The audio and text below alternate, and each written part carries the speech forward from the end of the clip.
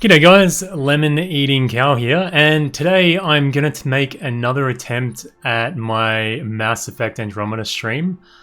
The first time I played it, I had internet connection issues and I had game bugs, and it just really was not a good experience for me. It just really put me off on the wrong foot with this game. So I've played about maybe 10 or 15 hours of this game so far. Yeah, I don't know. I'll talk more about how I feel about this experience. But what I'm going to do now, I think I'm going to restart the game. I'll play it from the start, just to kind of give you the whole frame of it and some of the reasons or what I think about the game. Yeah, like I said, the first time I tried it, heaps of bugs, and I've been getting constant, pretty game-breaking bugs through my experience. So I'm pretty jaded with the whole thing. But yeah, I think we'll jump into a new game, and I'll give you my honest opinion on it. Yeah. I'm sure you've heard like heaps of like negativity and stuff surrounding this game. I think some of it is a little bit unwarranted, but personally, I think, well, technically and personally, I have a lot of personal problems with this game, but there's also some pretty glaring technical problems with this game. And it's actually making it pretty hard for me to want to play it, which is, I don't know, I'm not just jumping on that bandwagon of this is a shit game, but for me personally, it's, I don't know, there's something not right here. But anyway, we're going to jump in and we're going to make a dude. Right from the get-go, I don't think the character customization is that great. I really like to put myself, oh, man, this sounds so negative. Anyway, whatever. There's some good points in the game and there's some obviously bad ones, but the character creation is really quite limited. I love games like this. I was wanting to jump in and like put my own like self into this game, and I really haven't had that choice yet. I'm gonna go operative because they're like a stealthy character. I'll probably get a good sniper rifle and start picking people off with that. I've enjoyed that type of gameplay the most so far. G'day to everyone in the chat. Johan, Matthew, Garrett, Dark Cloud, Sarah Hips, hello Sarah, and David Spivak. Customize appearance. Can I customize any more? Oh, here we go. Skin tone, pale as me, which is incredibly pale. I can't make him have like invisible eyebrows like me, so that's a bit of a that's a bit of a bummer. Because my eyebrows are so blonde and pale, it almost looks like I have none. Not too fussed about the face structure, really. Oh, God damn. Hairstyle? I didn't really find a good hairstyle. I kind of ended up, I think someone made a comment on one of my videos saying that I look a bit like a Ken doll. So, yeah, that's encouraging. I went with this one last time. That'll do. Oh! God damn. Yeah, we'll go with Ken again.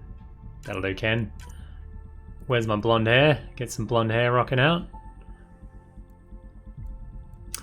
Mistol, how am I doing today? I'm doing pretty good. I already missed my daughter. They jumped on a plane at like 6 AM this morning, and they're on a direct flight over to South Korea. They'll get there. It'll take about 10 hours, maybe 10 or 12 hours to fly over there. And yeah, I already miss her. So we'll see how the next 5 weeks go. It should be interesting. Now, with the facial hair, I felt pretty limited by this. There's not really all that much options. I hope they add some options in later, some free options. But the one that got me was, where is the mustache by itself? It's just, there's no texture to it. It looks like he drank some caramel milk and didn't wipe it off his lips. It's just, Oh man, it looks terrible, really. For a game, the only reason why I pick on it so much is because a lot of the cutscenes are very focused on just your your bust and your head, and you have to look at this shit all the time, and it does get a bit jarring. Otherwise, I would give it like a free pass, but because there's such a huge emphasis placed on the character's expression and just their face in general during the interaction scenes, it really takes me out of it. I find it quite hard to sympathize with the characters. Yeah. So you've got a twin in the story. Custom appearance. I'm going to make my twin Asian because that's how twins work, I think. My wife is Asian. I guess she can be my Korean twin wife incest person or something. Yeah, that'll do. Customize history. We can have like a bit of a backstory. Male Shepherd. Male Shepherd is the hero of the past 3 games, if you didn't know already. And that's about it. We look like a horrible dude. It's not that bad. But once you get in the game, I don't know, I just felt... It feels a bit hollow. I don't know. Incest, twincest is wincest. Damn straight. Apparently you can sleep with anyone, so maybe I can sleep with my twin. We'll see how it goes. You can get some weird ass like interspecies just Xenofest. It's weird, man. It's weird. Like good weird, but it's weird. During the cutscenes, I'll try not to talk too much, just so if you guys want to enjoy it, you can.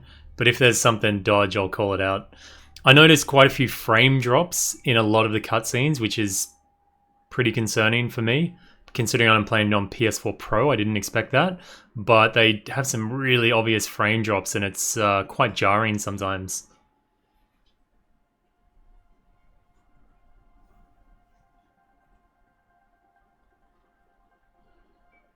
In all honesty, every great moment in our I'll let it go. Began with a dream. Each bold leap forward was achieved by those willing to do anything to attain it. We are, all of us, leaving behind families, homes, the very birthplace of our species. Some for discovery, to see the unknown. Others for a new start. But today, whatever our reasons, we take the first steps toward a new future for humanity. Today, we begin to make our dream reality.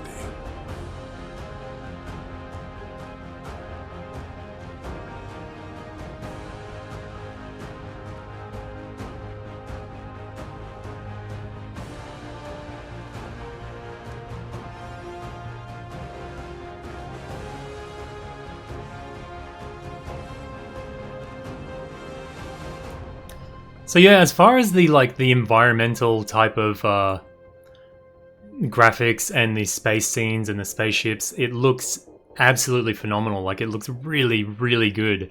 It's just so jarring to have something that looks so good environmentally, and then you go to these cutscene, interactions with the characters, and it doesn't look right. There's something amiss.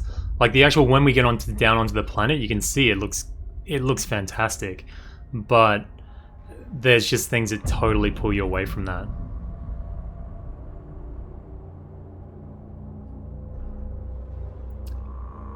And especially for me, I never used to be like a frame guy. I never worried about frames, but since I got the PS4 Pro and I've been streaming, it's really noticeable to me.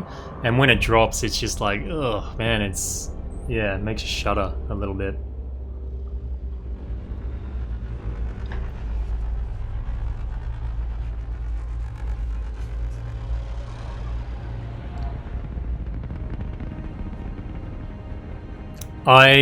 In all facets of my life, I like to explore chests, Miss Thal, so I'll definitely be diving into some chests. I'll show off the exploit and I'll show it in real time, so you know there's no trickery or anything behind it. Yeah, 634 years is pretty good sleep. But I reckon you'd still wake up and you'd think, man, just 5 more minutes, please. That's all I need. Just 634 years and 5 minutes and I'll be ready for work. G'day, Master Chief. We're starting again because my last stream was a bit of a failure, so... Here we are with our milk stash and our funky bike jump hair. Deep breaths. You're gonna want to take it easy. I've been taking it easy for 600 years. Ryder, recon specialist, Pathfinder mission team. Pathfinder team, eh? The ones finding us a home. Can you make it somewhere tropical? Nice, warm ocean, summer year-round? How about we get him a cup of coffee first? I look like a complete dirtbag, man. I love it. I love it.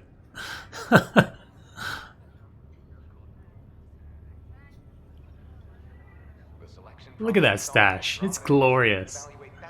I kind of look like, what's his name? The thrift shop dude. Macklemore. Kinda. Ryder, let's get you checked out. Look here. I'm digging this blue chick. I think she's got a bit of... I like it. Yeah.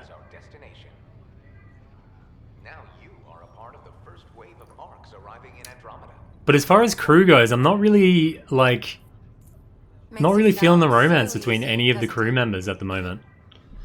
So here we go, we can make our first choice, and you see on the side there you can go emotional, logical, casual, professional.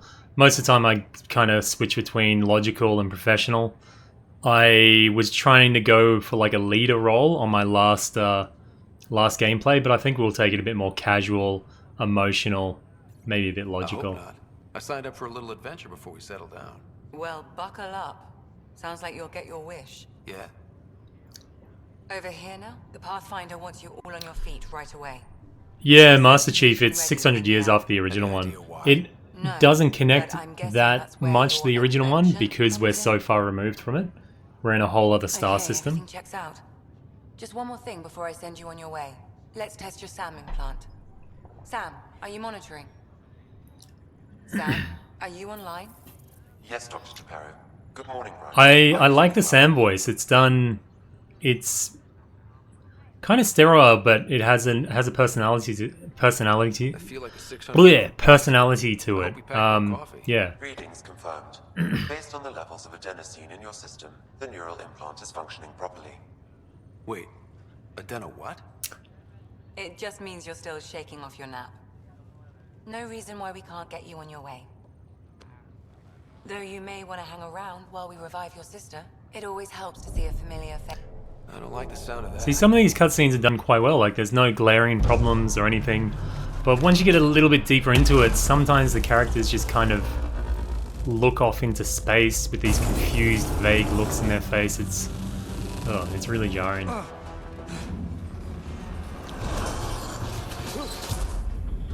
Huh. What's happening? It broke free. Just hang on. Engineering, report. But otherwise, the voice acting is quite good in most of the scenes as well. Careful of the syringe. I'm almost inside. Hold on.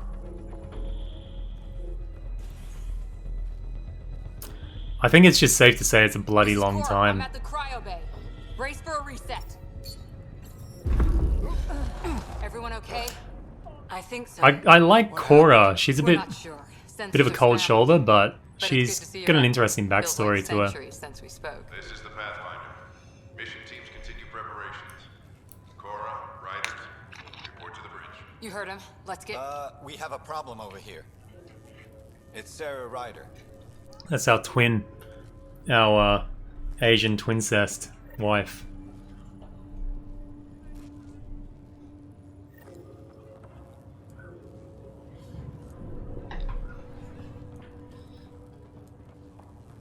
What's wrong? I don't know. Have to check it out. Ryder, Is my sister okay? that Sarah's mustache, fine. man. Her vitals are strong, but the revival procedure was interrupted. When can she wake up? We don't want to rush it. Sam, My connection to Sarah's implant was suspended. However, her pulse, respiration, and brain activity are all normal. To be on the safe side, we'll need to keep her in a low-level coma for a while, then let her body regain consciousness naturally. She'll be fine. Glad to hear it. Thanks, Lexi. Keep us updated. Like with all video games, I find it sometimes aggravating when something like this happens, like she's in a coma from getting knocked around during a like a ship accident. But then in the game, you can get shot multiple times in the face, and you're like, yeah, no worries, I'll just heal it up. No big deal. I know, like, it's video game logic or whatever, but sometimes I'm just like, oh, come on, man. It just seems so lazy in that regard. You ready? G-Rad, I don't know. I don't think you can do it with your twin, but it would be interesting. I'm going to change just one thing on my controls. I'll turn the sprint controls to hold rather than toggle. There we go. Oops. Shit. Tyrell, any plans for multiplayer? I'm probably going to watch gameplay from you. If you're going to watch a stream for a little bit, I think you'll understand where I kind of stand with this game. At this point, honestly, one of the biggest concerns, or most, the biggest letdown for me has been the combat, actually. So, for me to be playing multiplayer, which focuses on the combat, I don't know, man. I've tried it, and I really don't like it. Yeah. Super honestly, I don't like it. But what I'm wanting to do, if any of you guys own the game at all, and you're interested in playing, then I really want, because I think it's a personal thing, I don't think there's anything technically wrong with the combat. I kind of want somebody to jump in and that knows the game and say, listen, dickhead, you're like playing the game completely wrong. You're using the wrong setup. You don't know how to aim, blah, blah, blah. Because I don't know, I have really tried to enjoy the combat, and I just cannot. Pretty much every system with it, I do not like. Apart from the mobility of when you get your jetpack, is awesome. It's so great. Felt really good. But the actual combat, I hate it. I really do. There's no other word for it at the moment for me. But again, I think that's a personal thing. I don't think it's a technical problem with the game, because a lot of people have said they love the combat, and it's up to you guys to judge for yourselves. But I don't know, man. This is my first ever Mass Effect game, so I didn't go in with any expectations at all. It's not like I went in and like expected this amazing experience. Like I had expectations for it, but certainly nothing massive. And I don't know, I don't like it. I really don't. Mainline power's been knocked out. We're on reserves, Captain. They won't last. What's our position? Unknown. We lost telemetry. Sam, we need eyes out there. Attempting to adjust sensor array. Alec, please. You may be Pathfinder, but this is my ship. Captain, the protocol's clear. In the absence of communication with the Nexus or the other arcs, we proceed to our appointed Golden World. Solid ground. If it's even out there. So we're wanting to land on the planet, but at the moment it's shrouded in this, like, miasma type mist stuff that really damages the ship, so...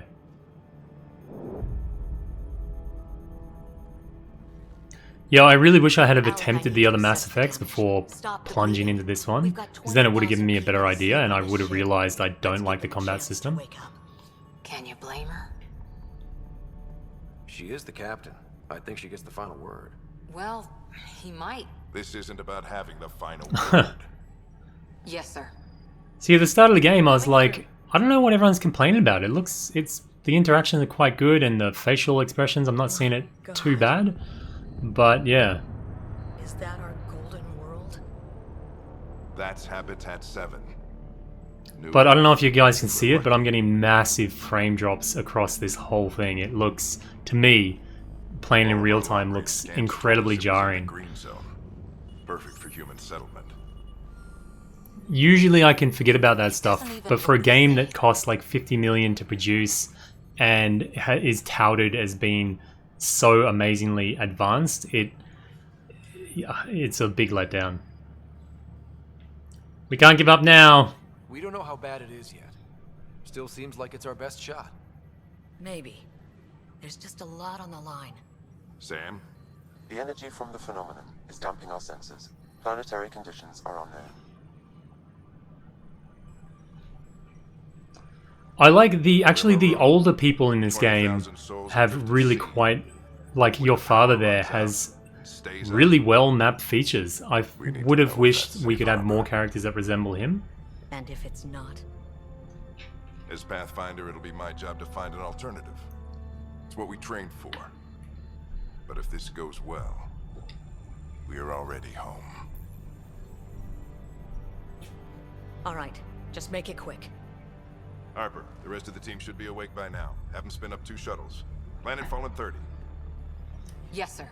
I don't know if any of you guys really looked into this, if you've looked at any of the facial feature videos or compilations showing really weird, awkward conversations, but there is a lot of instances that you can draw on. Like, it's not... but I still haven't figured them out. Just as long as it's not just a select handful of conversations, it's pretty much right through the game, and it can be... really takes away from the immersion.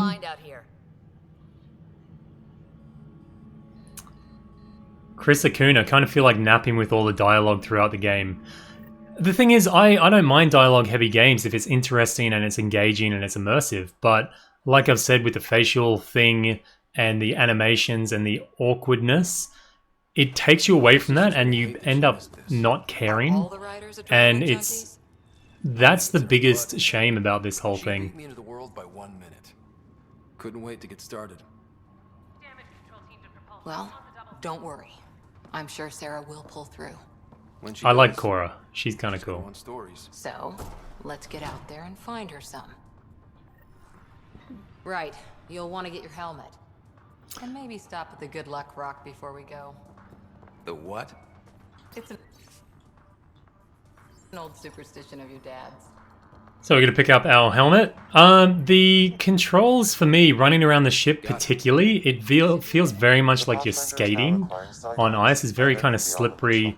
The animations with running, not that bad, but especially when you're in your common clothes, your casual clothes, it feels really... I don't know, it feels a bit too floaty. Maybe I have to get used to it more, but after I've played about maybe 10 to 15 hours on my main game, I'm still really not used to it, and yeah, it's, I don't know. Hope I won't need this. I don't know. I just feel like I'm being such a downer and a negative person about it. Like, I really went into this, like, I spent a lot of money on this game. Like, I was backing it, and I was ready to shrug off all the negativity surrounding it, but it's really hard. It is really hard. Dr. Carlyle, with everything going on, I think the Ark needs you more than we do. I just don't understand how it made it through playtesting. Like, I really don't. If that is home down there, I'm happy to knock on the door. G'day, Ty.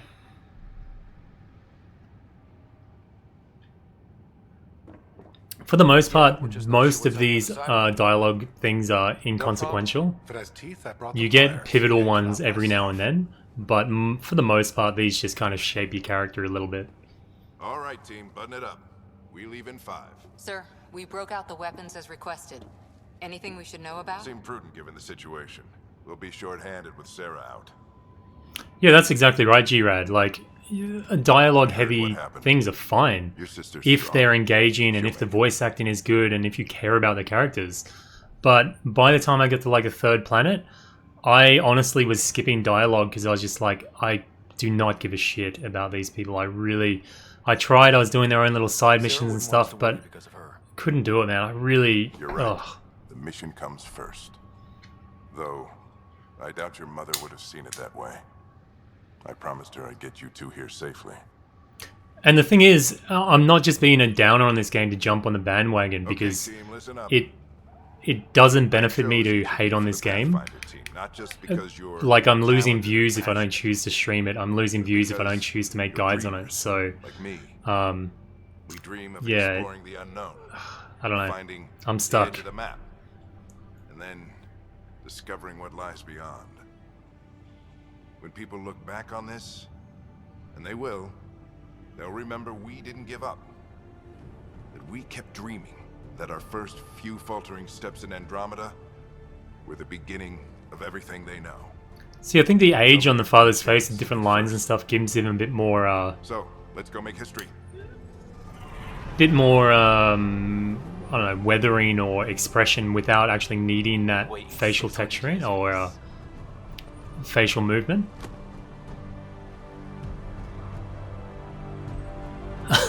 Yeah, I totally went for the mustache to be a dick. Plus, once I get my my Nomad, my pimp car, then it'll just set the whole thing off. It'll be mwah, perfect.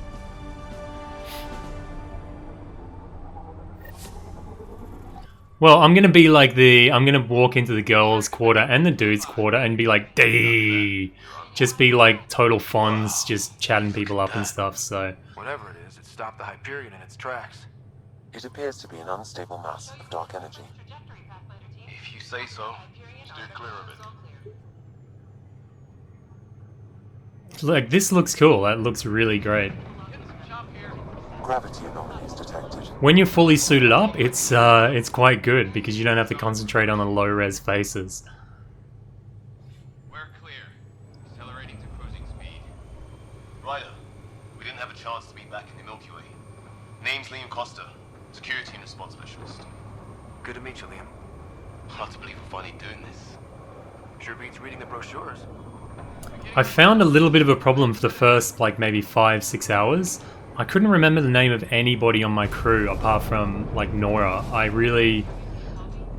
Yeah, it was hard. It was really hard. I know I've been quoted as saying I have a bit of a stone cold heart, but... yeah, it was trying for me.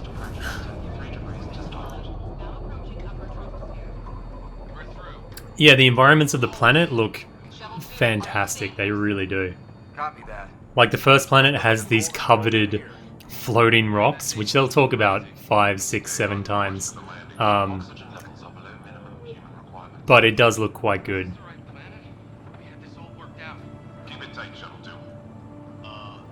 The problem with a little scene like this, which also brought me away from my immersion, there's no vibration feedback on the controller, even though it's enabled at the moment. I would have liked a light bit of shuddering as I was coming in. It would have really given me the sense of standing in this this pod now, especially with all this rushing wind and stuff going by and the turbulence. It seems like I'm conscious of the controller in my hand not shaking, you know? See, this moment I should be having big feedback in the controller and like, whoa, shit, man, something's gonna happen. But nothing. I feel completely removed from this scene right now.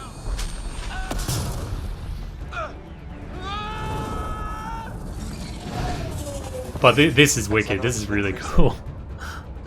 Like, it looks good. Like, it looks friggin' awesome, man. Get it working. Approaching terminal velocity.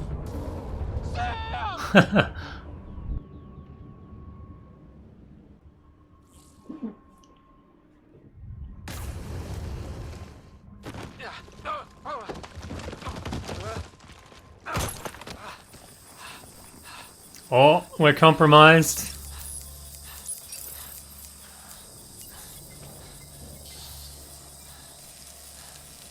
Yeah, most of the facial hair, not many games they do facial hair right. It's always way over the top, or it's just like a spray paint thing on your face. So,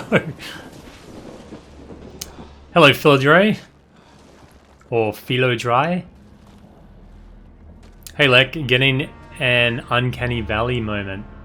I don't know what that's a reference to. Sorry, mate.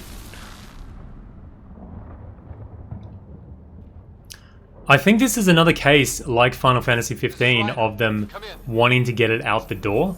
There's no possibility this would have passed a rigorous playtest. It just... It couldn't have. They must have had some obligation to ship this thing. I'm surprised we aren't too. Did the others make it? I don't know. It's BioWare that made this, yeah. It was all a blur. Shuttle split in two. This is like some nightmare. Yeah. No way this is home.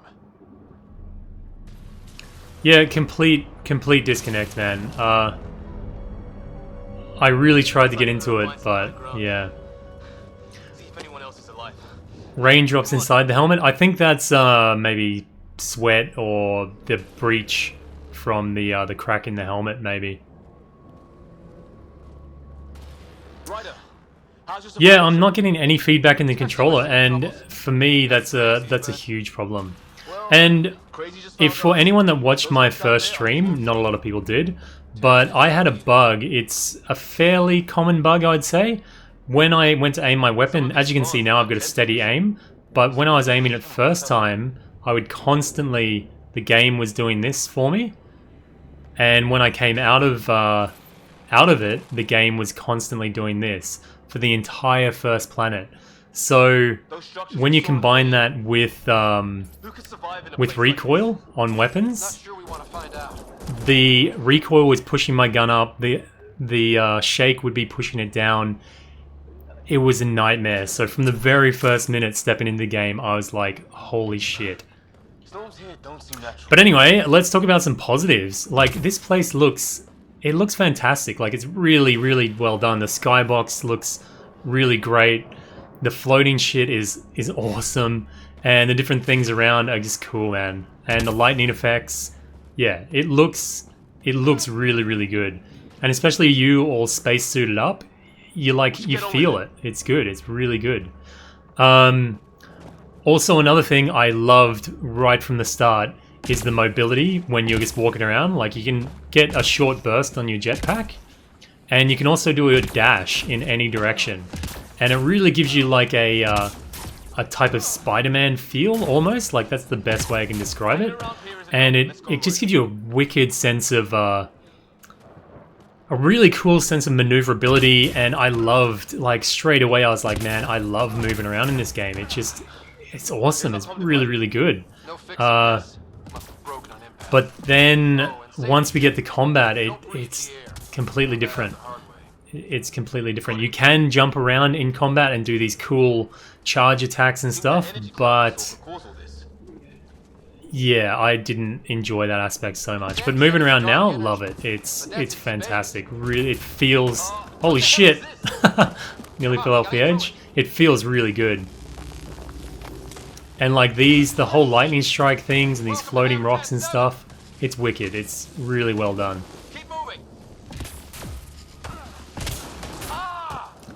He's getting electrocuted and shit back there. That's the thing, haven't experienced yet different gravity. I know they try and normalize the gravity, the suits do it or something, but I would have wished for some really varying gravity. Maybe I just haven't made it far enough in the game to see that. Possibly. Planet's trying to murder us?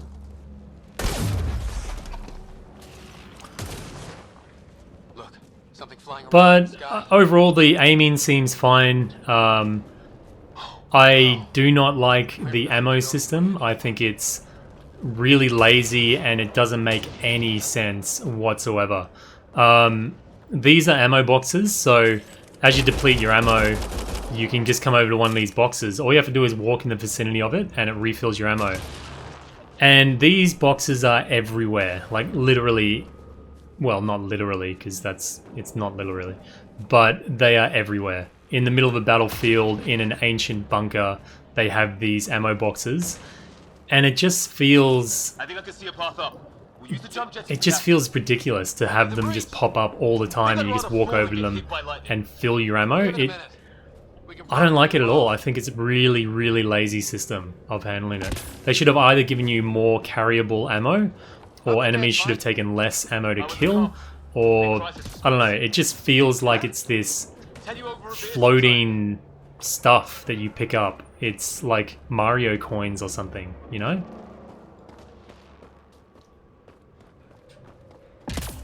But yeah, moving around, awesome, man. So good. That's it.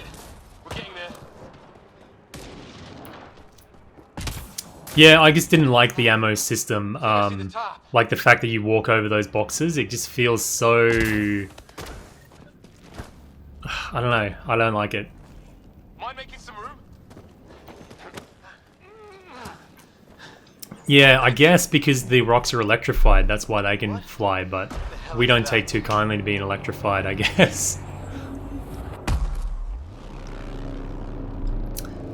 Yeah, guns have fairly small clips. The sniper rifles makes up for it for their impact, usually. That sounds like your old man talking. He was right. Something went wrong here. We have to find out what. One thing at a time. In the start of the game, I will say that they did quite a good job of giving you a big sense of mystery and exploration when you first come onto a planet is really good. Like, you feel like you're isolated and there's hazards everywhere and the whole planet's out to kill you, basically. That is a really good touch.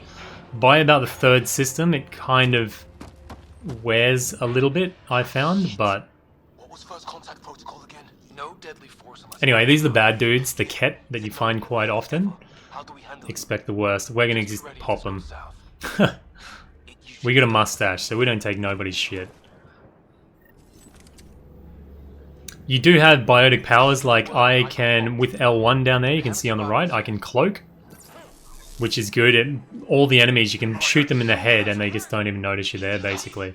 So, he's seen my mate though, so I should find some cover. Now, the covering system really did not like the covering system at all. I've played cover-based shooters before, like Uncharted is one of my favorite games, but that's because I thought the covering system in that was really quite good. And the enemies, when you shot them, they actually, it felt like you were shooting them. But in this game, I find, like, you might have noticed then, I shot the guy like 7, 8 times, a couple of times in the head, and he just kind of stands there.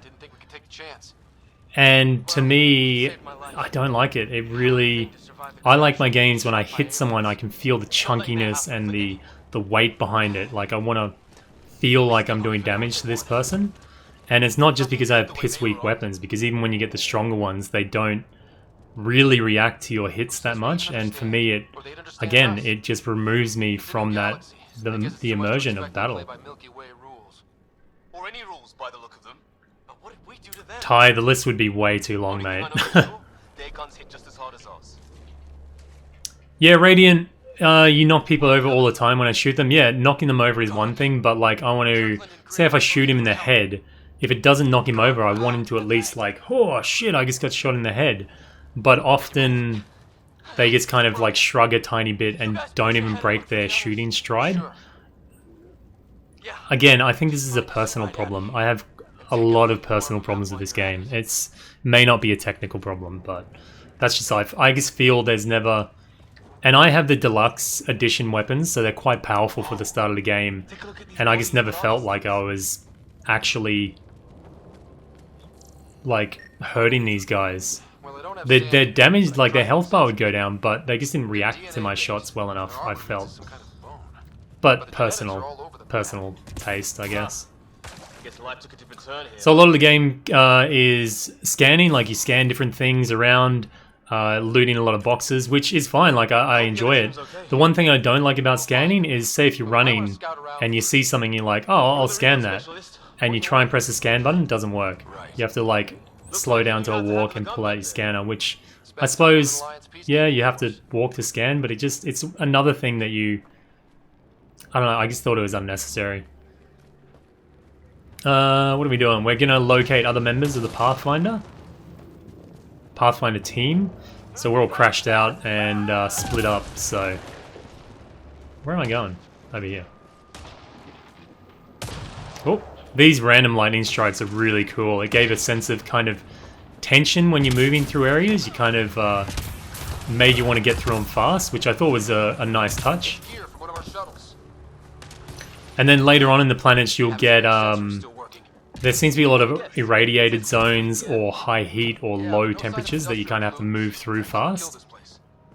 and no radioactive isotopes either. Thank you, Trey. Sorry about last time, man. I had internet connection problems and I had game bug problems, and yeah. So for me, the cover-based system, when you can, when you get your weapon drawn, as you come up to a thing that can act as cover, you automatically take cover behind it. But I often find it's kind of hit and miss. Sometimes you think, oh yeah, I'll take cover, and you feel like you should be in cover, but they just don't click onto the cover. And often when you come up to cover, it's kind of a bit of a clunky experience to reposition yourself around the cover. Again, maybe a personal thing, I don't know, but yeah. Yeah, this is my second time streaming this, Ty. The first time was just a shitty experience, man. Like, that's the only way to sum it up. It was really not bad, really not good. So we're gonna go in and just pop the crap out of these guys, hopefully. I'll go stealth on them. Oh, big frame drop there. So you see, like, I shoot this guy in the head. Granted, I'm not doing huge amounts of damage, but not even like a slight break in his step. And for me, that is just... it just feels like I'm shooting him with like a potato gun or something. But then when you can do... like, I'm obviously playing badly, but you can do this jump attack on them, which is really great. It feels really cool. It feels like it has big impact to it. But I find at the start of the game, it really overexposes you. And it's quite easy to die if you're doing all that. See, the punch impact is wicked. I love it. You can actually get a class called the Scrapper, which runs in and charges and just beats the shit out of people. It's kind of cool, but again, I feel like I'm kind of overexposed, so...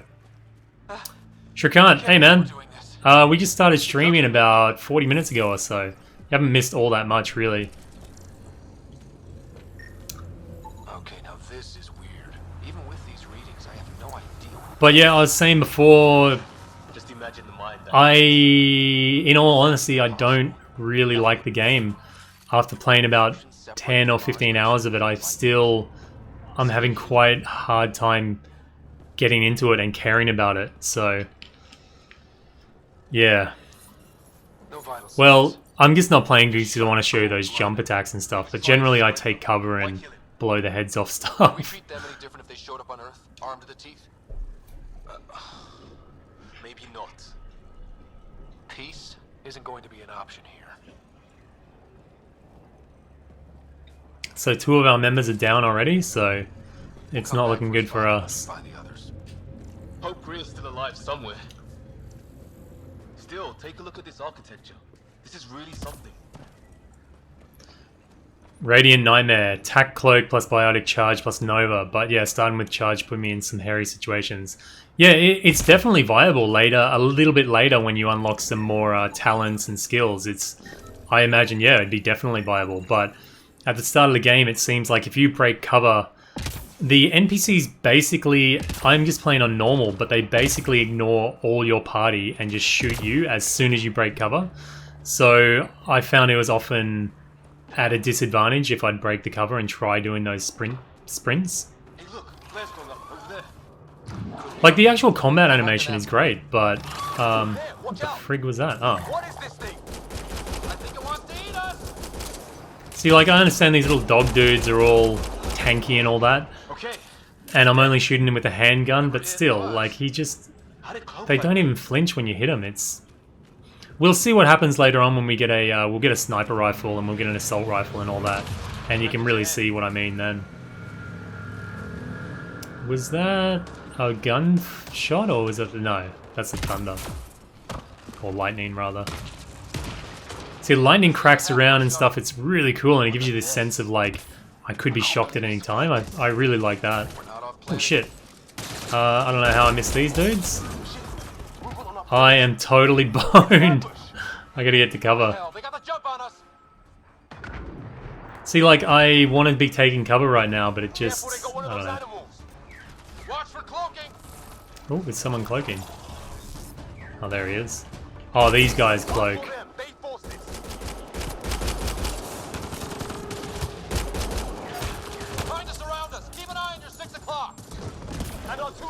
Bam! See, it feels really good.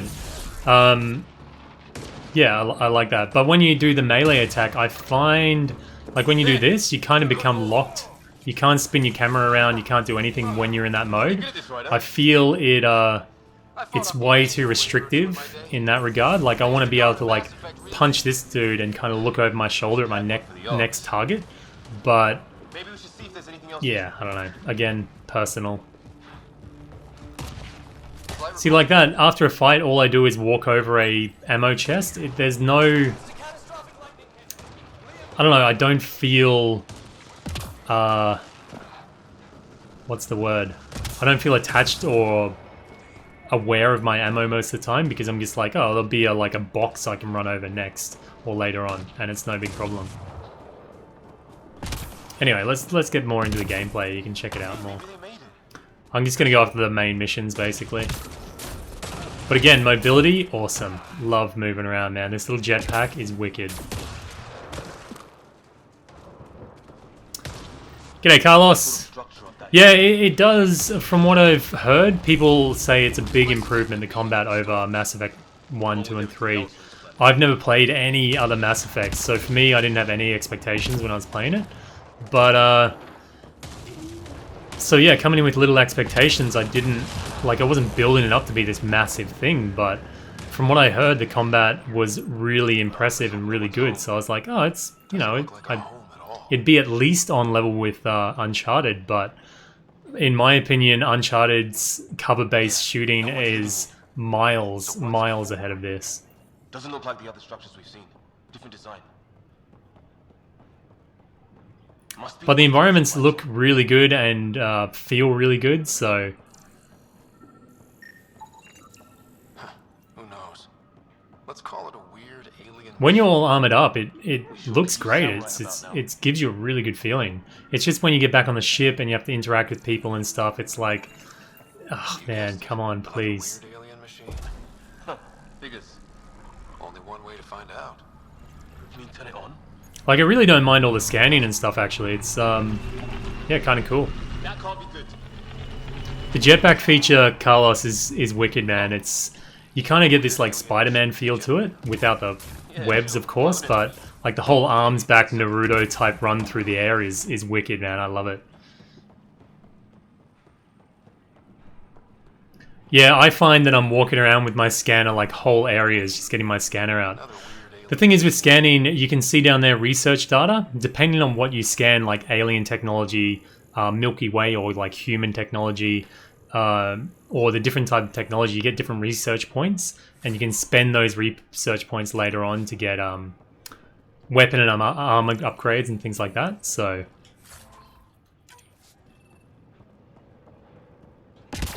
pew! Hey, that door opened. Some kind of research lab? Maybe. So, do any of you guys actually have the game or plan on playing the game? I mean, I know I've presented a lot of problems with it so far, but I definitely think that I need somebody to maybe jump into multiplayer with me during the week. I'm going to stream again, and maybe kind of say, hey noob, you're playing it all wrong, and try and influence my positivity in the game, because at the moment it's hard, man. Like, I put down the remote the other night, or the controller, and I just had zero urge to pick it back up this morning. No compulsion at all. I had dishes to do in the sink, and I was like, I think I'll do the dishes.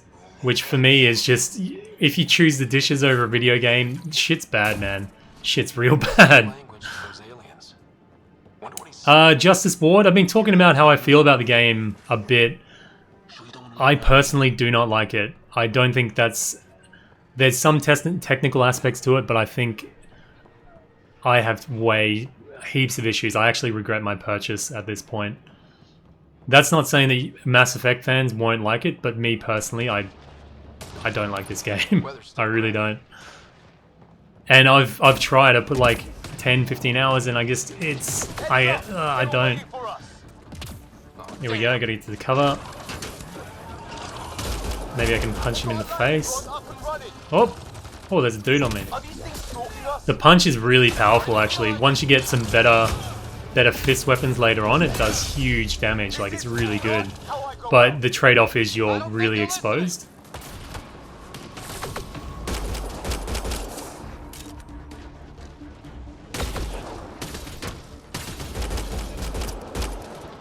Come on, mate. Stick your head up. Or is he dead?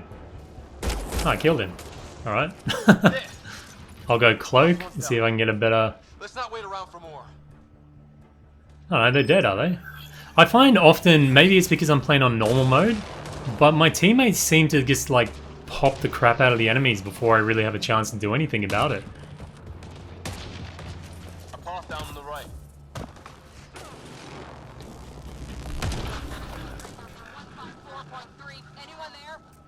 Cora, we read you. You're alive.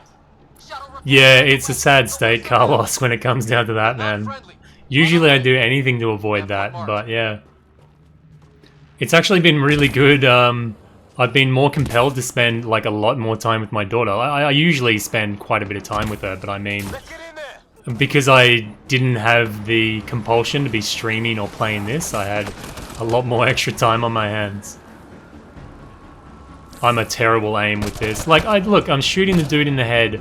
Obviously, I'm not doing a huge amount of damage, but they don't even react to it. It's just, for me, it kills the combat for me. It really does. Let's go stealth. Bam! Where'd that shit come from? Whoa. See, I'm playing recklessly as... Oh, shit! Anyway, I'm just showing off the different punches and stuff. Usually I'm not... Well, I'm pretty crap, but not that crap. Okay, we'll get a bit serious with it. But the shockwave is cool. That probably... I like the shockwave the most because it has some impact. Like, you feel it. Look at him, he just goes, oh yeah, got shot in the shoulder. I'm not going to break cover. You know, I'm not going to try and hide anywhere. I'm just going to stand there getting shot in the face. Like...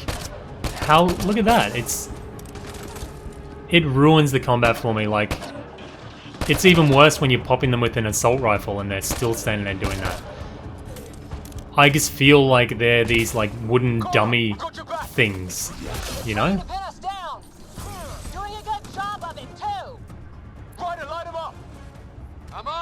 Where we got him? Here. Bam! See, I find if I miss a punch, you're really stuck. Like, you're committed to that punch. You can't change your viewpoint or anything to kind of readjust. And I found that really restricting and made me not liking punching so much. So we got a level, so we can go in and we'll have a bit of a look at the skill system and stuff like that. The skill system is kind of cool. It gives you a lot of choices, but I found a lot of the powers are samey, I guess. Depending on your starting choice of what type of character build you want, you can access some of these to start off with, and some are kind of locked off. But later on, you get access to more of these, so you can really start catering the character to how you want to play it. So you got like force pull and force throw powers, which is really quite cool. Nova is pretty good. Like, if you, someone was saying before, if you combo that with Tactical Cloak and then Nova and then Shockwave, like, you can go in, be all stealthy and then just blow the shit out of them with a massive AoE attack. So that's pretty cool. And Shockwave does like a, well, it does a shockwave that goes through walls and things like that. So it's good for breaking people out of cover. There is a biotic move. I don't think I can learn it though. That you can... Is it invasion? Yeah, infects opponents with an invasive VI-controlled machine swarm that weakens defenses and spreads itself to nearby enemies. It's kind of like a locust swarm or something. That's really quite good. But we'll go with the type of what's the word? The stealthy type of character, I guess. What am I doing? Tech, is it? Yeah. So we can level up our tactical cloak. It just gives us better recharge speed, higher duration, things like that. So we'll get a bit of that action going first off.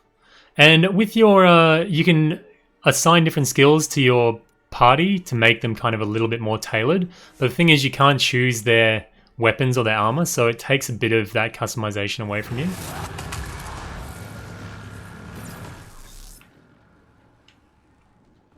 Ryder, there's weapons and ammo at the shuttle. Stock up.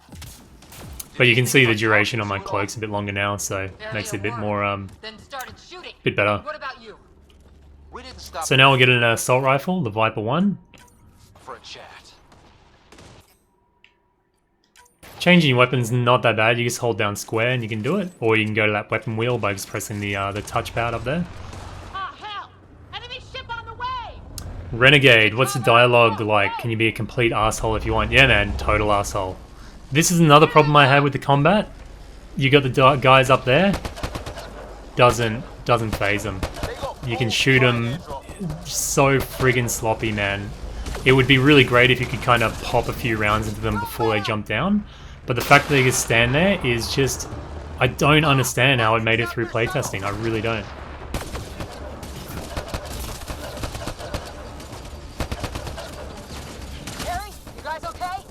See, again, I'm popping like a whole clip into these guys and they just kind of... Oh yeah, whatever man. No worries. It just... yeah. Completely robs them of any sense of impact or... yeah, don't like it. I do have a pimp mustache at the moment, so I'm predetermined to be an asshole, basically. I don't know about the stream, like, are you guys... Do you understand what I'm saying about the combat, or you feel completely opposite about it all? I suppose it's a bit hard when you're not actually controlling it, but... yeah. You're shitting me. Oh, I don't think I'm gonna make it. This is probably a bad idea. Bail, bail, bail. Sound off. I'm here. Still alive. Oh, we got a big, like, they're like the elite team. They usually have shields and they completely destroy. See, like, full clip, just standing there taking it. And I realize I'm playing on normal, which isn't the easiest mode, so I don't feel like they should be that dumb about the whole thing. I'm sending toxic goo there. Oop. Wow. Another thing about cover is, if your teammates are standing on a place of cover that you want to be in, they do not move. They're like, fuck you, commanding officer, this is my spot. Maybe that's a realistic splice to it, but yeah, I don't like it. I'm gonna go stealth and try and take that dude out, because he's got a buttload of armor on him. Whoa, what hit me? Grenade or something?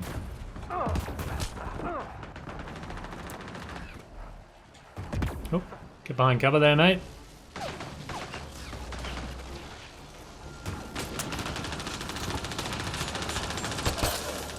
Yeah, I don't mind that they take a lot of hits to kill. I realize that I got weak weapons. I just... yeah.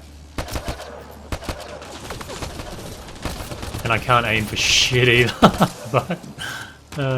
I just felt like in a game like Uncharted, it does have the same-ish cover-based system.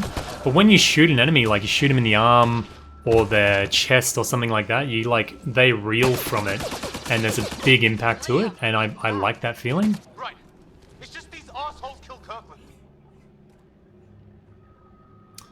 They tend to, once you get onto Eos, the first planet, they tend to do a lot more flanking and, yeah, like circling around and things like that. They get a bit more intelligent, I guess. But still, they'll hide behind cover getting shot in the arm or something and make no attempt to move sometimes. Yeah, the heavy gunners can walk down the middle of the hall because they take a shit ton of damage, really. Like, they've got the balls to back it up.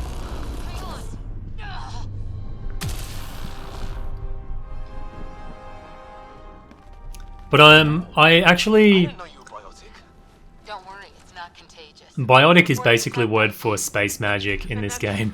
You're a lifesaver. Now just take it easy. Sam, are you there? QEC link established. Affirmative, Ryder. The Pathfinder needs to speak with you. Good to see you in one piece. What's our status? Liam and I are with Cora. We have wounded crew.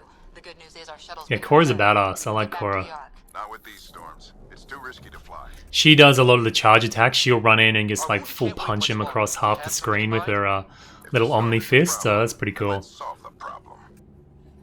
We're talking about weather. And I have an idea about that. Rendezvous with my coordinates will... Damn, they spotted me. Sir?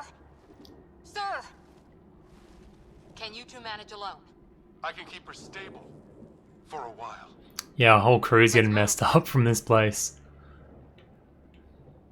But yeah, like right now, it looks good, man. Like the lighting, everything looks fantastic. It really does. Even though, despite all my negativity about it, the whole time I've been playing, I've been like trying to pick these positive points and going, this is a good game. Like it looks good. It has some really good mechanics in it. I've been really trying to get into it. I can't, man. Maybe I need somebody to talk to me and say, you know, this and that, but it's hard. It's really hard. Whoop, shit. Alright, let's go finish this planet off. It gets I like the first planet, it's really cool. You can see, you get some really good story exposure in that one.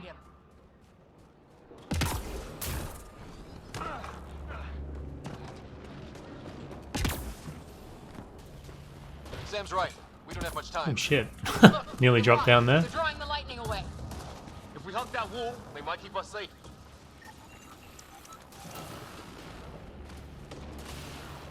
You can vault over things pretty easy. Like the movement is probably, I think, one of the best features of this for sure. Incendiary rounds. My dad's been busy. He was an N7. They don't mess around. So your dad's an absolute badass, pretty much. They build him up to just be this awesome dude. And going by his animations and stuff, he is probably the most awesome guy in the game. Only way to survive here. 2, if you count shooting on sight. Oop, we're getting electrified there.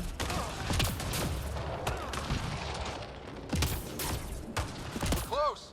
The nav point shows my dad's up there. There's your dad, the badass.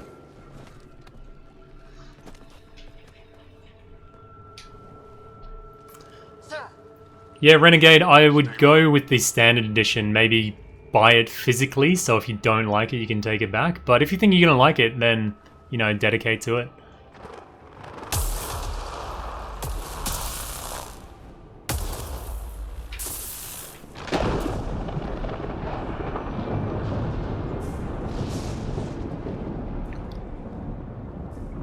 Who are these guys? Visitors, just like us. I don't think they're native to the planet. They're not. We found an abandoned lab. Like they've been studying the place. Good It's work. what we train for. Oh wait, I'm a dick. Yeah. You didn't think I would? I'll go with smartass replies. Even though it's my dad and he should slap me for it. Sir, you said you had an idea about the weather? Again, when the lightning strikes come, I've got no feedback in the controller. So it looks cool, but it doesn't feel cool, which I thought was a very big missed opportunity. Together they're disrupting the entire climate. And quite often when you go into the remnants, the old technology bunkers, they always talk about this humming, living sensation going through the structure. But on the D-pad or on the controller, you don't have that slight hum. If it gave you a really slight vibration in the controller, it really would have boosted that atmosphere. The alternative is an 85% chance of death from lightning strike, capture, or worse. Nate, is there anything about this game that just stands out as great or exceptional? For me, no. Like honestly, I'm really trying to be positive about it, but there's no feature that for me overshadows the negatives so far. I've been working on that. We just need to change the math.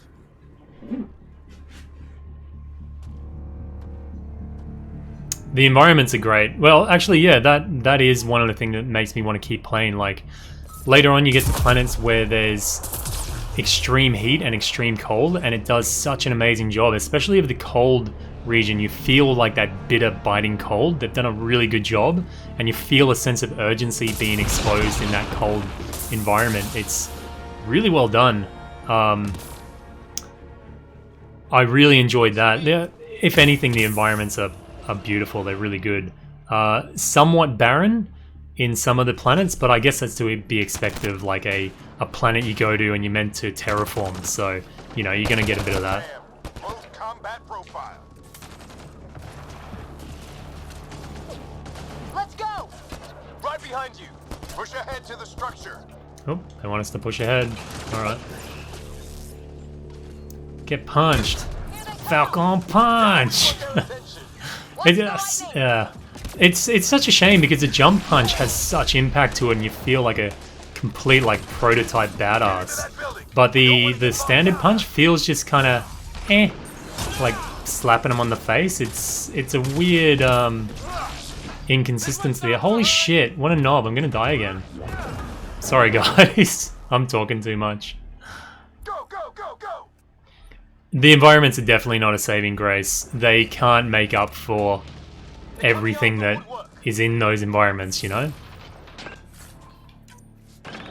And another big thing for me, I don't remember if I mentioned it before, but I think I've had 6 or 7 hung loading screens at this point. Like, I would just finish a planet and go through these big battles, sometimes long battles, and I'd just get into the loading screen to get off the planet, and it would hang on the loading screen, and I'd have to reload my game and do that battle again. And for me, killed any sense of wonderment or sense of achievement for doing that planet, because I had to do that shit again. And for such a high budget game to have hangs like that is just, it's unforgivable for me. And like 6 or 7 times, it's just so bad. Bam! What a grenade. Ready? Yeah, Dad's just a badass, man. Basically, we want to be Dad. I don't know if he improves of my my twin cest though, so.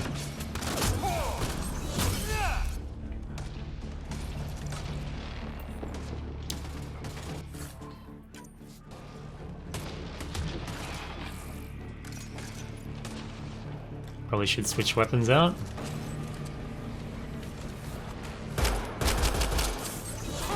Bam! Like that.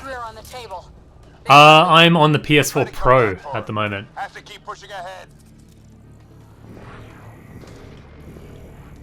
There we go, human male. I like the idea of scanning things to get a little bit more lore and stuff like that on the game. I think it's a good feature. It definitely, for me, didn't break the immersion. It kind of kept it there, which I liked. So I don't have problems with that type of system.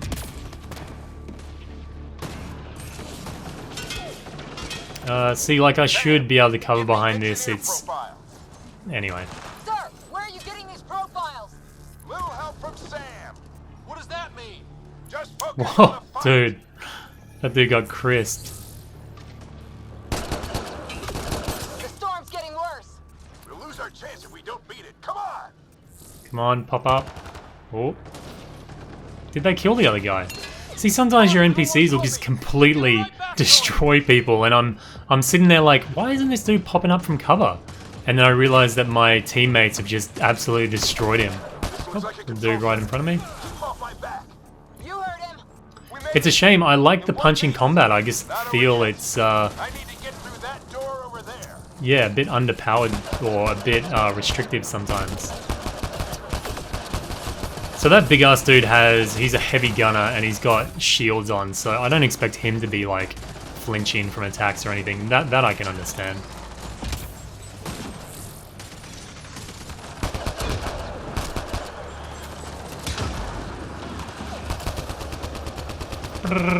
See, Cora's in there, just kicking the shit out of dudes. I love it.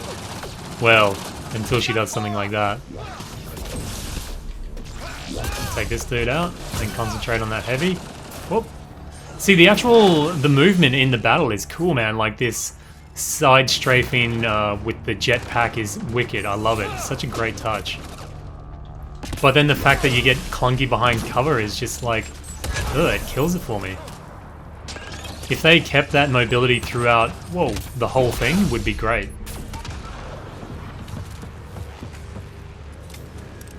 Alright, threat cleared there. What now? I need to decipher the language. Yeah, the fact that it hangs is just it. Like I said, I was trying really hard to be positive and stuff, and then it hangs on me so often, and it just there's no way to say, oh, that's all right, I'll just do it again, because you just can't do it.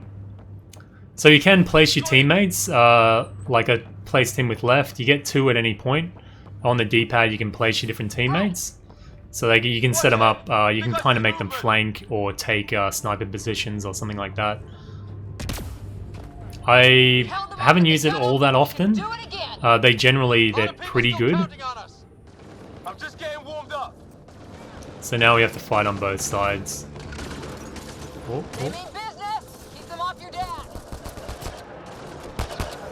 Analyzing possible inputs. 25% decrypted. Hurry, we don't have long. Oh shit, where did he come from? Wow. Yeah, Cora's just in there, just punching the crap out of him. Whee! I don't have any things in the way of a fence at the moment because I've got my cloak. It'd be good if I had a sniper rifle though. Encrypted. It's an unusually complicated syntax.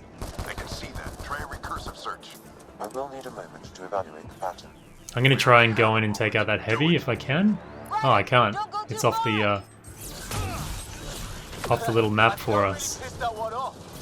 Maybe because I shot him in the face.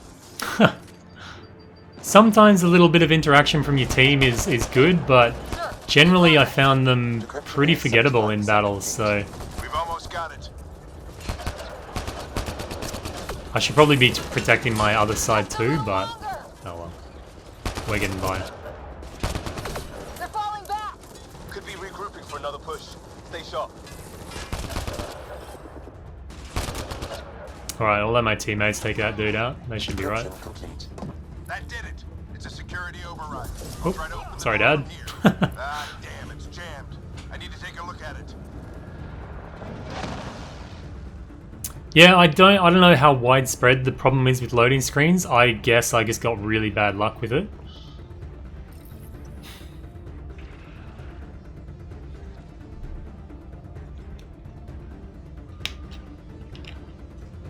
But otherwise, my loading times on the PS4 Pro have been really quick and quite good, actually.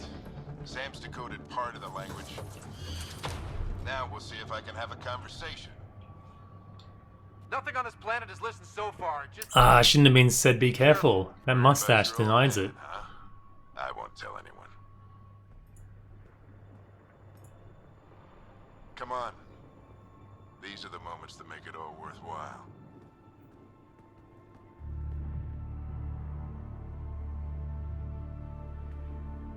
Sam, begin translating. A moment.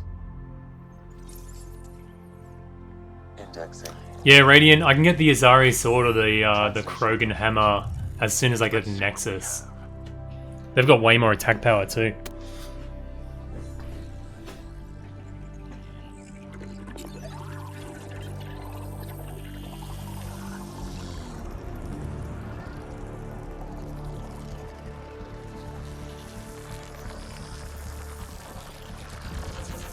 It's good. The first part kind of feels movie-ish to me, which is good.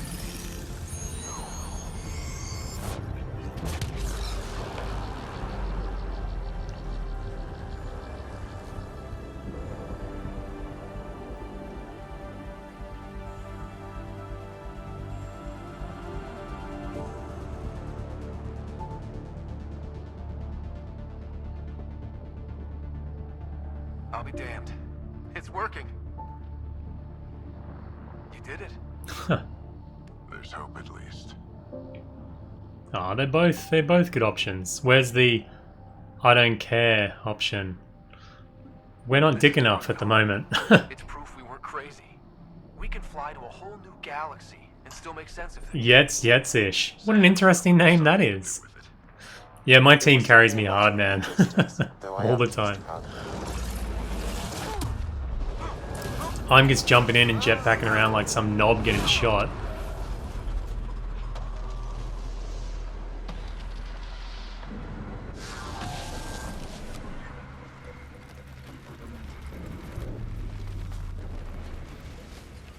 Oh, we're compromised again.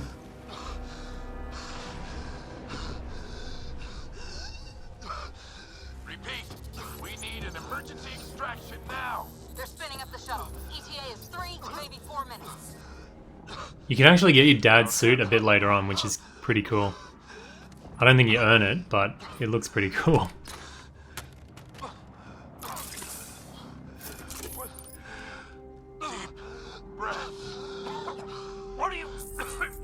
I kind of wish your dad just had kept his helmet on and you could play as a dad for the rest of the game.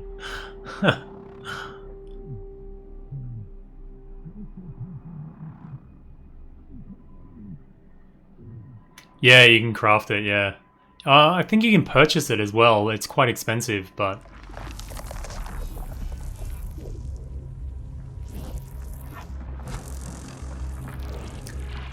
Yeah, Yetz, with the Yetz name.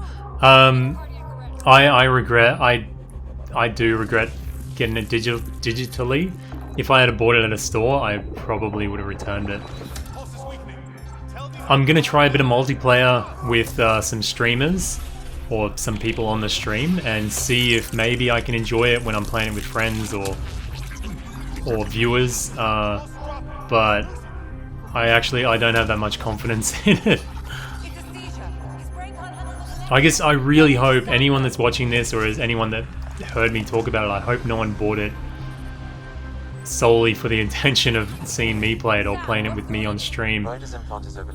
I really hope nobody did that. Do it. There.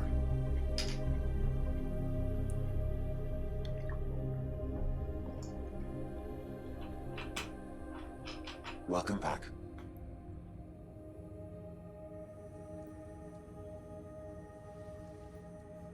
Oh, the glorious mustache is back. You were clinically dead for 22 seconds. Then how did I make it out? Hey, you're still with us. Guys, get to Sam Node. Ryder's awake. Who are you talking to? Sam. I didn't hear him. Hmm. Interesting. Look here. And here. My father. Where? G-Rad, Splatoon 2. Oh yeah, did you play Zelda Breath of the Wild? It was your life or his, and he chose you. I'm so sorry. I know this must be a blow. I didn't know him. Honestly, we weren't close. I never really knew him growing up. I know he could be distant, but he once said that when his time came, he wanted to go out among stars no one had seen before. Actually, the biggest emotional pull I felt was with the father. Sam is now I think part he of was you, done probably the best. in a way we don't entirely understand. It played havoc with your brain. Sam? Your father authorized the transfer of Pathfinder authority to you. Shouldn't that be Cora? In theory. In reality, you're the new Pathfinder. You can't be So serious. Pathfinder is it's their role to go to these new planets and establish these colonies, or they find the golden planets to try and make it viable for the rest of the people. There we go, we'll be a jerk. That's easy enough to say. But going out there and doing it? G'day Martin I Pell. survived that last mission. Hell, technically I didn't. But you're alive and kicking now. You're not a quitter, that's for sure. It's all academic anyway. Sam's linked to your mind on a deeper level now. Trying to untangle it could kill you. I know this is tough, but we need to start thinking about the next step. A lot of people are counting on us. Is the Ark still drifting? That's the thing. Whatever your dad did with that tower, it saved the day. Some sort of atmosphere scrubber. The energy cloud thinned out. We're on our way to the rally point now. Should be at the Nexus soon. He needs to rest first. He's got 2 hours. I will say you get to the Nexus next, and it's kind of like the hub city or your hub point. They did a really good job of making it feel alive. Not when you initially go there, but in some of the other levels of it, it feels really populated, which is a really hard thing for a game to get right, and they did do that right, which I appreciate. Your father will be missed. What's going on, Sam? This is our private channel. I shared it with him. He never mentioned anything about that. It allowed me to know him better. Alec wouldn't want us to lose sight of the goal. He said pain emboldens our resolve. He'd insist we grow stronger from his passing.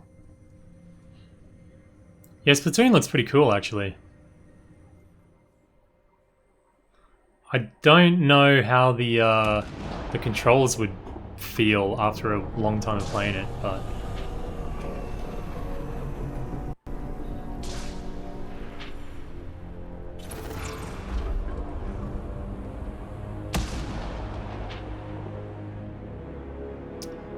This is like the type of,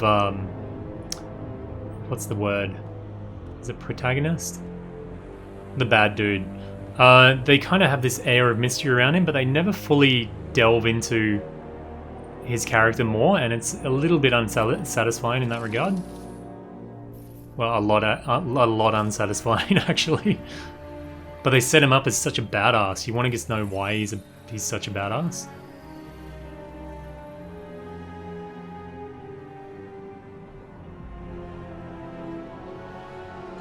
I think they did a really good job on the textures for the alien races. Were really good. Their faces look great. Their skin looks really great.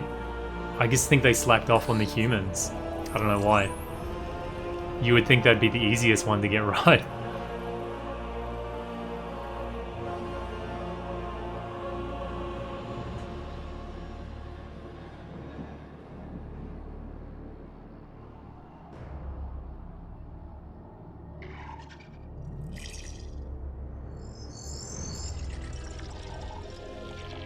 So these are the Ket, they're trying to work out this remnant, this old technology like we are, but they kind of had no real idea about it.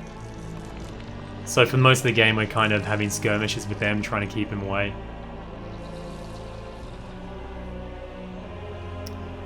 Radiant Nightmare, well there's nothing to compare to a Turian or a Ket to real life. Yeah, that's a good point actually. They can kind of make custom expressions for them, I guess.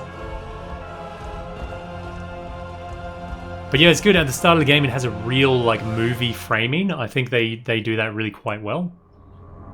And the first planet too, it feels like you're part of this epic story, and that's good. It's just it wanes a little bit after your probably third See you on your feet. system. We're at the Nexus. So up until this point, I think most of the interactions with the characters have been pretty good. But for some reason, it starts to get bad, and it starts with this woman. She is done so lazily. Starting our approach now. I think because they tried to give her a little bit broader, I think she's kind of got that Asian vibe to her. I think they gave her a little bit more of a broader face, and they really messed up the expressions with her. Approach channel, not a live person. Well, like it or not, we're here. Take us in.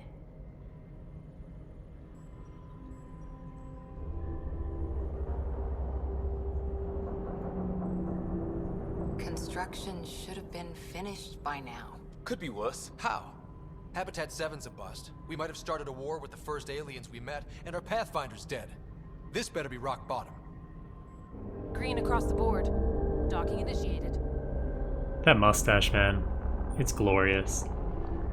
It looks like it's painted on, but it's glorious. All right. I got us here. Good luck, Pathfinder.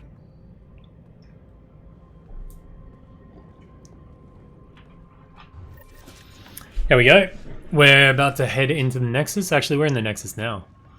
Well, we're about to go on a tram to get there. I feel, like I mentioned it before when we were armoring up to go into the first mission, I feel you kind of like the running, you're kind of skating around the place. Even after playing for like 10 hours plus, it never, to me, felt natural. It always felt really quite goofy. That's something I can get past. Like, it's not a game breaker for me, but it's definitely you know, it just piles onto the rest of the stuff. So Right. again, it's another thing that breaks your immersion in the story.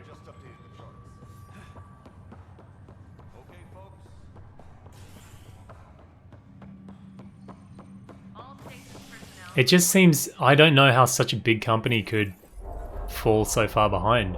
If this had been on, like, I don't know, PlayStation 3, or it had been a launch title for the PlayStation 4, you kind of forgive them somewhat. But having the PlayStation out for at least a year now, and they should know the technology of the PlayStation well enough to do a little bit better than this. Or actually PC or whatever, but... After what we've been through, I could use a buzz. We all could. Yeah. Rough ride so far. We'll bounce back. So yeah, like I said, the Nexus is kind of the hub world, or the hub city that you can kind of come back to. There's shops there, lots of NPCs for missions, and you can do research and all different things. But I found after doing a few side quests in the Nexus, I just ended up ignoring the NPCs because they'd ask you to do these just menial fetch tasks, or like finding ingredients for a drink, or scanning panels, and you're like, is there really no other like little intern or labor hire dude that could be doing this? Do you need the single most important person in this entire operation to be doing those things? We're from Hyperion, and wondering where everybody went. Did he hear you? Did you say an Ark? This is the Nexus, right? Pretty sure we parked in the right place. Of course, I'm sorry. It's just, we thought you were all dead. What? Or captured, or lost in dark space, or... But you're here. You have no idea how much this means. I don't believe it. Yeah, drink recipes. I lead our militia on the Nexus. The mustache, he was just dumbfounded by it. He was speechless. He was like, that is glorious. Our sensors told us an Ark had arrived, but Helios is notorious for scrambling equipment. We thought you were just another malfunction. I like this dude. He's kind of like, he's really stiff, but I feel like in a, you know, an Alien Removed type of way, and his voice kind of matches it. And this is the first character, apart from the dad, that I was like, this guy's kind of cool. You've been stranded for a whole year? Longer. I'll fill you in on the He's just matter of fact, and he suits his role, and yeah, he's cool. Everything that could go wrong with our plan has. We arrived 14 Kandros months ago. is his right name. Away, we hit a band of dark energy that knocked us off course. We're familiar with it. Then you'll know why we call it the Scourge. We lost whole sections of the station. A lot of people died. No power, no food. The chaos went on for months. It finally led to armed rebellion. When order was restored, the insurgents were banished. Exiles, we call them. Are things back to normal? Not even close. I often find when you're in type of dialogue situations like this, the NPCs have really just kind of space-filling animations. They don't really interact with the conversation. They're most of the time just scanning on their arm pad thingy, and yeah, again, immersion breaking. And no one was expecting A new recipe. Docking procedures are green across the board. Stand by to merge Hyperion power into the grid.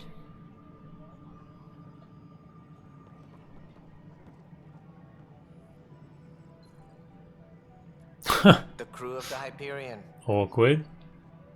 Good luck. I'm Jaren Tan, director of the initiative. You have no idea how much your arrival means to us. Yeah. Most of the time, I just don't feel like the dialogue has much consequence. Supplies you have. Food, water, we're short on everything. This is Foster Addison. This chick is just colonial affairs. terrible, man. Terrible. Where's the Pathfinder? You're looking at him. You're not Alec Ryder. My father's dead. The mustache is the equivalent of the mariachi outfit from Final Fantasy 15, I think. Is dead. Oh, look at the heartfelt expression on her face. Please understand. The entire initiative is at risk. None of the Golden Worlds panned out. By the way, the single most important person in this entire game is the Pathfinder, and that was the way that girl reacted to it. It's just... Unknown. Our supplies are nearly depleted. Anyway. Rationing bought us some time, but even that's running out. We need to find more resources. I hate Addison and I want to pull her eyebrows down. Damn straight. They have somewhere to live. Or like remove some of the Botox from her face or something. Now more than ever, we need a Pathfinder. It now falls to you, Ryder. Are you up to the task? We'll go with a sarcastic one. Well, we came a long ways for nothing if I'm not. We'll all die if you're not. That's no way to treat a guest. Look at this hottie. Looks like a street shark or something, if you guys have seen that cartoon. Hope they haven't scared you off already. It's nothing personal, but now isn't the time for on-the-job training. At least the Pathfinder here seems willing to try. We could use a fresh perspective. I like this race of the aliens, but the armor with it coming back up over the head, it kind of kills me. If they had just had the bodysuit on it, I think it would have looked a bit better. But we'll discuss giving you a scout ship. I'm happy to work out the details with the tall dude that's talking there, I like that alien race as well. I think they're quite well done. Welcome to the Nexus. I can't believe how far off track things have gone. It's bad, but it's not over. Not yet. Ma'am, the Hyperion's core is now Whoa. online.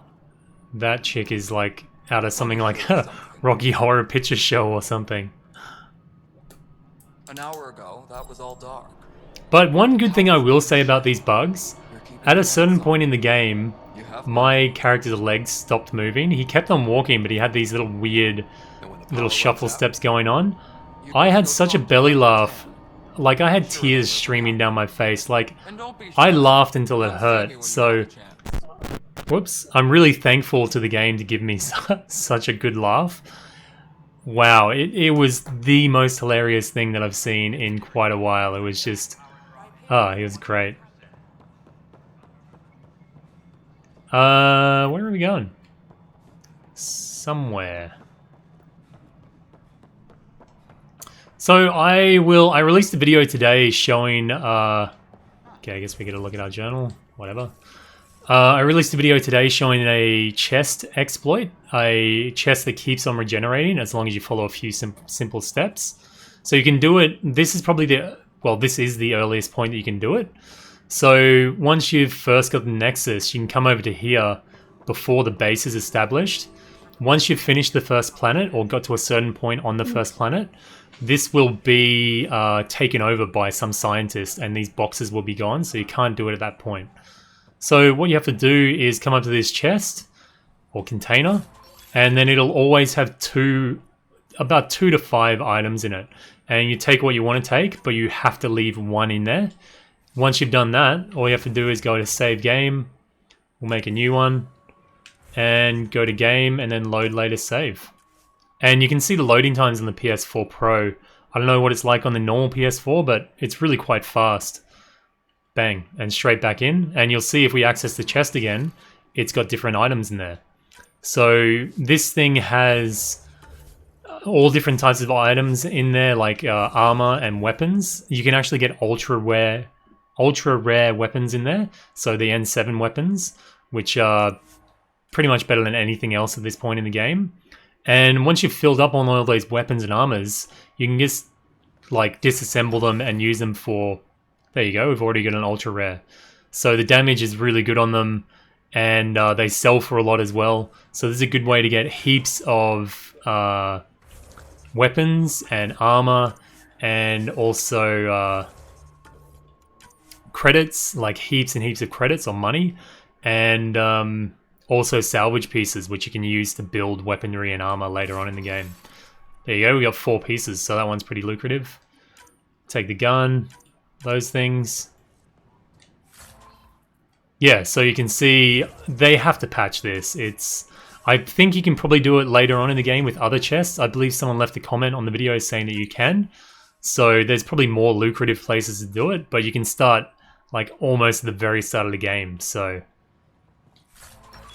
There we go. We get another ultra rare already. The rate of fire on that's pretty crazy. 450 for a pistol. Good max ammo as well. So we'll take that gun. We'll do this a couple more times. It's not really all that necessary, but because I have the deluxe edition weapons, they're pretty powerful. But we'll get a few credits going. I don't think credits are that big a deal in the game, actually. I've never found myself really scrounging around for them, but one thing that does really, really kind of piss me off about this whole thing is, I've said it a few times, but as the Pathfinder, you're the single most important person in this whole thing. Yet they still force you to buy weapons from the supply base. Surely, as a Pathfinder, who you're meant to go down onto planets and rid them of hostiles, surely you would have some type of system or inventory that they gave you weapons or an armory, but you have to buy your weapons, which I thought such a lazy game mechanic. It annoyed me. They're like, oh yeah, go save the human race, but I'm not going to give you a weapon or anything. Like, you should find that shit yourself. We'll do this a couple more times, and then we'll get down to EOS, and you can see a bit more of how the rest of the game's going to play out. Whoops. But as you can see, I've done it heaps of times already. It's such an amazingly good exploit with the load times. Usually long load times just kill me, no matter how good the exploit is. If I'm sitting through loading screens constantly, I just, blah, no thanks. But this works.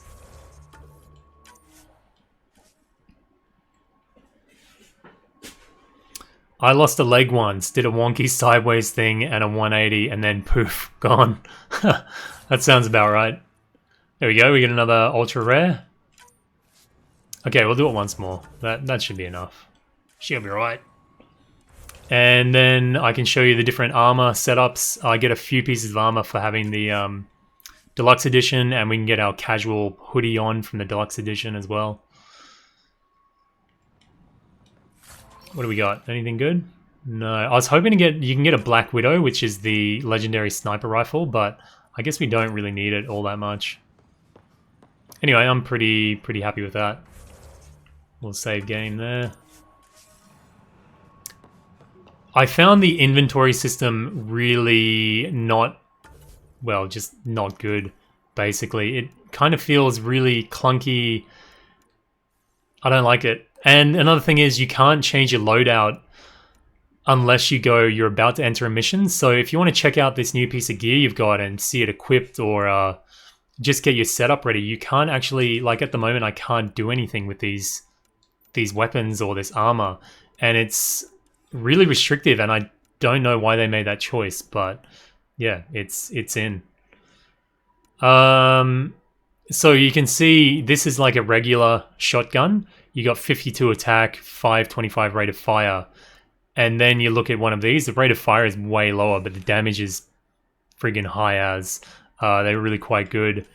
These sniper rifles are junk. If you get the Black Widow, it's got an attack of like 450 or something crazy on it, so they're really good. Actually, I'm going to do it a couple more times because I need to get a different melee weapon. If I can get one of those melee weapons, I'll jump on with the rest of the game. It shouldn't take too long, they're pretty common. But they definitely make some better melee combat once you do that.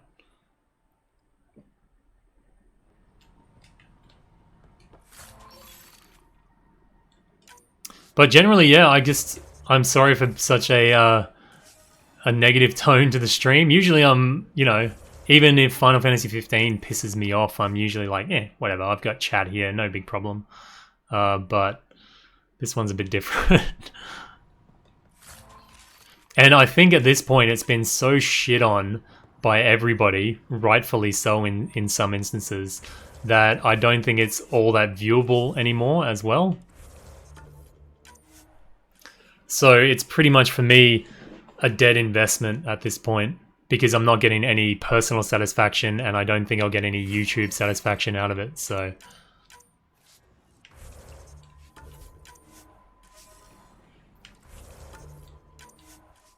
I would love to be making guides for this. Someone said like this is definitely going to be a game that's going to be right up my alley. Lots of guides and things like that. But just the way the game is panning out for me, I have almost zero compulsion to be doing guides for this game. So yeah, I'm really at a hard place with it. I was hoping to use this to fill the content until like Kingdom Hearts came and the new episode Gladiolus and stuff like that. So I don't really know where I stand with all that now.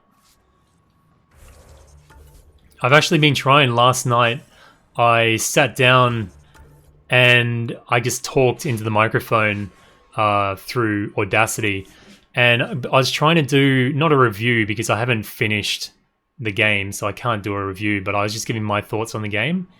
And the first time I talked, it went for like 45 minutes, so I was like, oh, that's too long, I gotta cut it down. The second time I talked was like for half an hour, and I just couldn't get to a point that I was happy with it, but I wanted to express to you guys like how I felt about the game while summing up the positives and the negatives of it, but I just felt it blew out too long. But yeah, generally I wanted to express my disappointment in it.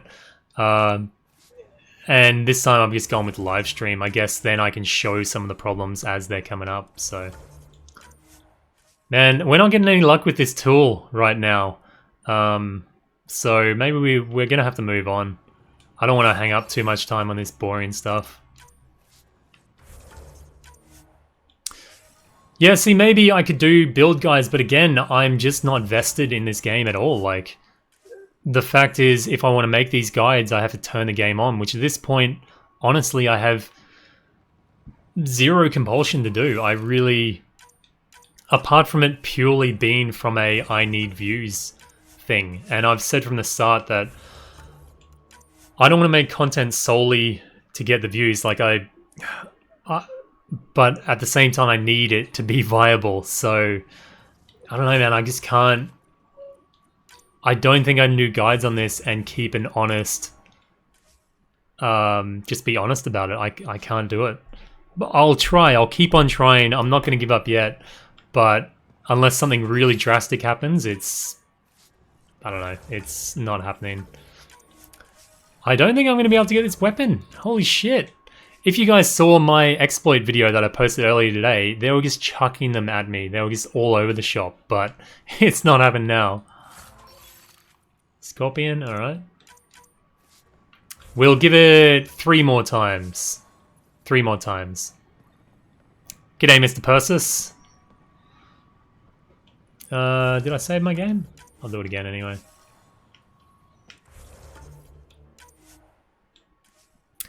Yeah, sometimes the game just doesn't work out. I don't know. I wish I'm meant to be like a professional. I should push through that. But yeah, I'm still new to all this, so yeah. Maybe I'm too honest. I should have just had like a shot before I started recording and been like, "Whoa, guys, this game is fucking awesome." And just completely overreacted and been like opening chests and going, "Holy shit, I got a yellow item." Blah, blah, blah, blah. But I don't know, that's just not me, man. That is definitely not me at all. Well, one thing I have learned from this is that I'm not going to digital purchase anymore. Unless I know, like I'll probably digitally purchase Kingdom Hearts because I know exactly what I'm in for with those games. But something like this where I'm taking a big risk, I don't know, maybe I won't do it in the future. Just because at this point with my YouTube, I wouldn't usually buy this many games because yeah, it's expensive. So usually I'd play a game for 2 or 3 months and be happy with that. I don't usually buy this volume of games, and for it to be completely like this game will never pay for itself. Both on a personal level. Did I save again? Anyway, both on a personal and financial level. So yeah.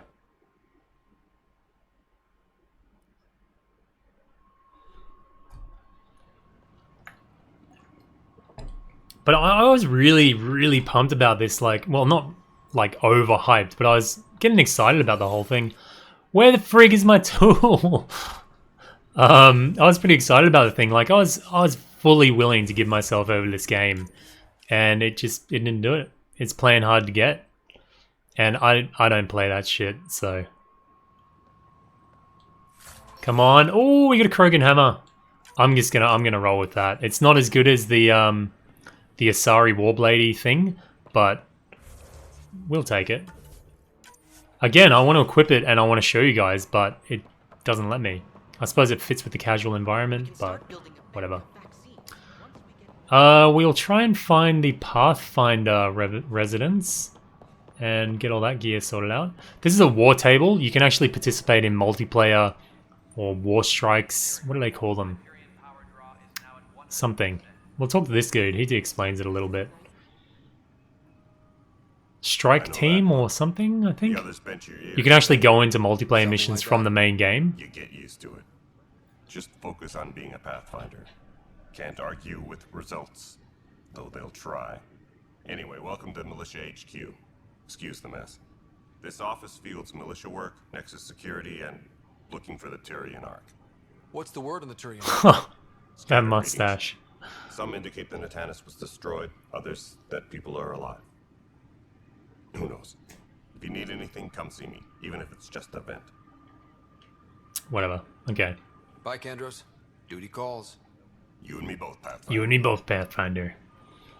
Yeah, whatever. We'll get onto EOS. I think I've done enough dicking around in here. Look at that run, man. Come on. Woo! Woo! Dude. This is the planet where we landed. Habitat 7. It wasn't even close to livable. That's been true of every world we found. Ryder, we were discussing your next expedition. Good. I was starting to wonder who was in charge around here. So there's a bit of a power play between a few different characters in this game, which is quite good. It pans out pretty well. Initiative, and I have decided to give you a chance to prove yourself. To that end, the Scourge dealt us a serious blow. Whatever it is, our scientists theorize it's not natural. I like this Director 10. I don't know if it's a woman or a dude. It's kind of androgynous in that way, but it's presented really well. I like this species. The Ket. They're obsessed with alien structures we found scattered around the cluster. They'll do anything to prevent others from accessing them. It seems murder isn't exclusive to the Milky Way. Yeah, Mr. Persis, I'm pretty disappointed, as you can tell. This one here. EOS. How? You need to increase the viability of the planet so we can establish an outpost. Then we can bring more colonists out of stasis. The more colonists we have, the more resources we can... See, that's the basics of a Pathfinder's job. Everything depends on it. There are 6 worlds we hope to settle. Okay, but you said every planet you found is unlivable. So, how do I... A good Pathfinder would relish the challenge of solving it. Right. I think I should go check on things. And if I fail, I guess it's no sweat off your back, right? You'll just look for another Pathfinder? Placing bets on people is part of my job. Some of them pay off. I like Others... Director Tan too, because she's or it is very frank about their role. You need me. If I pull this off, maybe you'll look like the leader you pretend to be. But first, you have to succeed at being the Pathfinder you Some of the dialogue is genuinely engaging. Like I like some of the interactions. They're prepping it now in the docking bay. The coordinates for EOS will be in the computer. And when you have a Tan's male. All right. The voice is kind of hovering between male and female for me. Something wrong?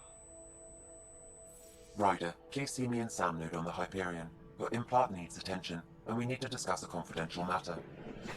No. I liked Morden Soulless, says David Johns. I honestly, I don't remember many of the names from this game.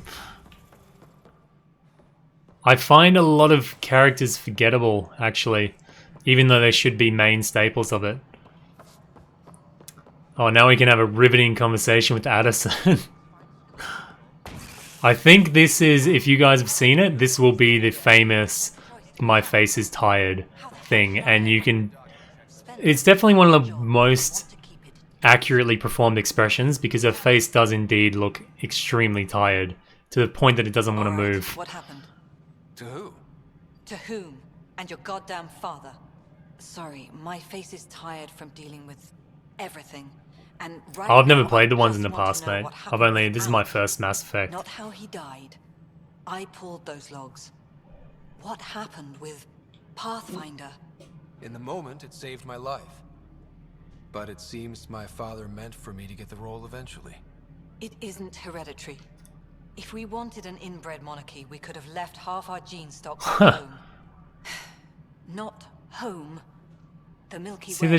there's nothing in her. There's like mess. way too much You don't have a lot Botox of in there, options, man. Ryder. Maybe you'll prove your father right. After 14 months of failed colonization, forgive me if I don't hold my breath.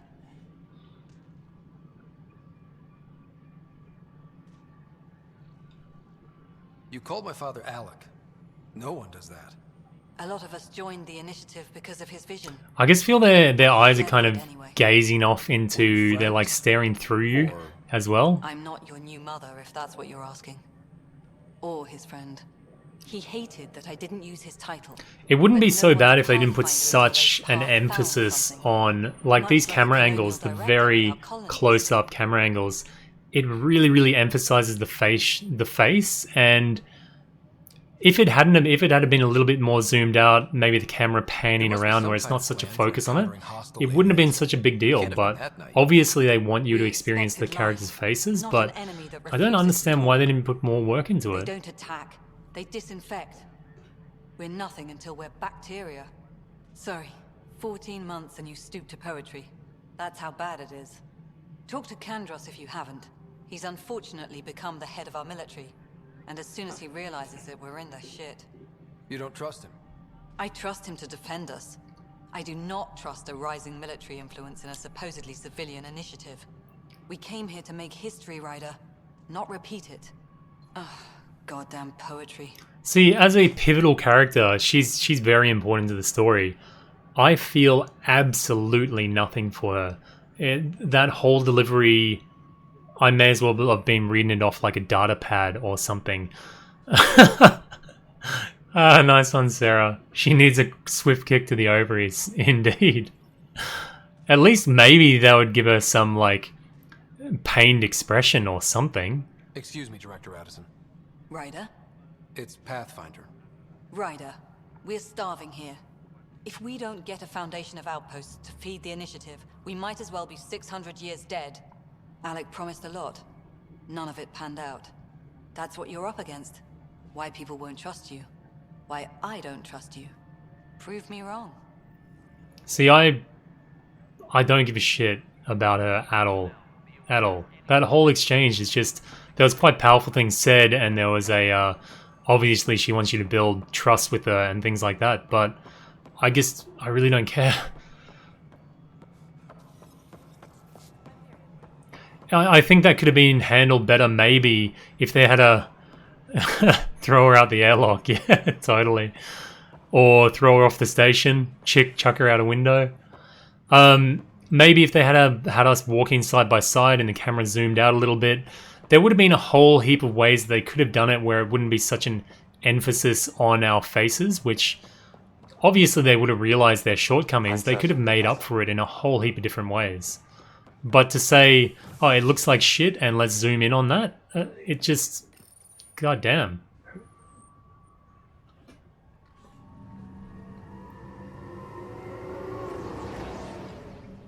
A really good game and a really well-designed game will see its limitations, but it'll work with it through camera angles or maybe atmospheric fog or something like that to try and mask them at least. But this game unabashedly just said, look at these amazing faces, just look at them for minutes at a time, and you can't cover that shit up when you're so close to it.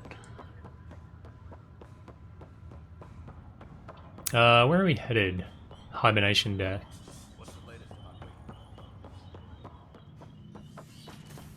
I'm totally keen for throwing her out the airlock.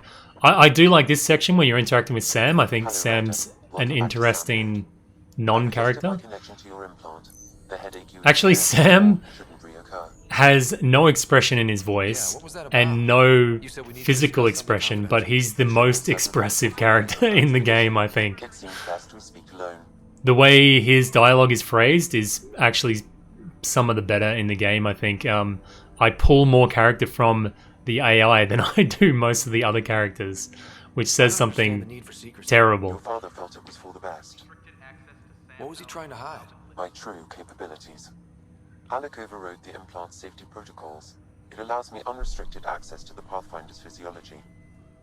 And that's me now. And only you.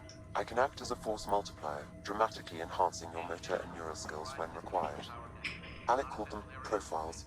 They provide unique tactical augmentation during combat. Your father preferred to keep this fact to himself.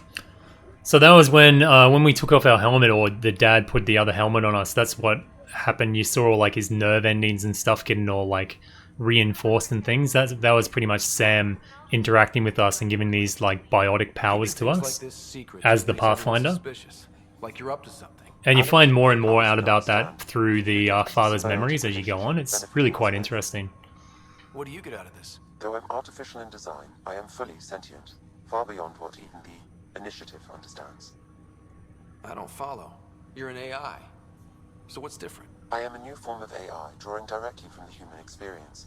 Your implant is my window into the world. I don't want to be a jerk to Sam. I think he's pretty cool. But all these are jerk answers. No, whatever, we'll just say wow. That's pretty amazing. But beyond what many people will accept, your father knew some would fear it. Yeah, he's got a point. So what does this mean for the two of us? I find myself in an unusual position. Though I had access to your father's experiences, there is a gap in my understanding. Yeah, I don't know how streamable this is actually, with the long streams of dialogue. So when you asked me what his plan was, I wouldn't know. And Dad strikes again. But not without recourse. The further you explore as a Pathfinder, the more blocks will be removed. Perhaps you should begin in your father's quarters. In the meantime, unless you have more questions, your new ship awaits. Thanks.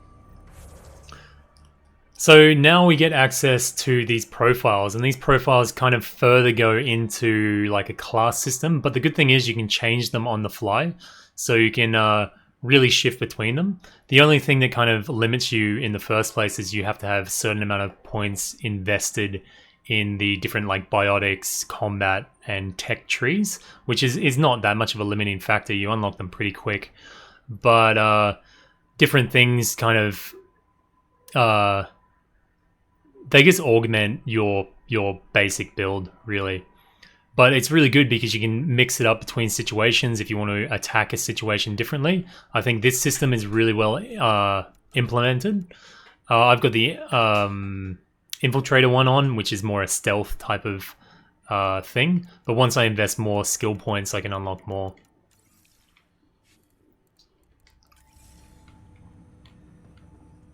Yeah, square skips a lot. I've actually, on my game, I've been doing that a lot. I just don't want to, yeah, on stream do that one. Where am I going? We're going to find our ship now. Whoop. Our ship's pretty cool. I think when we take off, there's a massive amount of frame dropping, which kind of takes away from the experience, but otherwise it's pretty cool. Wait, what am I doing? That's the wrong mission. Journal, missing arcs. Is that it? Maybe? No.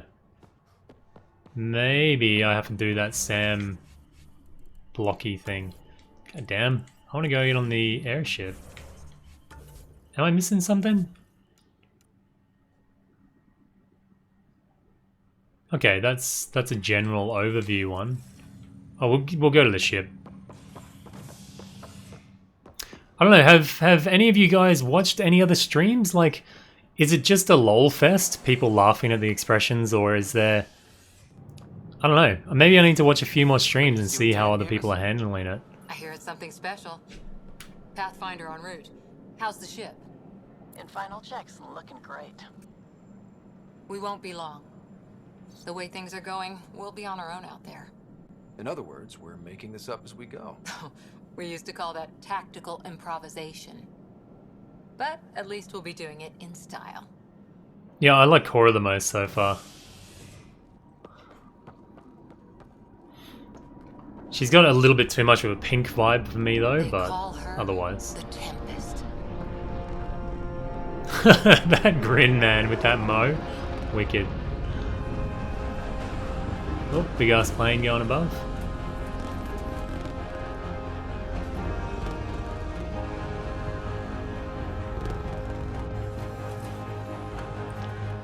Again, like I have no feedback in the controller right now, which takes away from the scene a little bit. Let's go take a closer look. Let's pick it up a bit, people. We're 14 months late.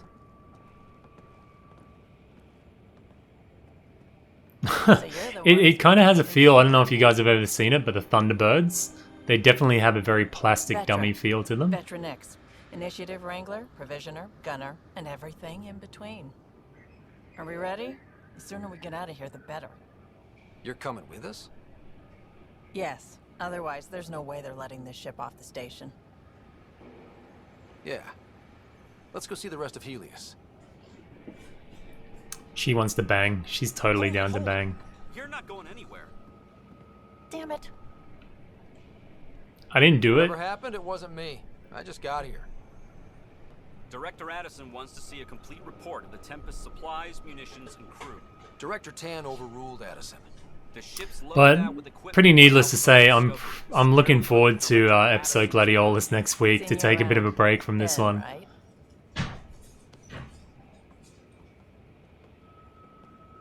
Came here with a family, didn't you? Son still in cryo? I could pull some strings, get him to the front of the line. Really? Yeah, really. Oh, what a smooth talker. They told me he wasn't essential, but I miss him.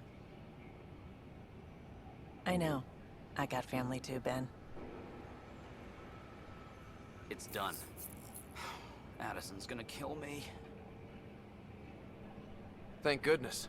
For a sec, I thought I was gonna have to deal with Addison again. And no one wants that.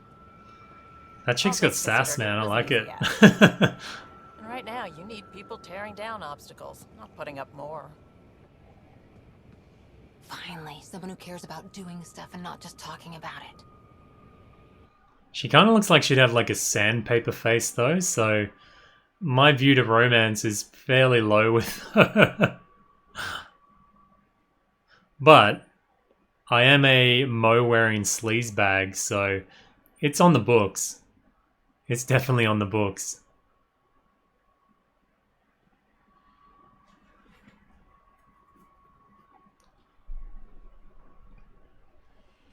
Everything's state-of-the-art. Labs, sensors, exploration gear. Plus her crew, of course. The best in their field. Ah, glad to see you looking well.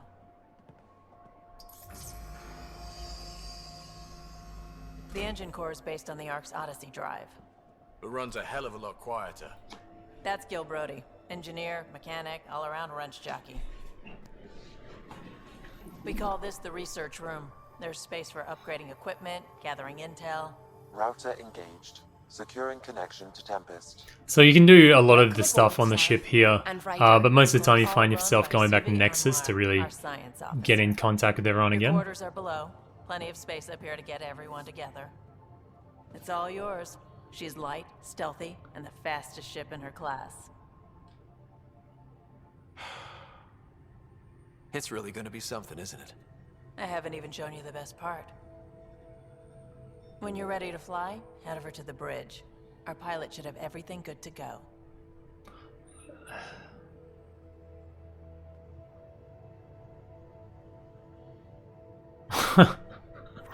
Alright. Level up. I guess we can get some skills going. I don't know why I deserve the level off all that, but anyway. We need some skills. Can we get Nova, maybe? Yeah, we'll get some Nova going. Boom. So we can stealth in there and just punch the crap out of them. That'll do it. we should have a sniper rifle. We can collect our deluxe pre-order bonusy stuff down here. This is where you can do the strike team missions, the multiplayer stuff sometimes. Bridge. I want to go to my quarters. I forgot where they are though. That is one of the other research rooms, I think. Biotic room or something along those lines. I forget where my quarters are. Anyway, we'll find them. Maybe they're downstairs.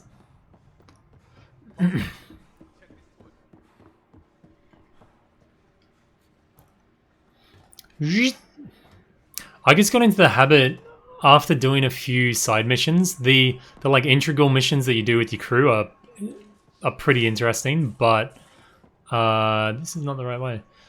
But for a lot of the quests, I felt they were very empty and menial, and I did not feel them. These little medical bays and the bunks for the other people there, and here are our quarters, which are pretty kick-ass. And here, Special Delivery Cache is the DLC. So if you did get the deluxe edition, that's where it is. And we got weapons and hoodies and different stuff. One of these email terminals too. If you read the email terminal, you get an email about Pyjack, which is a little monkey pet that you can get through the DLC. And also over here, we can set up our armor and things like that.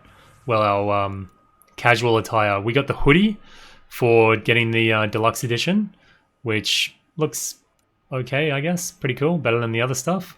And what's good about the armor in this, you can actually customize the color. So, which is pretty good, actually. There's quite a good color range option. So, yeah. What color does a pimp-ass man like me wear?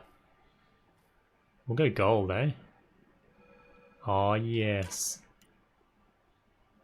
What's the outfit color too? Ooh. Liking it. Black and gold. Well, I can be. We'll just get in there and put the love sting on these ladies. And men, if they're up for it. Alright, that's just the band on the front. There we go. That'll do. Schmexy. That'll do it. Oh yeah. So it looks pretty cool. I like the idea of being able to recolor all your armor and stuff like that. I think it's a nice touch. We'll go back up and we'll get down to EOS. If anybody is still watching.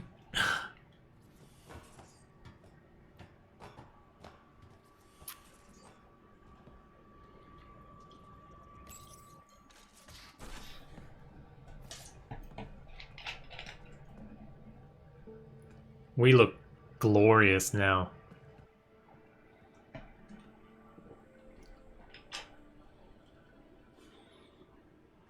Departure trajectory locked, Nexus Control.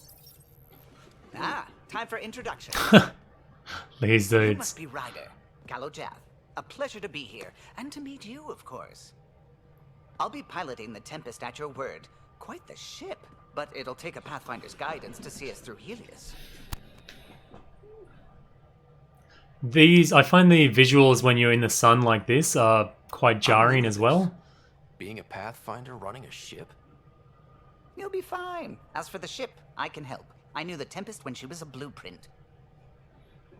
I was test pilot for the Tempest's early prototypes. I admit, I'm itching to see how she performs out here.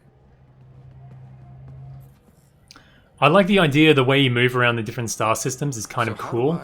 The scanning system of the planets is very mundane. I don't know why it's still in the game, but yeah. It was optimized. You'll see all that soon. Everything's secure, if you're ready. Is anyone ready for something this big? We signed on for the big stuff when we came to Andromeda. All right. Excuse me. Excuse me. Command access is transferring successfully. That was a very riling speech from Pimp Master. Monitoring stations look fine. Lexi's reporting in. Helm is green. Gil reports the drive core is online. This is it, Ryder. Usually an accent like that on that girl would do it for me, but she's nowhere near. Things seem bad, but we've already beaten the odds, and we'll beat them again. You know it, I know it. So let's show them what we got. Nexus Control, this is the Tempest, ident 2527, prepping to depart. The first time I played this, I went for a very stern leader that always went to logic and stuff, so yeah, this is a bit of a different playthrough for me.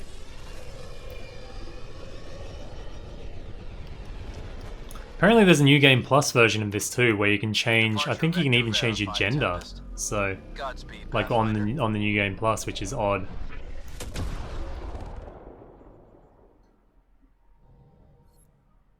So we're off and running. Now this is the way that you can kind of move between star systems and different planets. It's pretty cool, like the animations of you moving to these different places is pretty awesome. But a system I didn't really like, so we'll move to the next star system, the Pfeiffer, I guess it's called. The actual animation of traveling is really, really cool. It gets a bit... sometimes you just want to jump to the next planet, but it's generally done pretty cool. This is about as far as the Nexus surveyors could get before, well... Like, the systems do definitely look pretty and space-like. But then you come in... You've got a system where you can press L2 to activate your scanner, and it'll tell you about anomalies and things on the map. Usually they're asteroids or some type of satellite. You can launch a probe at them and it exposes them, and then you go in and mine them for materials most of the time.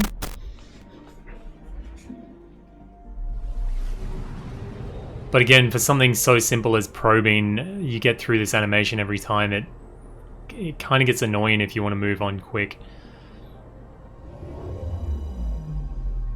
But otherwise, looks hella pretty. But all that... You did all that and all you do is press X and you mine it, and it's a bit... I don't know why they went to such fuss and elaborate show just for you to do that. And that's all you can do on these little asteroids. Which is fair enough, but I don't think you needed to fly to it and do that whole animation thing. And then otherwise there is planets that you can zoom in on. If you scan them, it gives you a little bit of information on the planet. Most of the time not enough. Especially, they seem to... present, like in most of the systems, like 7 or 8 different planets, but there's only ever like 1, maybe 2 golden planets in that you can actually do something on. The rest are just, you know, you kind of scan them and that's about it. So it alludes to having this big open universe, but it's really quite limited. So unless on the left hand side of the screen it shows you different stats for the planet, you know it's just, okay, I'm scanning it. Like there's nothing really much to it, which it's good to kind of flesh out each of the systems with it, but I wish there had been some more depth to it. So anyway, we'll move on to EOS and we'll actually play some game. Yeah, I don't find it an engaging system. Yeah, it doesn't do anything for me. If you could get like a very short cutscene-y type of thing explaining a little bit about the planet would be really nice. It was supposed to be an easy first step, until no one else showed and we got close. Most of the time you can, unless you want to find the resources, you can pretty much ignore most of the other planets and just go straight to your quest generally, you know? The others do offer rewards, but they're mainly in the form of minerals, so yeah.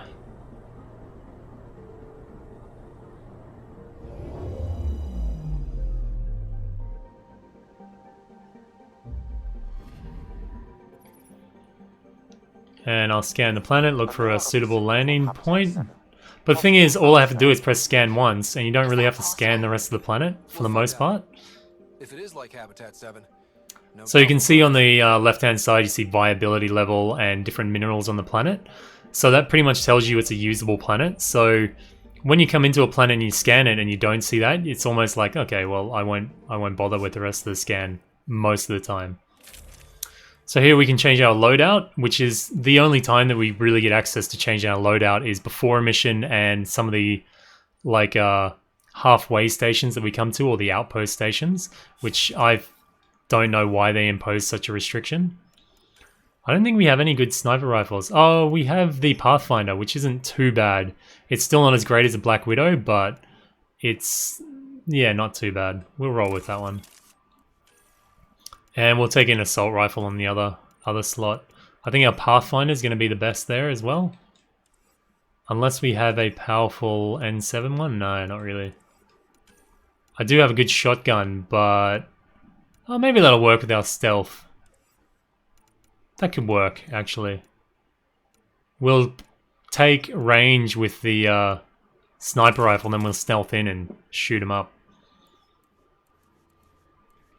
Okay, there is a locker on your ship that you can change. Alright. Suiting up. Ready, Freddy? Hope we're all that ready. Callow, all right? Integrating search area from Sam. How he pulled that mystery signal through the storms, I have no idea. Multisensory neural collation. Amazing. Factory fresh across the board. Spinning up the compensators. You're already tuning the displays. We'll get a better read on this pass than the Nexus has had in months.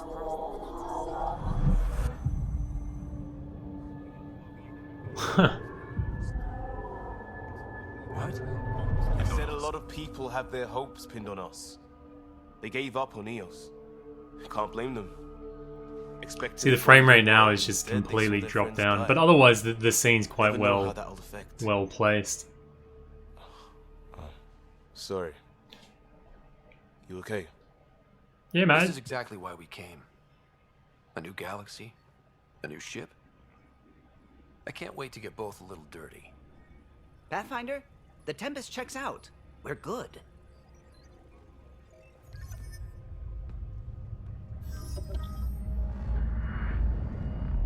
Take us down.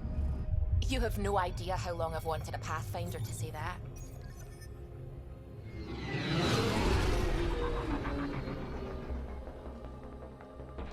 PB as in the character PB, or? Core is hot. Shields holding, adjusting entry. We got this, right?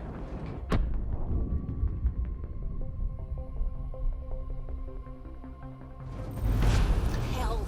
See, again, no vibration feedback. This scene could be really quite good, but it just loses it. There. Set us down at this nav point.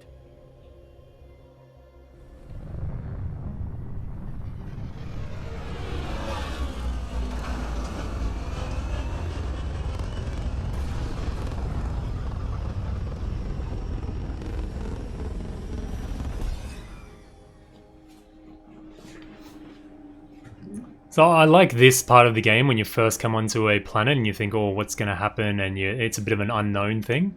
It's really quite cool.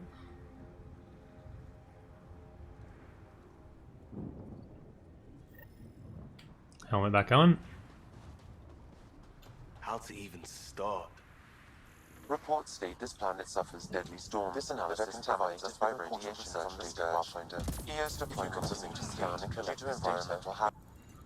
Pathfinder, that door is locked. Until power is restored, there is no way to unlock it or gain entry to these buildings. Raymond Regis, am I getting Persona 5? I do not know yet. I haven't played any of the Personas in the past. I've read a lot about them, I've watched a lot on them. I don't know at this point. I really don't. Individual security codes. Each outpost self-organizes and sets its own protocol. Just say we can't open it without codes.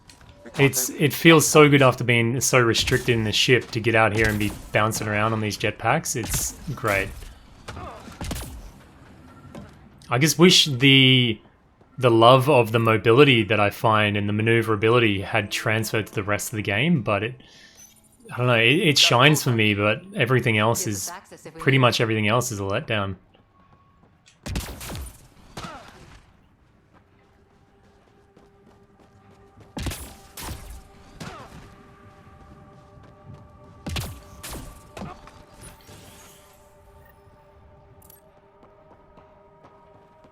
Main door had power, but not the interior doors? Full functionality would require Yeah, I would like to play Persona 5. The only thing I'm worried about is it seems to be, from all reports, like an incredibly, like a huge time sink, which is really good, but I've heard upwards of like 90 hours if you're going to be doing a lot of stuff about it. So, yeah, I don't know if... I got to see what else is coming out around that point. I know I definitely want to do a full playthrough of Kingdom Hearts 1.5. I'm not sure about 2.5 yet. If there's a good reaction to the first one, then yeah, I'll do 2.5. But something like that is higher on my radar than Persona at the moment. But it's not an impossibility that I'll get it. Radiation. Our suits protect against that, right? Site 1 contains shield masts to dampen the Pew. brunt of contamination. But if we went outside Site 1's perimeter... So this is a... I don't know how much you've collected from the dialogue going on, but they tried to set up a colony here and it totally failed because of the storm system on this planet. And we get... It's inoperable, Pathfinder. Too long in this environment without power. See, the sense of verticality and maneuverability is really good. They've done a really quite a good job on it. Guess that ship wasn't Ket then. And then when you get access to the Nomad, the car you drive around in, you feel an even bigger sense of maneuverability, which is good too. Now shove off. Find your own salvage. This spot's taken. So you're a salvager. Got a name? A Poet's Corner. Only 3 more days until you know what. Episode Gladio. Wait, Ryder? As in I can't wait, man. I think it's going to be really good. Can't let EOS go, can it? However much it fails down here. I'm tracking a signal that will help EOS. I only need power for the antenna. Look, I cut the power for a reason. The Ket are patrolling today. You turn the power relay back on, they'll know there's a juicy target alive down here. Help me with the power relay, and I'll take care of the Ket. You're crazy. Though maybe it's a good crazy. Okay, I'll enable the generators out there. You want to poke the tiger, it's on you.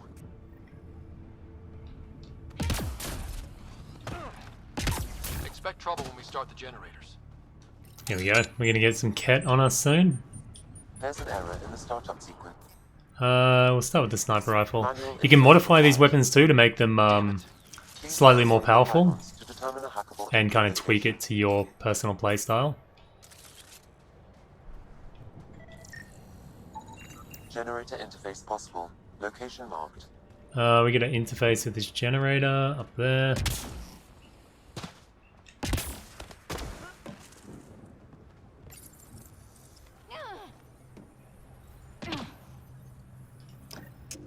Generator is active. Yeah, Raymond, I don't think that Episode Gladio is going to suck. I want more map area and costumes, not linear gameplay. Yeah, I don't think the episodes are going to offer world map gameplay, like an open area gameplay. I really don't. I'm really bummed that they don't give us like a... I know Noctis has exclusive costumes. They should really give... For each episode, the characters should get an exclusive costume. Gladio should put a special costume on for his like Blade Master trial, some ceremonial one, and then it'd be cool if we carry that across to the main game.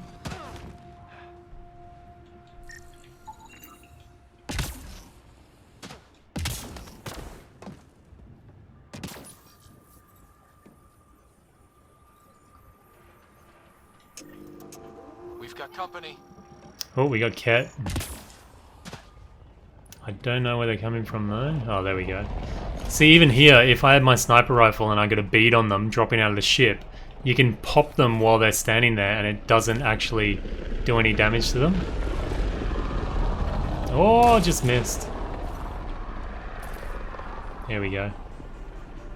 Chosen to die. See, we knocked that dude over, like, you do feel the impact when you do big amounts of damage to it. Can I... What was that thing sticking up his elbow or something? We'll try and stealth in and we'll shotgun some of these dudes. Get up there, son. I think I'm gonna die if I do that though. Bam!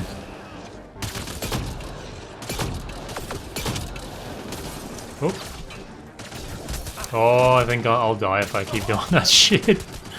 We'll get in and we'll try and use a a Nova Pulse on them though.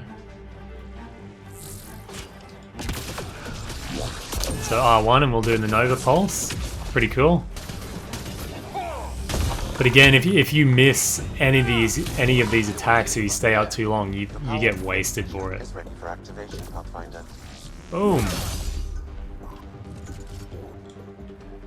Reactivate the Thingaling. See, it feels better now that I got a slightly different melee weapon. You feel a bit more impact in the combat. And once you get more moves and things like that, the combat does definitely flow a bit better. But I never got to a point where I felt comfortable and happy with the combat system.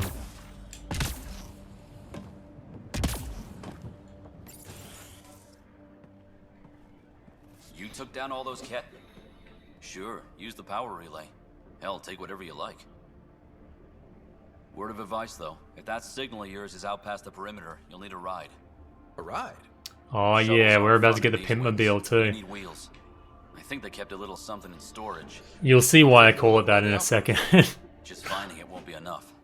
Hope you're smarter than we were. We're heading to our shuttle.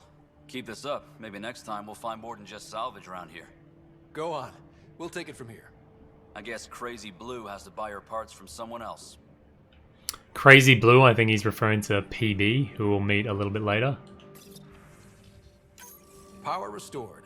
We should have access to everything in Site 1 now, right, Sam? Correct. Plus, I've located the source of the signal we detected in orbit. It's coming from the large alien structure just beyond Site 1. The structure appears almost identical to the one your father used to... So most of these planets have that same type of alien gear, the remnant stuff that we saw in the first planet that gave it the atmosphere. So that's pretty much the goal of each planet, is to activate these remnant technology. This is powerful alien tech. We need to respect it. Go slow. For sure. We'll follow your lead. A warning. Radiation levels beyond the perimeter of Site 1 are well above acceptable limits. You cannot proceed without additional protection. So if that structure could make a difference here, well, that would be really good. Oh, I forgot to change my armor before I went out. Mentioned. Oh well, we can do that at a dropship. Now the power is restored, we can investigate the nearby buildings. I think I'm full of gear. Yeah, I think I have to go get the Nomad now.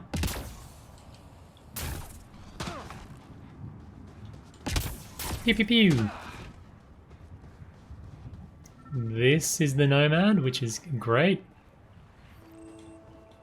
Can't activate it yet. Oh, can I? There you go. Special requisition, all-terrain scout rover. A Nomad, 6-wheel drive, jump jets, just what you need. I might be drooling a little bit. This must be what Clancy meant. The crate requires an access code from a forward station. Forward stations act as emergency resupply checkpoints. Several are currently... The forward stations drop down onto the planet, and you can use them as a point, like the computer said, to resupply and change your gear out and stuff like that.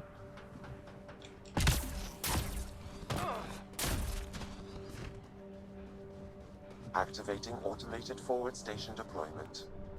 They just, yeah, drop pods basically.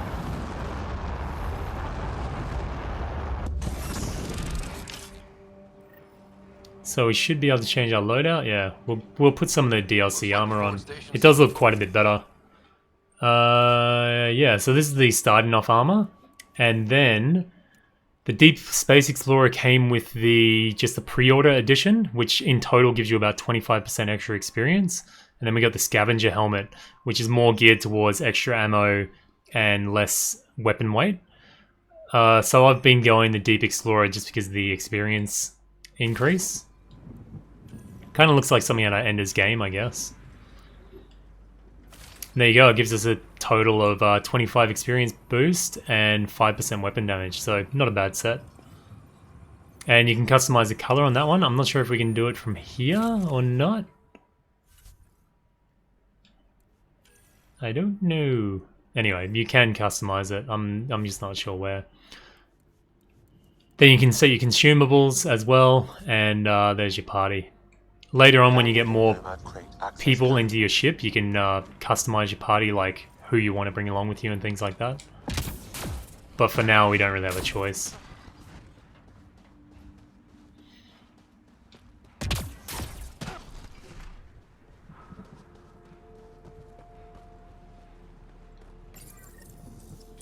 And now we get the awesome ass car. It's pretty fun driving around in this thing actually. When they say it's like all terrain, it's yeah, pretty much all terrain, which is great.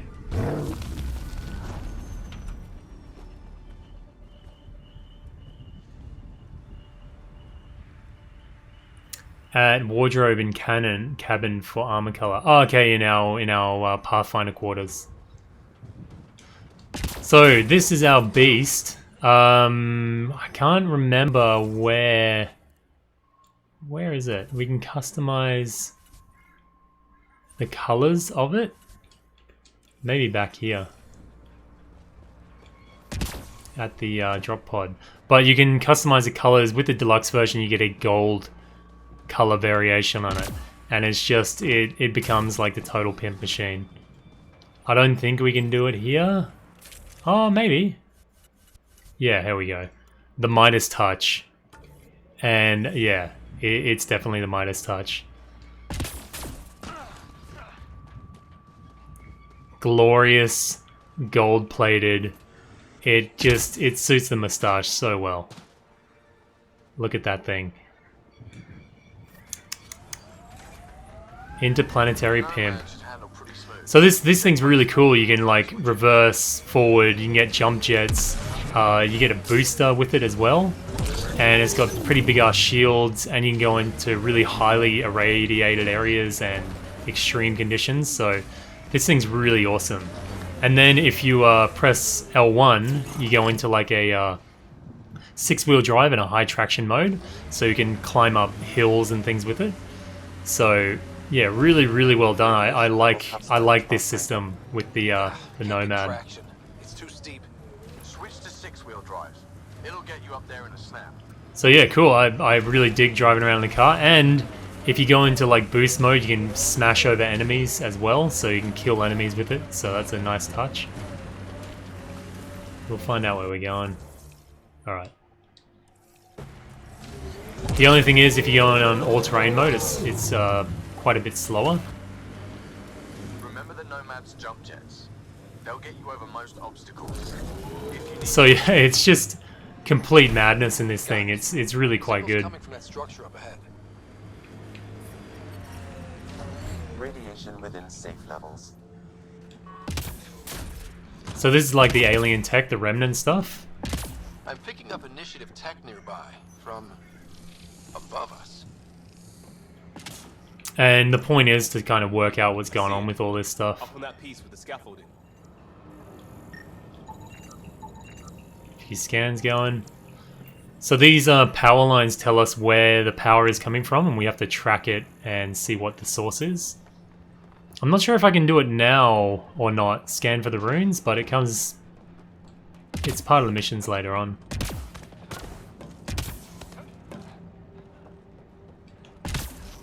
It's slippery, but there's a great view. Oh, we can already. Alright. You actually end up playing like a game of Suikodu, or Suikodu, whatever you want to say, to unlock these things, which some people have complained about, but I don't really mind playing that game. I'm fairly good at it, so it doesn't bother me too much. So we found one of the glyphs. I think that's the only one here. Yeah.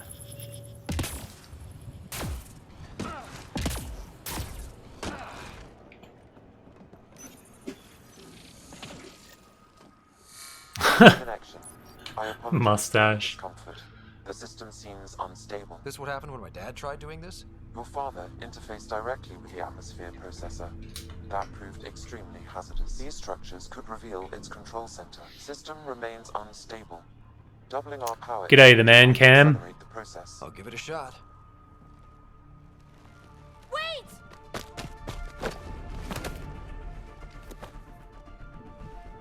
Back off, or I will put you down.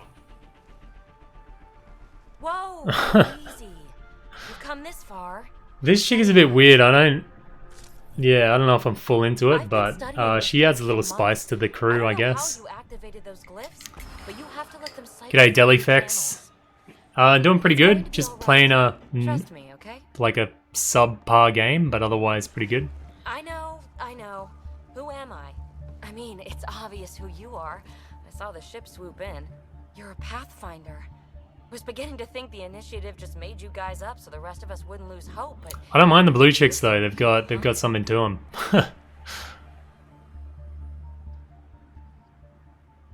They really want us to like admire the technology right now. Are you for real? You were going to tell me who you are. I might just be the solution to all your You can see her digging that stash. She's into it. Well, look at that.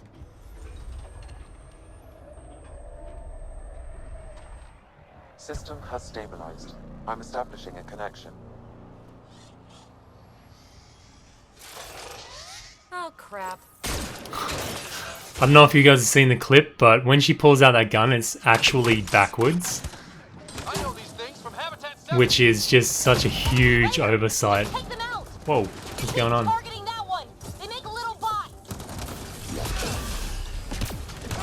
Bam, take that.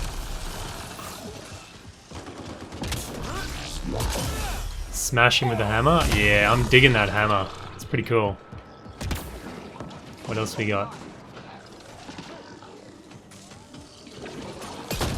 I don't know how that missed, but anyway. Oh, you can do like if you aim in the air with your jetpacks, you can do a little bit of a hover in there, but most of the time I find the kind of slowdown mechanic of it pretty distracting actually.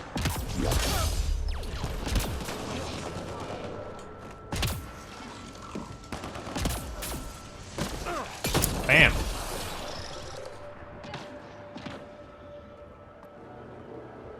I don't mind the combat when I don't have to hug cover all the time.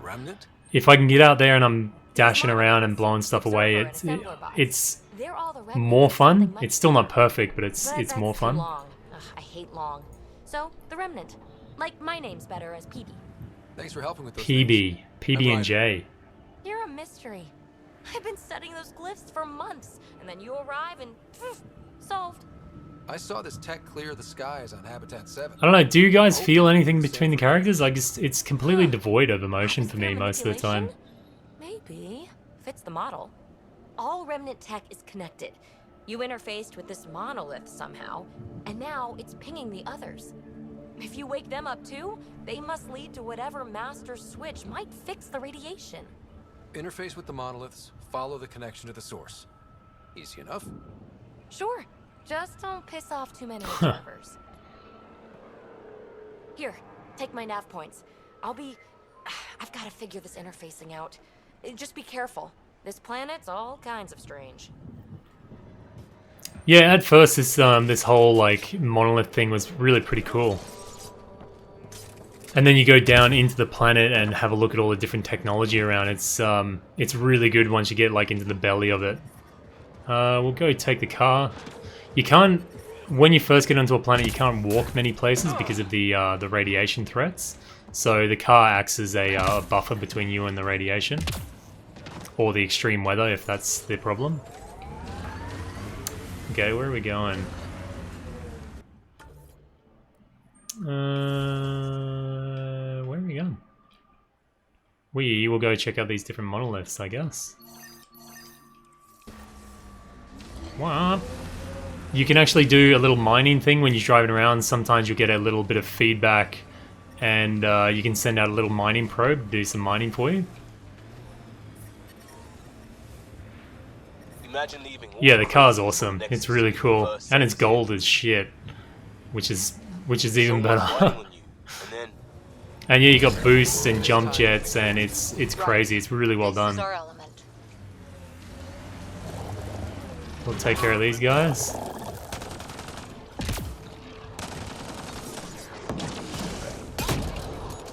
Gotti. Oh, I didn't mean to do that, but it's happened now. Oh, looks like they're fighting among each other. Later on, once you put more skills into like sniper rifles or whatever weapon handling you've got, it'll make the battles go a bit more faster. But right now I'm just not skilled up.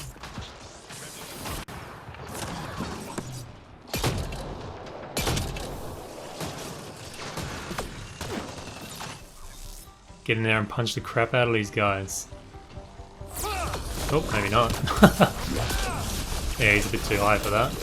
Oh shit, I'm gonna die. I think I'm dead.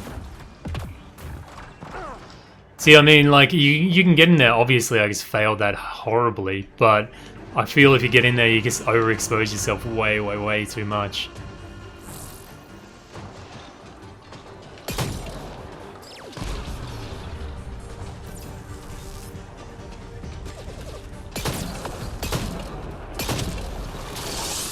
Oh shit. Never seen that one before. Oh, my crew's got it.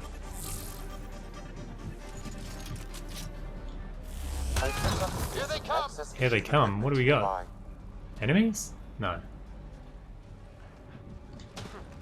Whatever. I could loot those guys, but meh. I'm actually not on my game. My main game's way further than this, so I'm not too fussed about what's going on in this one. It's more of just showing off. Well, yeah, kind of showing off the game. The great thing about the Pathfinder is it completely ignores normal physics, so you can just kind of like totally jump off cliffs, and it's cool in that way that you don't, if you jump off a cliff, you don't die straight away, which is really good. It makes it a lot more fun.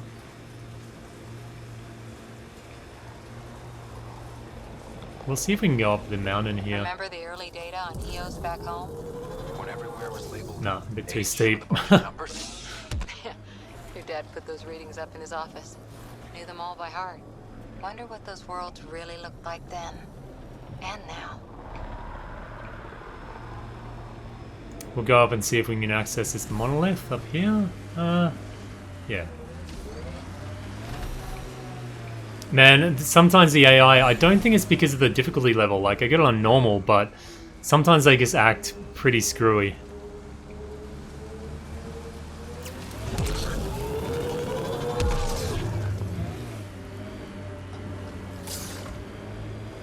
Am I going the right way?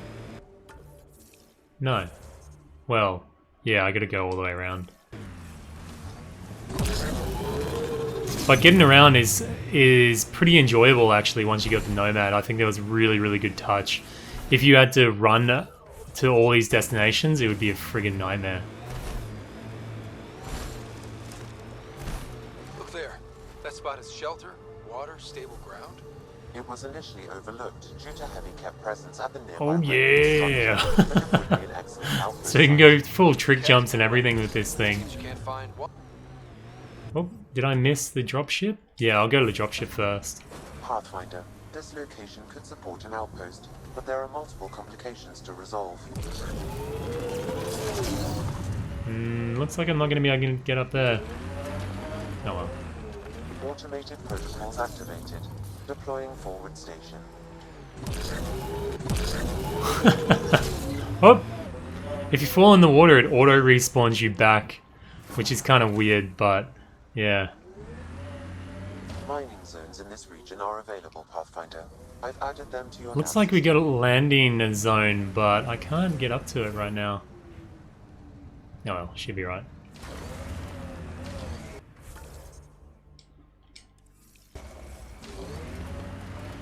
Hostiles ahead! So yeah, most of the work now is on planets. You drive between spots on your or in your Nomad, and then you clear the quest points. So this is the mining thing, how it works. Once you get in certain areas, you get little fluctuating numbers on the left there on the graph, and the higher they get, the more minerals you get once you send out a probe. Doesn't look like it's doing too well at the moment though.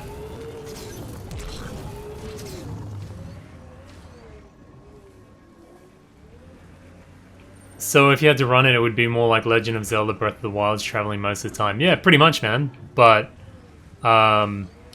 this one seems to be, the world seems to be a bit more void. There's not so much to do as Zelda. Plus, you don't have the horse whistle exploit like in Zelda. Oh, here we go. We got a little buzz thing. No, it's fading out again. That's boring. Oh well, whatever. Go to that dropship, save our game, pretty much.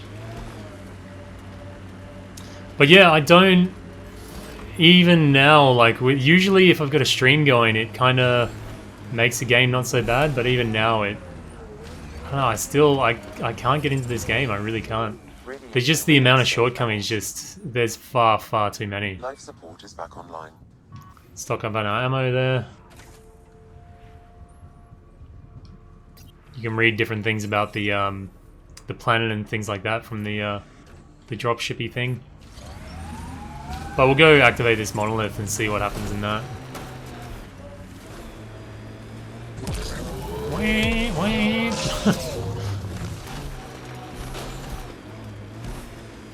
Am I going the right way? No.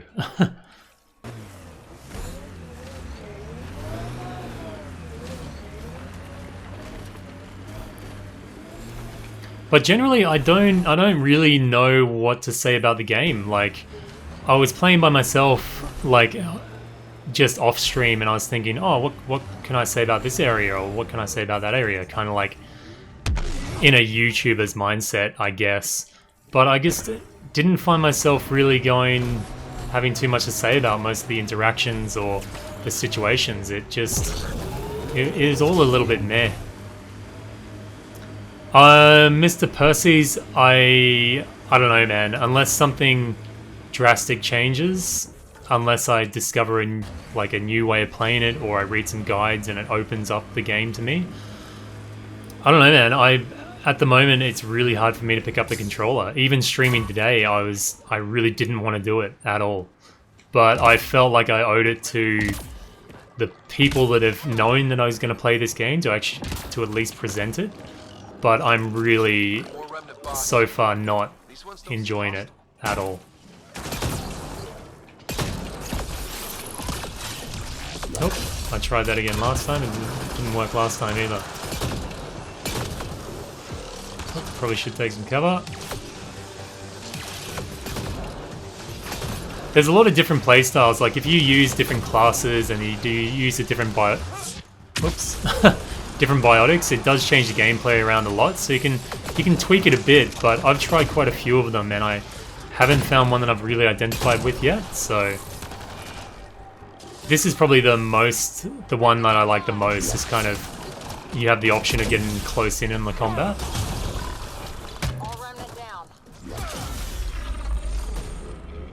I detect a high level of remnant encryption here, Pathfinder. Are we still fighting? See, this is like the Sudoku type puzzle. Once you get enough glyphs, you can arrange these. Maybe we'll see it later on if I go that far, but yeah.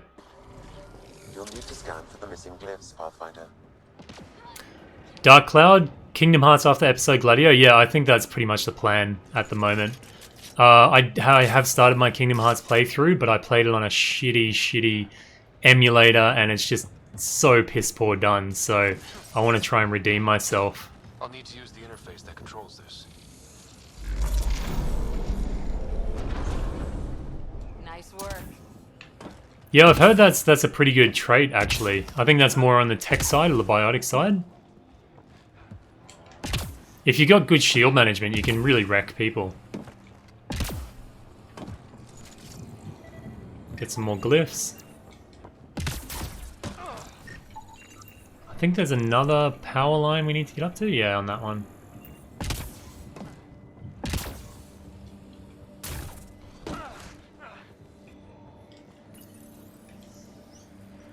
I like the verticality of these places most of the time. It's pretty good. Nice work. But again, you're restricted by hiding behind cover most of the time. So, yeah.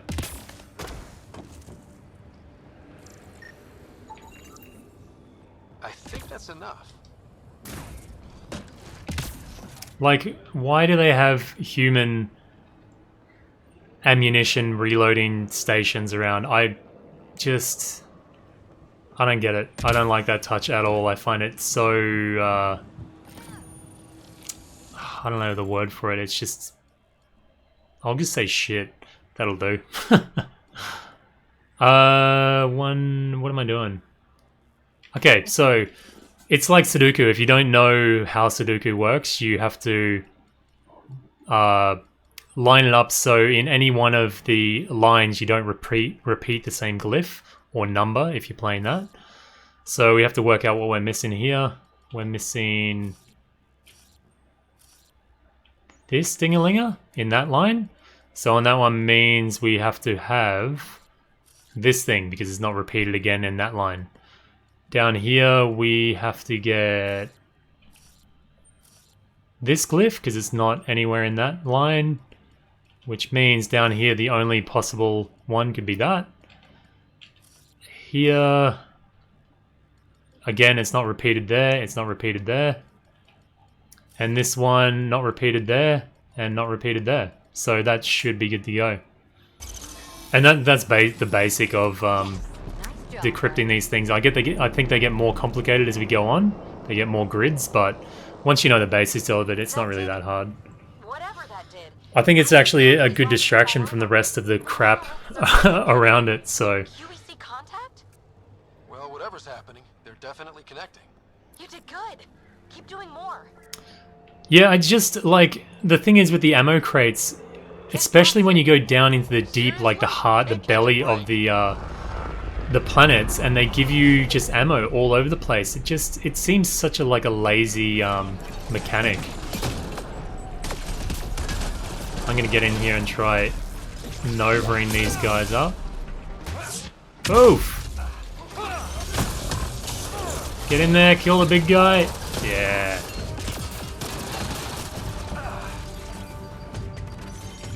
Oh, there's another big one.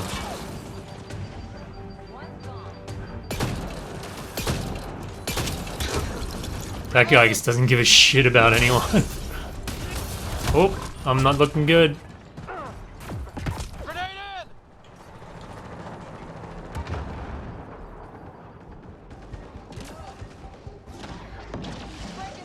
Oh, he's copping it. Oh, that was pretty easy.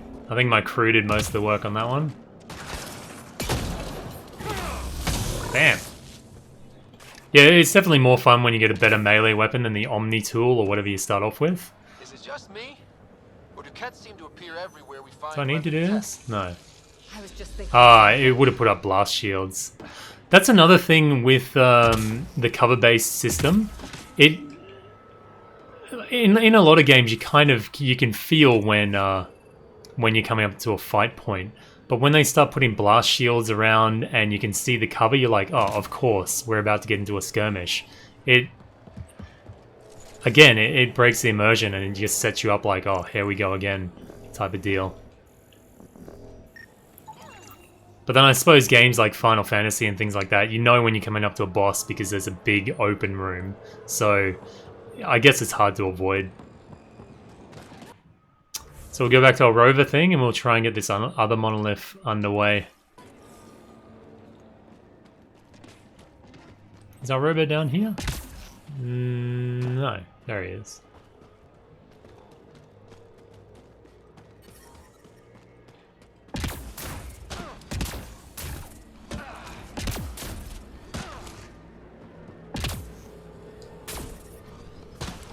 Thing about the Cora, when she uses her jump jet, she sounds like she's in real pain.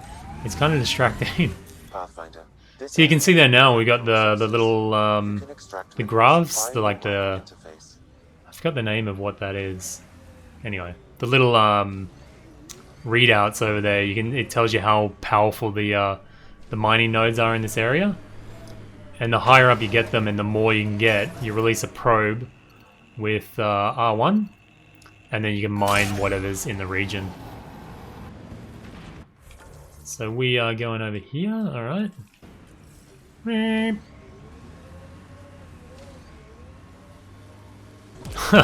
Awesome, the Nomad is it's rocking. So good. I think it really would have, for me, it would have killed this game if you took real destruction, like damage from smashing into rocks while in this thing. I would have turned the game off as that happened. I really would have.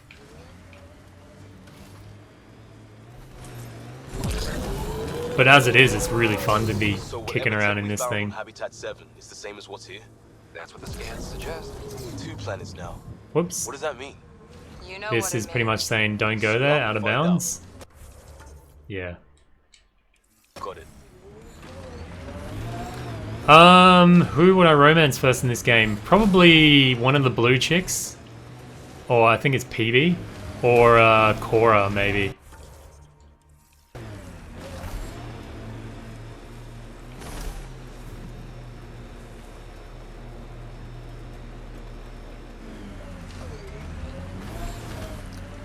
But otherwise, I don't really feel that much of a connection or an attraction to any of the crews, so...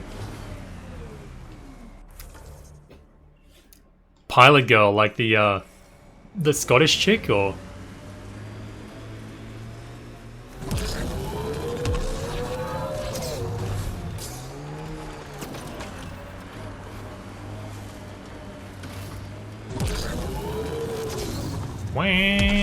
There is, I haven't seen much action around at the moment. There is kind of random outposts with Ket around them, around the map.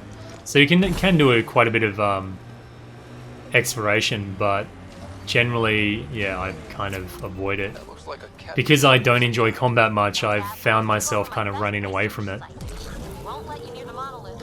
Yeah, I was saying before, David, I dig the accent, but I think she looks really janky. Like, her hair is really weird and her face is really weird. It's just, I don't know, usually that totally does it for me, but...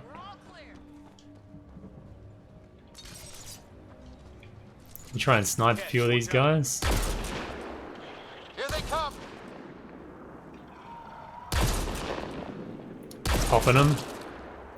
See, that's feeling a little bit more impact, but I don't know, still, I don't like the assault rifle or the pistols on these guys. Wow, he is damn accurate with the minigun. Oh, can I get him in the back? No. Oh, where's that shit coming from? Whoa!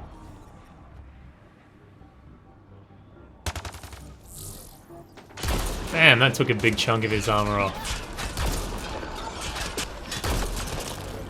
Oh. That dude is completely grenade happy, man. You'll be standing right next to a guy and he just launches a grenade at you both. See, I think maybe we'll get to see it here. I can shoot. They don't take any damage if they're just shooting, standing on the ship, which is piss poor effort.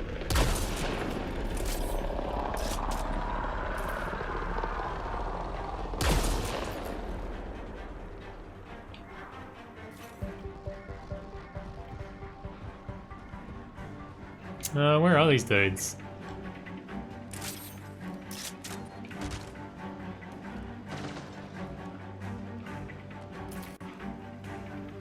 Oh, that didn't go too well. Bam! You got nothing, Biggs.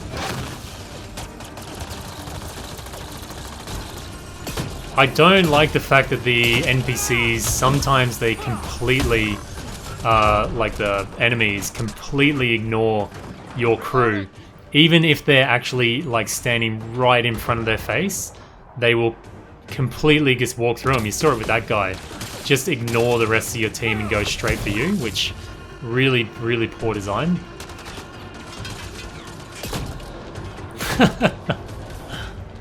Come on.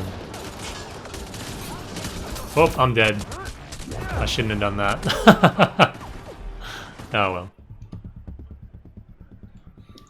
No, David John's in the very first scenario, you can see them standing on the edge of the jump ship, and you're clearly within range, and you put rounds into them, and it doesn't do any damage to them. If they maybe had have designed it so there was a visible shield around the ship, it'd be more believable, but...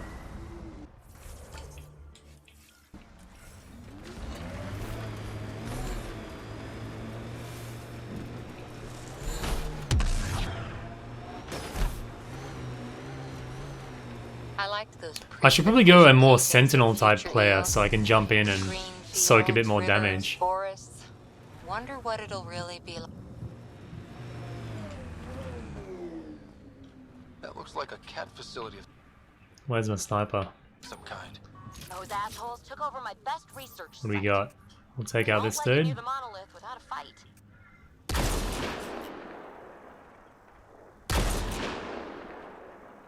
Like, nice cover there, mate. I don't know if I can actually do damage to him while he's behind cover. Oh yeah, looking like I am. I don't know. But most of the time, because the characters are so huge and sometimes the cover's so small, you often see like whole body parts sticking through the cover.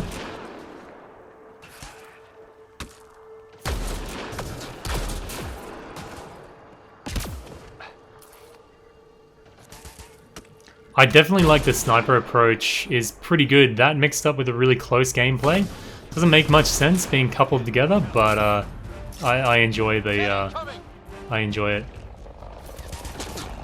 Well, as enjoyable as it can get for this anyway.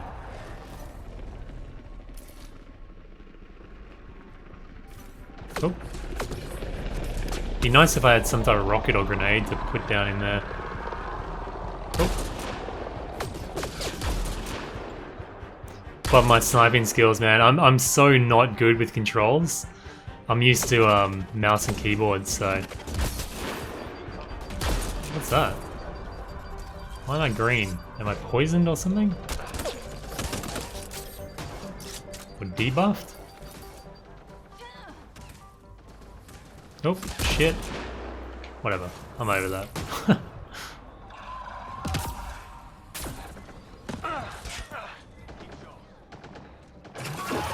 Whoa, what's that? Shit. Oh, those dudes got stealth on them as well.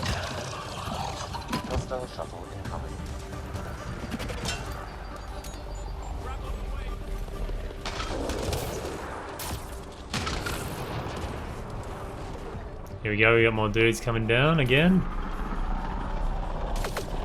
Oh shit.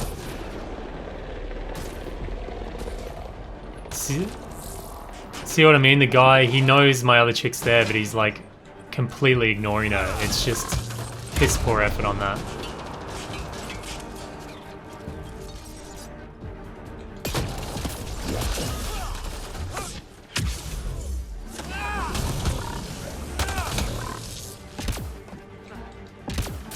Oh, nearly went over the edge there. You can actually shoot those tanks to blow them up, but I seem to be missing mine at the moment.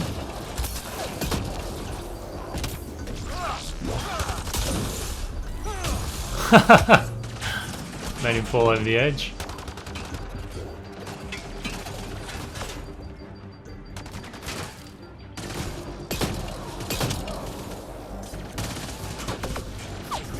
No, I'm doing it again.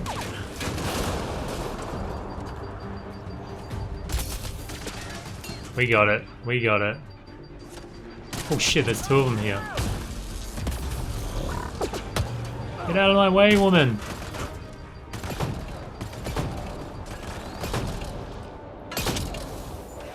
Oh, nice grenade. See, and then it just feels like you run into the ammo spot, and it's kind of like, oh, okay, whatever. So we're going to disable their generators. I think there's 3 of them around here.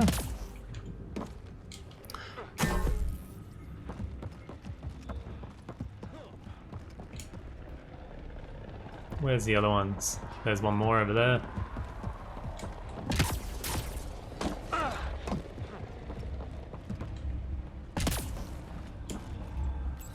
And I think there's one up the top, possibly.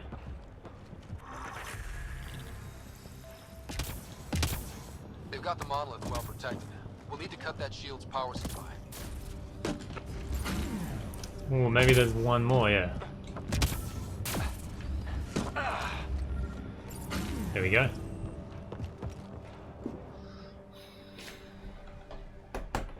I'll be back in 1 second. I think this will continue for a bit. Excuse me.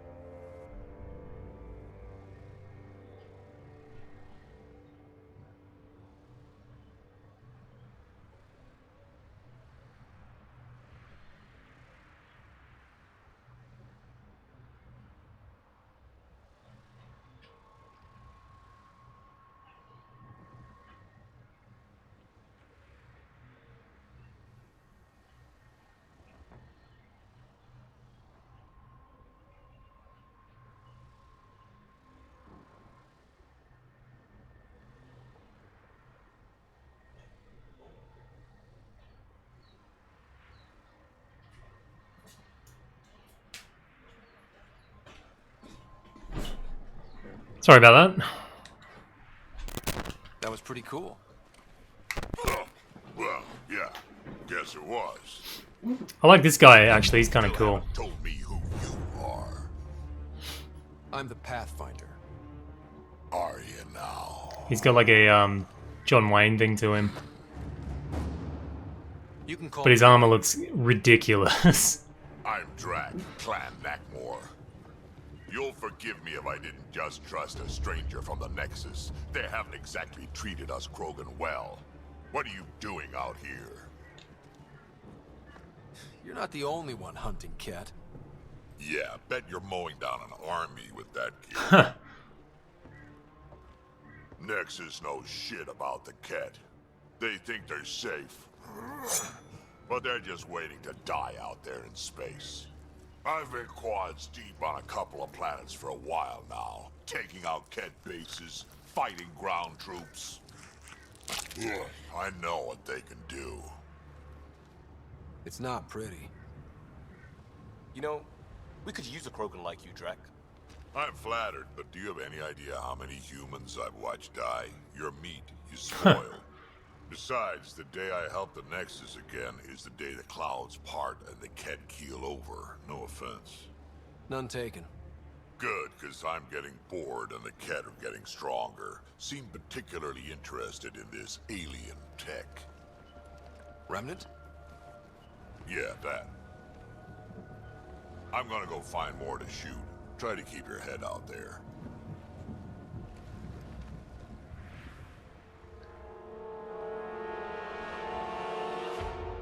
Yummy. So, yeah, I think that character's pretty cool. I identify with him, I guess. But again, because he's an alien, you don't notice the janky ass animations that much. So yeah, I find the interactions with the aliens are definitely the better ones. So we get on the monolith to decipher.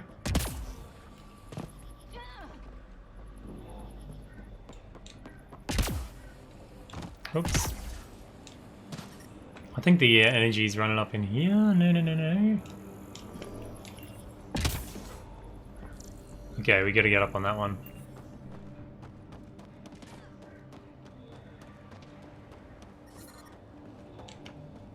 But generally these are pretty much the same as you get to them. There's not much else to them, they're just a bit of a jumping puzzle.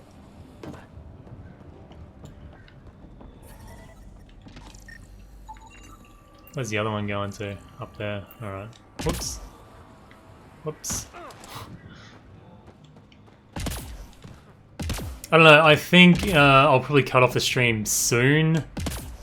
I'm really trying to approach it, every time I play I'm trying to approach it a little bit differently and seeing maybe if I'm doing something wrong, but it doesn't really seem to be improving much for me, so I really don't see me doing much more of this on the channel at all. Maybe a couple more guides, maybe, but my heart's just, it's really not in this game at all.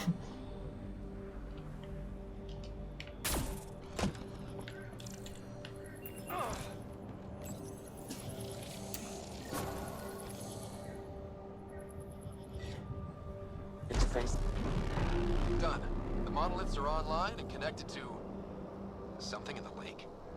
This could Well, yeah, maybe that's it, but its main thing is because the humans have such terrible like facial expressions and they're lifeless and their eyes kind of look glassingly over into space and it just blech. That's the main thing behind it.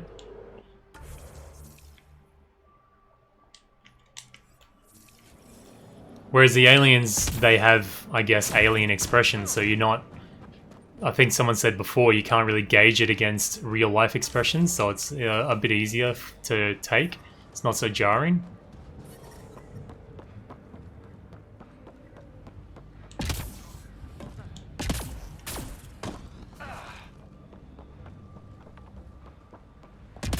But like this, just the ease that you can move around and get places is just so great.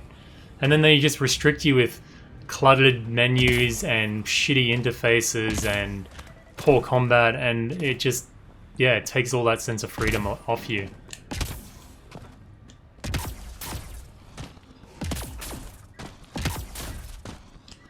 The gold pimpmobile. Oh, right.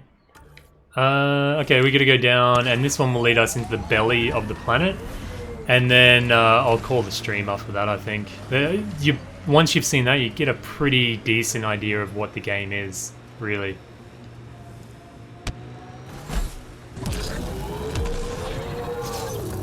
Whoa. What, we got Ket? I'll try and run him over.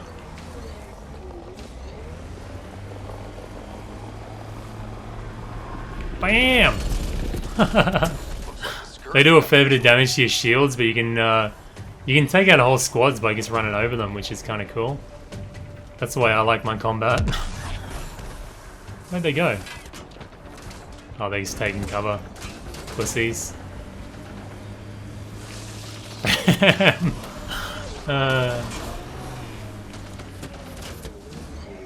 there's no running from this, mate. Pimpmobile will have you under the wheels. You didn't pay one of my hoes. Oh! Did that not even kill him? Yeah, I got him.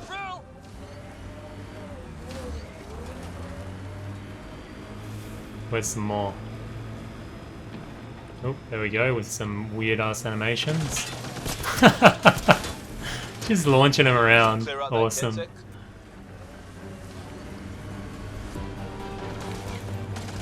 I just find this far more enjoyable than actually engaging them.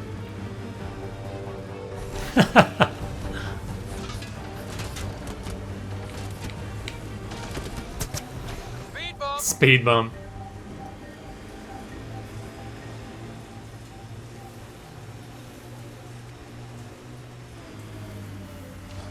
Use consumable ammo on the blue and yellow life bars. Oh yeah, the incendiary rounds?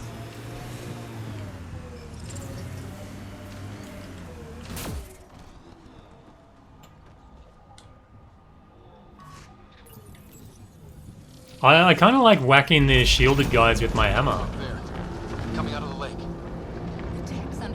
Like, all this stuff is really, like, the first time I saw it was like, oh man, that's really impressive. The scope of it's really good. But I wish sometimes the UI was more dynamic. Not sure if there's an option for it, because I know in Horizon Zero Dawn, that's awesome. That's really good. When you could set the HUD or the UI to dynamic mode. So if nothing's going on the screen, there's no HUD up. So you get to really enjoy the scenery. There's PB. Bit of peanut butter.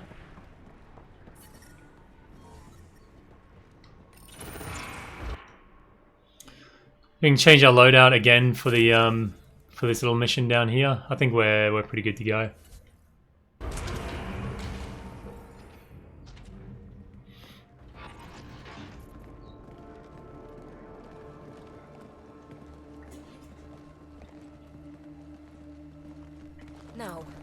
No. Horizon Zero Dawn is All that fanfare for an empty twice the game this game is, I think. There must be. Do your Pathfinder thing. I enjoyed pretty much every bit of Horizon Zero Dawn, whereas I'm struggling to enjoy any of this, so yeah. Oh, you're good.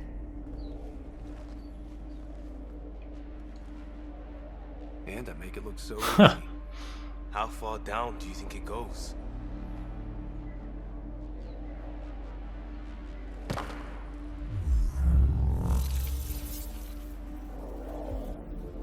That can't be air pressure.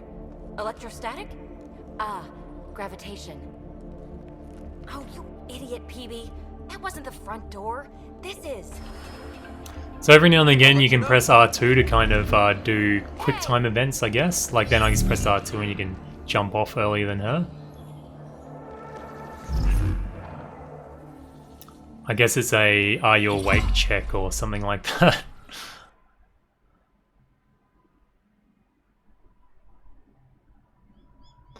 Horizon Zero Dawn has been really, I was quite impressed by it. I enjoyed it. The only downfall for it for me, I feel pretty much no replay value. Like now that I've finished the game, I don't really have any compulsion to like restart the game or play it again.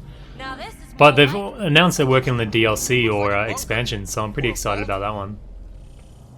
Whatever you call it. The controls for that atmosphere processor might be down here somewhere. Let's find out. Anything could be important. Let's be thorough. Not what we're looking for, but worth getting a record. You go ahead. I've got your back. Look there, do you see that? Looks like a broken information display. Only minimal power. I don't think it triggered the atmosphere processor, but... Pathfinder, a conduit beneath the floor just activated. Fluid is running through it. It could be generating emergency power. Your scanner will have more details. I think that gravity well works in reverse, too. Some of the odd observations the NPCs make, you're kind of like, well, let's jump in a little bit to conclusions. I see the conduit, Sam. Whatever it is, leads out of the room. But I suppose they have to point people in the right direction. No signs of any cat. Maybe they can't get into the vault. But you can. That'll get their attention. Lucky me. This door should be working. Yeah, I'm not sure what they would do with the New Game Plus for Horizon though, like how they could change it up. I think they would need to add like a new ammo type or weapons for New Game Plus. What have we here? Come on, PB.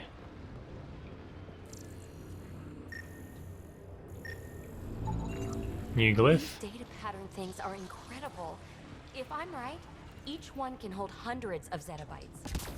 There are whole species who get by with less. Minor corruption detected.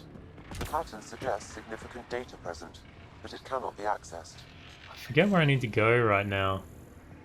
There you go.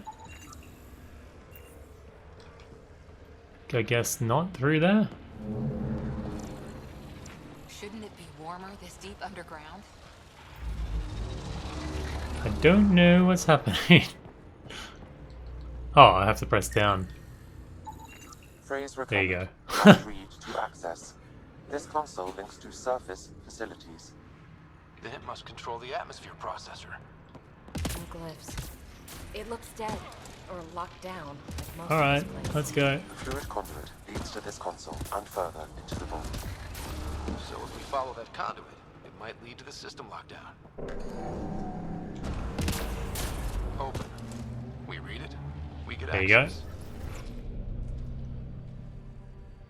Another gravity. The tall necks are really well done in Horizon. I like that system. What is it? A symbol of authority? A key? It's easy to speculate with Remnant, but we need more facts. I'll see what I can find on this beauty. Maybe over this way. Whatever has this place on lockdown is that way. I do my best work solo. You fix up the vault, I'll investigate the relic, and together we'll figure this place out. You don't watch many horror videos, do you? We have no idea what's down here. And we never will if we miss something because we're huddled in a group. I'll be careful. Just stay on the radio. That mustache, man. Wow. Could they not have textured it like a tiny bit? 10 credits say she ends up in a pit of spiders. Good line.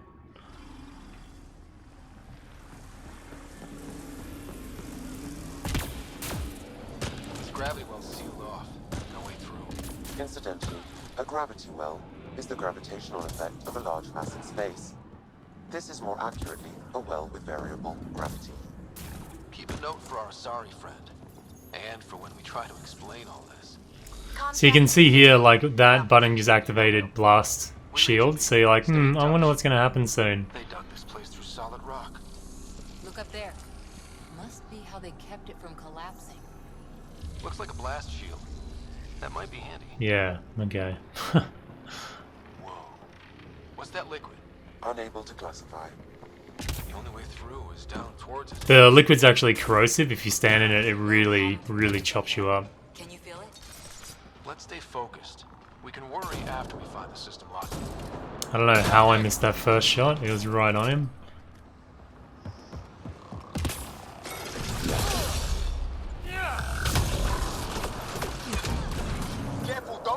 What just shot me then?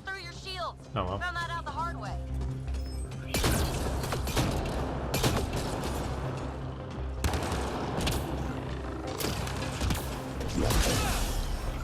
Bam!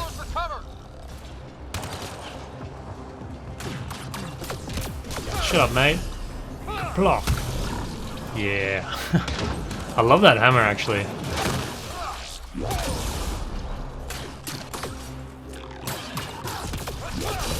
Yeah, the writing in some spots, I found in the actual missions, the writing's good. But sometimes when you do the side missions and this stuff on the Nexus, the writing just really slips.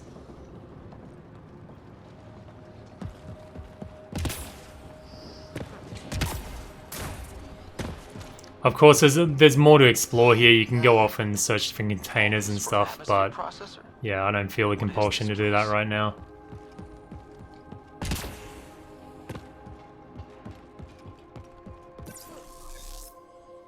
Another aqueduct. How many do they need? Are those roads down there? Bam! Up there! More remnant! Cora with her punches coming in, awesome. They're really unexpected. She just like flies across the map and punches the shit out of people.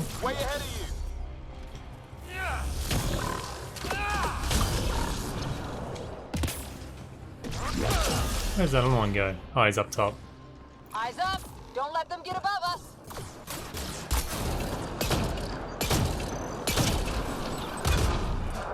We're good. I just find the NPC or the enemies are very, even though it's on normal, they're either completely dumb or they just like, if you were out in the open, they snipe you down in like 3 shots.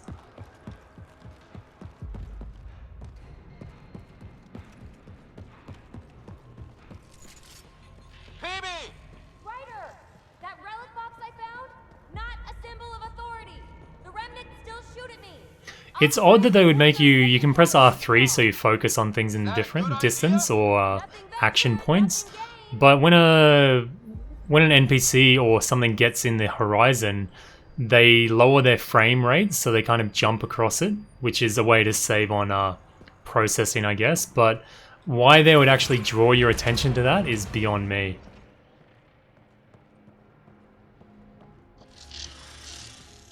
That's one way to light a room. The atmosphere. Oh, Aaron. See, that's the problem with having affairs, mate. Like if you're trying to have it off with different people and different things, you lose track of it.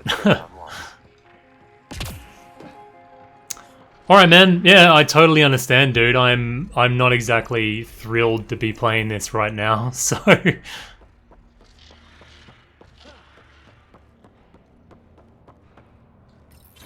Thanks for stopping by the stream anyway, mate. But I'm definitely not streaming this for the views right now, because I've got better things to stream for that.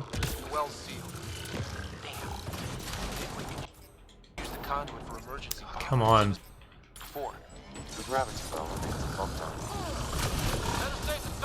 Oh, better put my cloaking on. Oh shit, I'm gonna cop it. Get out of there, mate!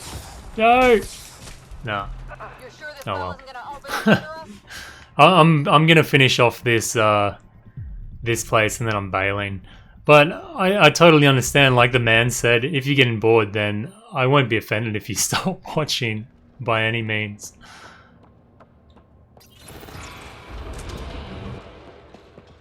Look how high it is. Might be another gravity well? The well's sealed. Damn. Maybe we can use the conduit for emergency power, same as before. That looks like a turret. Be careful. Better safe than sorry. Take them out. Oh, that's why there's a turret up there that completely destroys me. Thanks for stopping by, Mr. Persis. Sure this well isn't gonna open up under us? Pretty sure. Focus on the remnant. So much for your cover, mate. No scope. Oh, no. Can't no scope. I got no COD skills.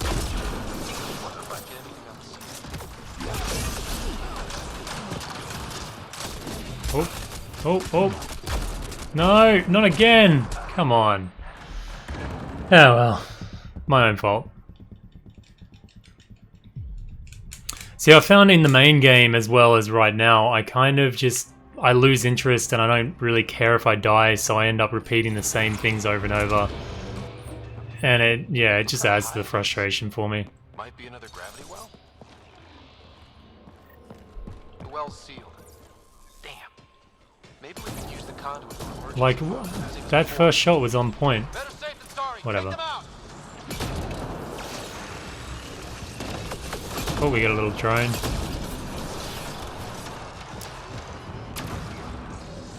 You sure this well isn't gonna open up under us? Pretty sure. Focus on the remnant. No good. Locked down against hostiles. Get him! My turret takes a beating.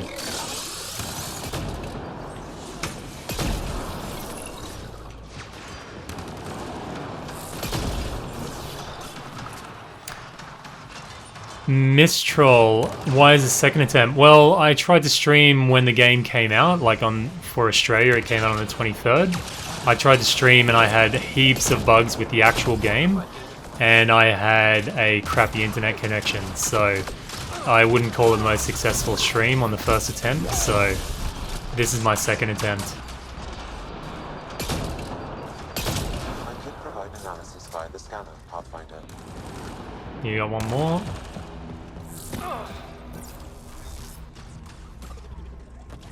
Oh, she beat me to it. Wonder if I could provide analysis via the scanner, Pathfinder.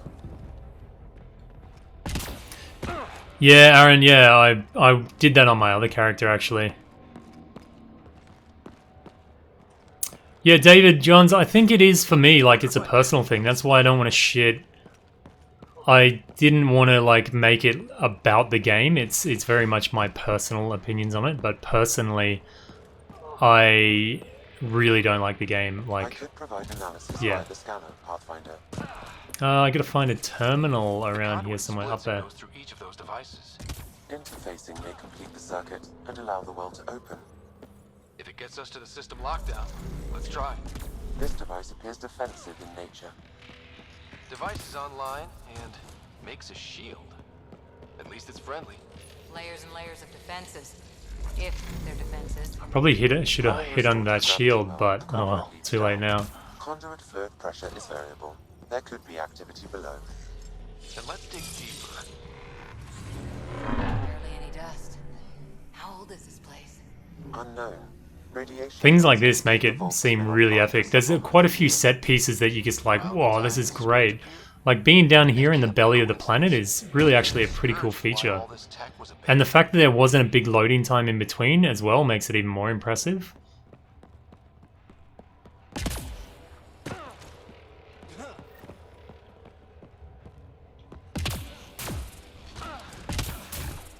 Dead. Without the conduit, there's not even enough power for the door.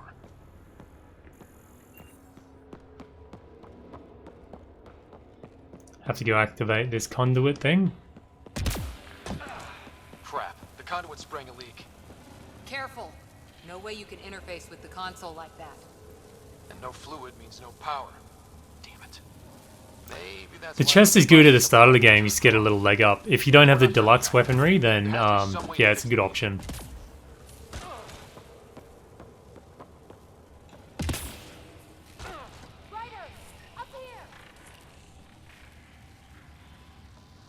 That's the thing, they did have a long time to work on this game, and there wasn't like any development hell in between. It didn't change hands through producers or anything like that. I don't understand where the disconnect was. It's almost like they just didn't care enough to finish it, which seems to be a growing trend at the moment. I think it's because a lot of people are so willing to pay for alphas and betas and early access. I think these companies think, man, if those people can push their shit out the door and people pay like $24 to play an early access game that's in an alpha stage, why would they bother, like, why would they have a problem paying $60 for a AAA game that's not quite finished? I think people are just too impatient to get their hands on things these days. Well, always, but it's a problem at the moment. Final Fantasy 15, I definitely don't give that a break for the bullshit that it pulled. Like, I made a video saying I don't believe that it deserves a 10 out of 10 because there's so many problems with it, but at least we know that that released early because of a contractual issue and an obligation to release it. Otherwise, I believe they would have lost the license for the name for it. So they had to release it before 2017, as far as I understand. So that definitely is not an excuse, but you know, it's part of the reason why it was so unpolished. It's still a long drop.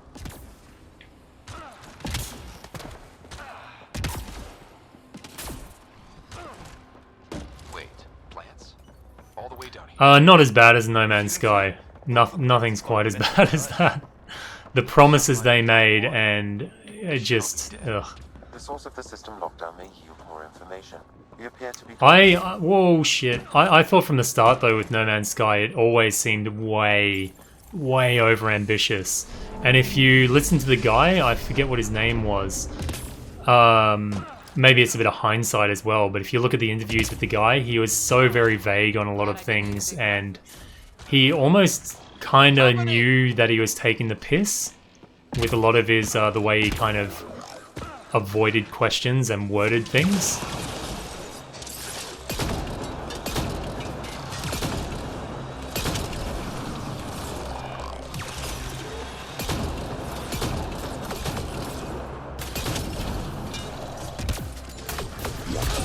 Oh, bang. Grenaded in the face. Oh, there's Cora. Oh, dude. Get out of the way. See, like, Cora was right next to this dude, like, right up in his face, and he's like, I don't give a shit. Yeah, Sean Murray, that's his name. Thanks, mate. Yeah, you see him in these interviews, and he's really awkward and stuff, and it's just... You can kind of see it in his face. He knows that the hype is getting out of hand, but he doesn't know how to rein it back in. It's his own fault, really, at the end of the day. But overall, I don't believe that they deserve the redemption that they're going for, because they... Like, I think the game's company was Happy Productions or Happy something. I don't think they deserve, even if they turn it around into a good game, I think they shouldn't be trusted at this point, really. It made a new path. I think that's the right way. We could reach them. Observers coming up at us.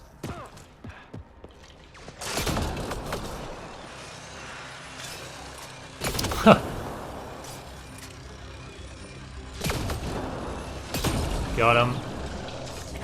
The shotguns, I like the shotguns actually, they're pretty good. I'm liking it more than the sniper rifle actually.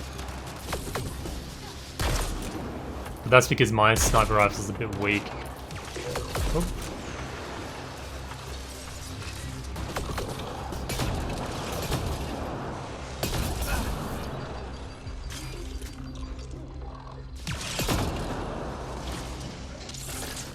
Yeah, well that's the thing, the problem with alpha releases and pre-release games, it's good to see them grow. Like if you buy into an early access game, you know it's going to be in an unfinished state, but they keep on releasing updates for it, and like you said, you go into the game, you play for a few hours and you're like, oh okay, I've seen everything.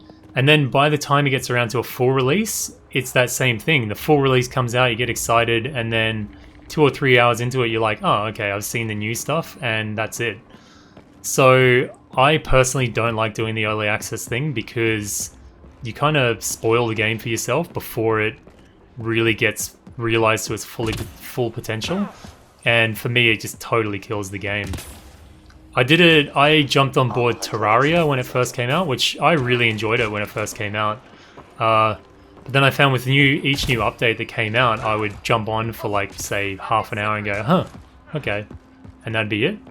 And now it's at a state that I can't even stand to play it. Because I've just seen it all, besides some really small additions.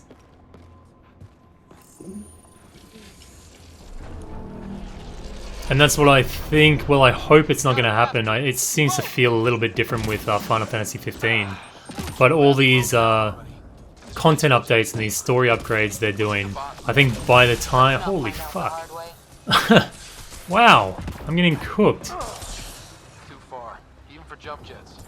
I think by the time Final Fantasy 15 becomes a fully realized, they've fleshed out the story as much as they can.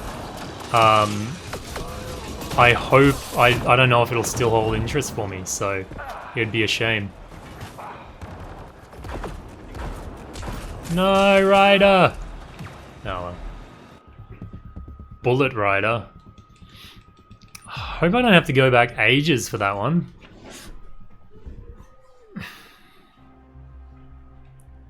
Dude, do I have to do all that jumping again? What? No. Why? Really? Will you look at that?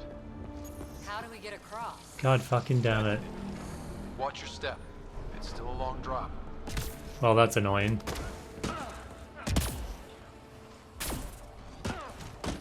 Wait, plants? All the way down here?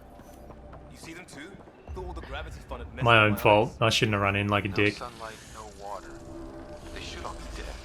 The source of the system lockdown may yield more information. Oh, shit! So you nearly lost it, but the mobility saved me, fortunately.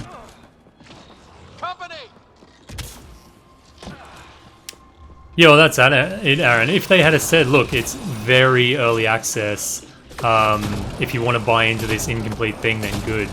But the fact that they said it's a fully complete game and blah blah blah, it was just a piss take.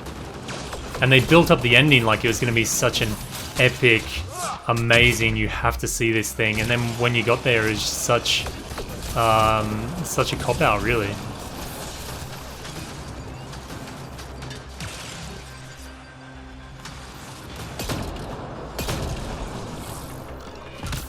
Oops, he's over there.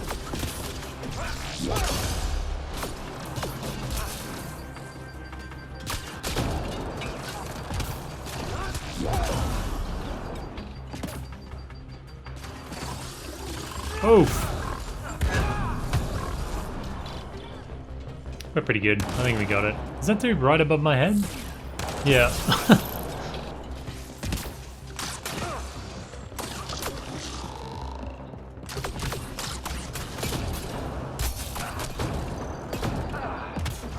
Got him.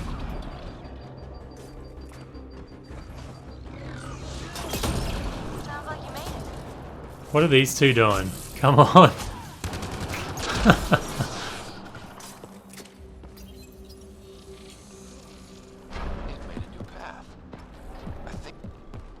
Observers coming up at us.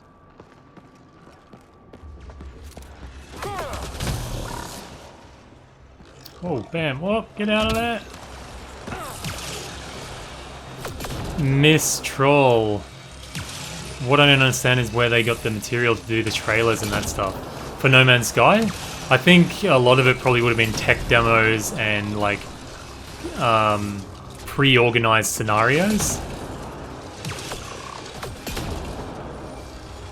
Because it is very convenient because at the E3 demos and things like that, they go, oh, let's go into this random planet and see what happens. And then conveniently there's all these big-ass monsters and stuff walking around, which if you play the game is not all planets are going to be that exciting. So yeah, it was definitely placed.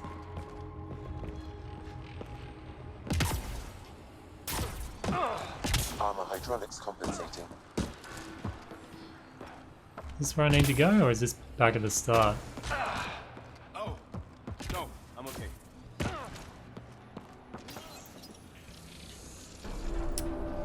There we go. So, a butt ton of guys come on that one, so I won't go over there yet.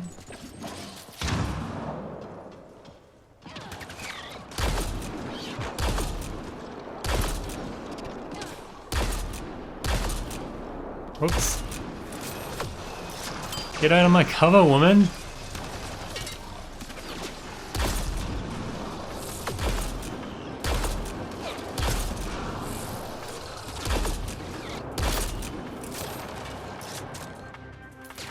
Oops. Later on you can get a skill for the sniper rifle that if you hit them in weak spots, you do a lot more damage to them. which is handy. Oh, have we got something on here with us? No.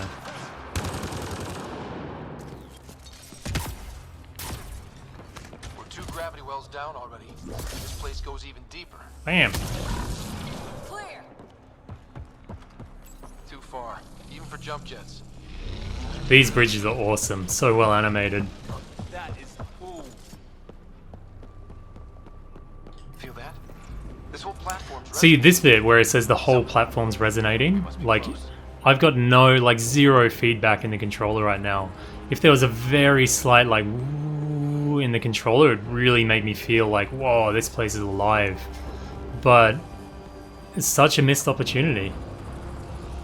Again, it's one of those things that, why draw focus to something if you don't flesh it out? It's just really ill thought out. All conduits converge here. They constantly do it. They draw your attention to something and then don't animate it, or they don't complete it, or they don't get the feel right. It's just, don't draw my attention to it and I won't notice.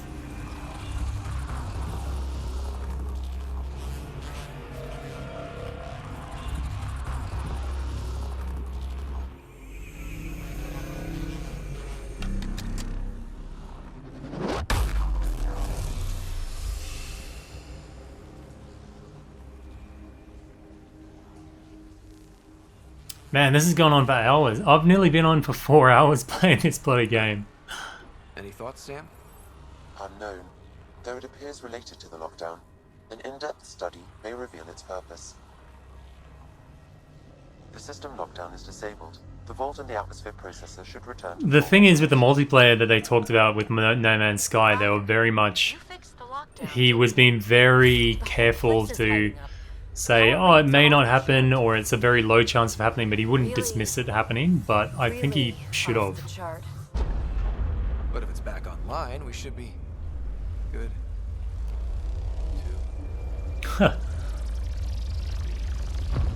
Shit's about to get real. Should we go? G'day, Edward.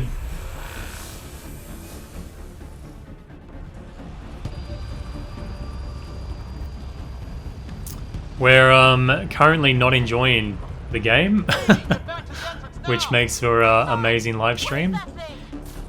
Don't risk it, just go. Watch out. Then See, again, this is cool, but I've got no feedback in the controller, and it really robs me from... I'm just not invested in this environment right now. The atmosphere here is not for me. Even though the scenery is friggin' awesome, like, it's... What's happening right now is cool as shit, but it just removes me from it because I'm not getting this, this kind of sensory feedback.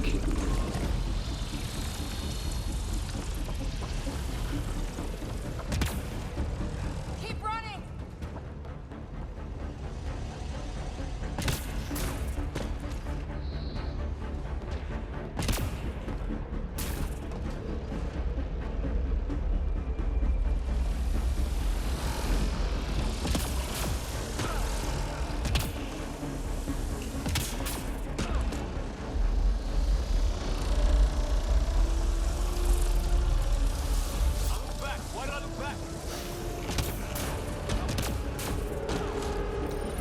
I've looked at a few reviews for this, and it's been getting 7.5s and 8s. Most people look at that and think, whoa man, that's a really low score. I think it's far too high, actually. I think in general, scores and meta scores and all that stuff are way, way, way, way too high. Like the fact that, I know Zelda Breath of the Wild is a good game, but I'm by no means think that it deserved, just from seeing the technical issues from it, frame drops, a few different things, I don't believe it deserved a 10 from anybody. Although the game is really epic, and from what I understand, the story is great and everything, but a 10 is like perfect technically, story-wise, everything. I don't know, people throwing around 10s is just, it leaves no room for movement. We're almost clear. Where are you? Hello? Phoebe? Metal Gear Solid was, on the original PlayStation 1, was just amazingly good. Amazing. Especially back then, because it was, for me, it was the magazine era still. I didn't have access to the internet, so every month, say EGM would come out or GamePro would come out, and you get a few extra screenshots and a bit of text talking about what the game is going to be like. And the excitement was really big, but you had nothing to go off. Like, you didn't have detailed early gameplay trailers or cinematics or anything. It was just what you had to read about the game. And yeah, Metal Gear Solid 1 was an amazing experience.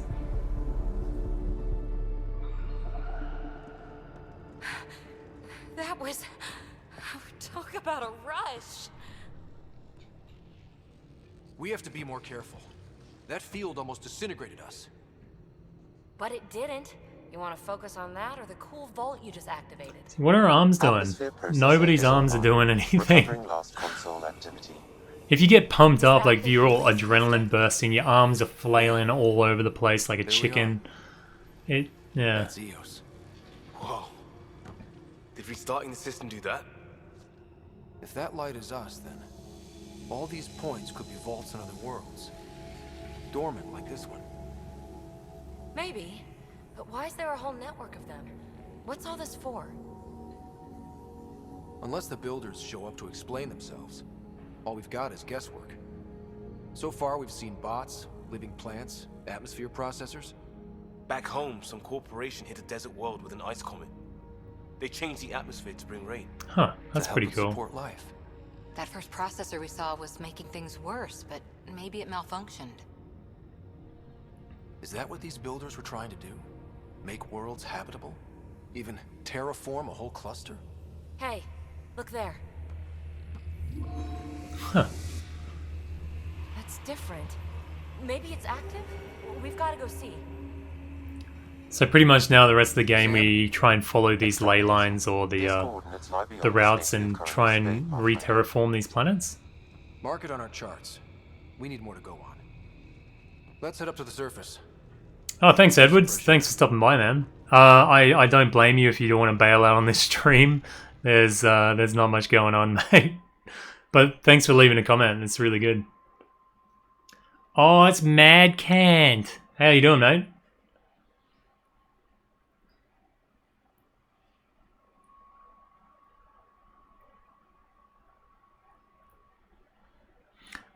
It is 3:15 in the afternoon here at the moment. Which, man, I had other plans to do things today. I didn't think I'd be playing so long. How? No atmosphere processor works that fast. Actually, I know there's only a few of you in chat at the moment, but I've been looking to do... I'm thinking about doing... I'm going to build a green screen for myself. I'm going to try it out, see how it works. But I'm fairly handy, I guess, so I'm going to build it myself. I was just wondering if anybody would be interested in seeing the build, or should I not even bother with it? I'm going to do like a three-fold, like a folding screen with sound insulation in the middle, and then I'm going to have like a green screen material stapled to it. So hopefully that works out. Who knows what we'll find there? You want to come along? I want to know what makes the Remnant tick. You've got a key to their technology. Or a crowbar, at least. So we just recruited this chick to the party? We'll get you a fancy Oh, she's got some fish-ass ears, man. I didn't notice that before. Datapad, toothbrush, clean underwear, that'll do. I'll catch up with you. Well, hello from Australia to Mexico, then. Aaron, you're somewhere in the UK or Europe, are you?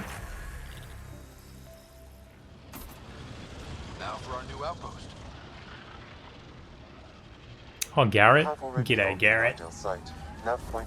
Yeah, I was thinking it may be an interesting little video, something a bit different if I do the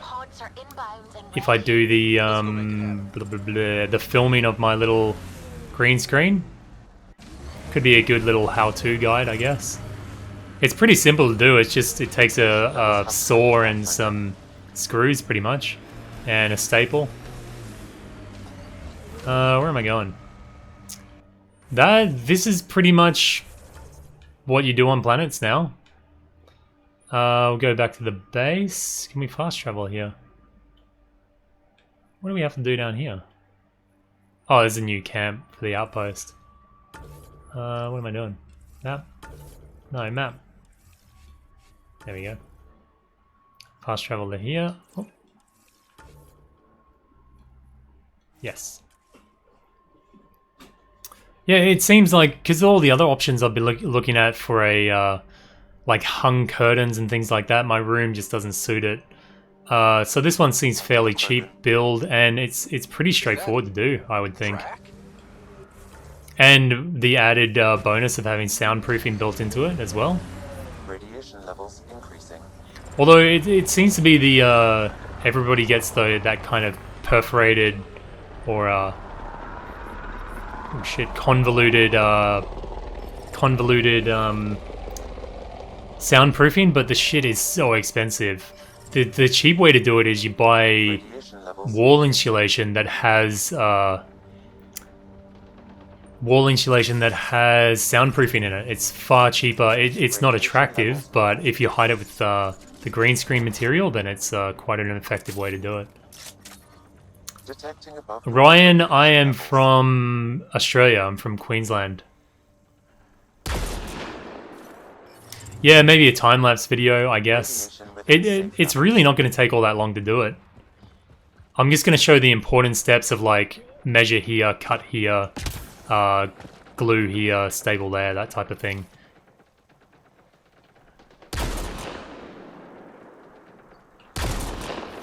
Because I'm working on getting better setup. I'm getting a like a mic boom arm, things like that.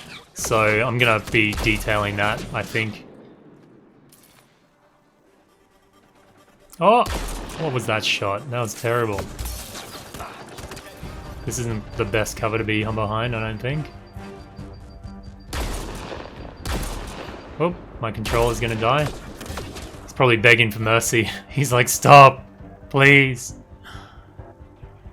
Why is that not shooting him? Like, what is happening there? I'm bang on him. Is he out of range or something? Which is completely shit if I am using a sniper rifle.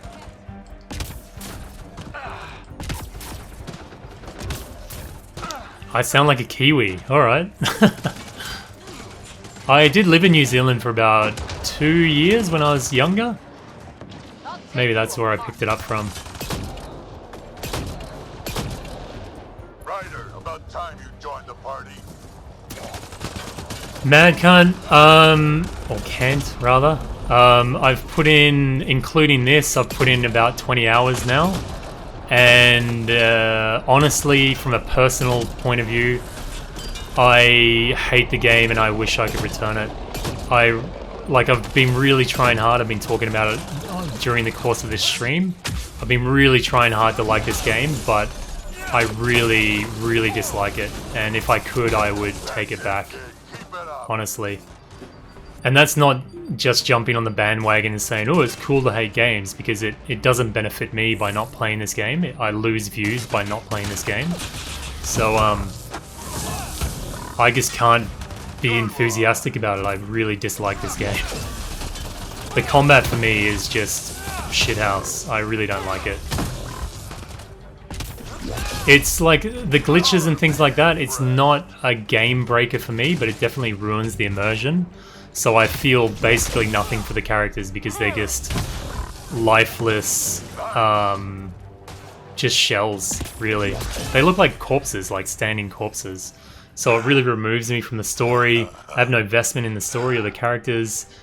Combat is not a good break from that either, so it's hard to find the positives. The only thing is the environmental design and the graphics at some point are exceptional, but it doesn't excuse the rest of the game. Mad? No, I'm not. I'm halfway through, I would say, and at this point I don't really want to finish it. I honestly don't think I will finish it, which is a shame because I paid $110 for it, and it's pretty much going to go to waste, really. If I had a physical copy, I'd give it away, or I'd like give it to a viewer or something, but I just, oh mate, I just want to delete it at this point. This is gonna be great. And this is my first Mass Effect game, so it wasn't like I went in with these like, well, Mass Effect 3 was the best and nothing's gonna beat it or any of that bullshit. I was ready to enjoy it. Like I put the money down to enjoy it, and it just didn't do it.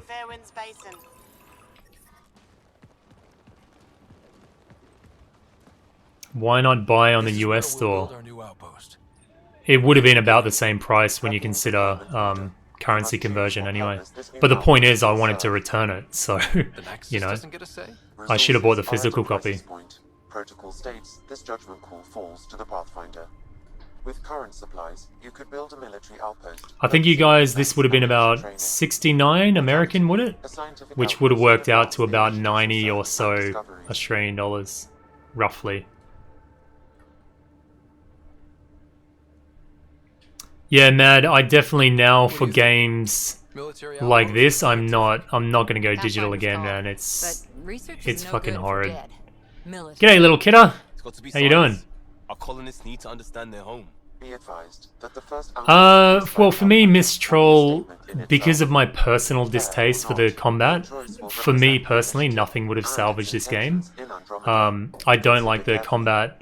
Maybe it would have saved the story for me. I'd be more compelled to get on with the story, but see, here we get an important choice. You can either go with a scientific outpost or a military outpost, and then that impacts on what dialect you get or dialogue you get when you go back up to the ship, because you have to deal with either the science officer or the military officer. So that's they get good little choices like that. Last time I chose scientific, so I'll go military this time. A military outpost. We defend our own against the Ket. But yeah, Mistral, I think technically it's a good enough game. It's a playable game, definitely. The story is, there's enough there to keep you engaged, I think. But for me personally, I do not like this game. I don't think it has any redeeming factors whatsoever. Apart from these occasional things that look pretty cool, but yeah. This is Ryder. Pathfinder.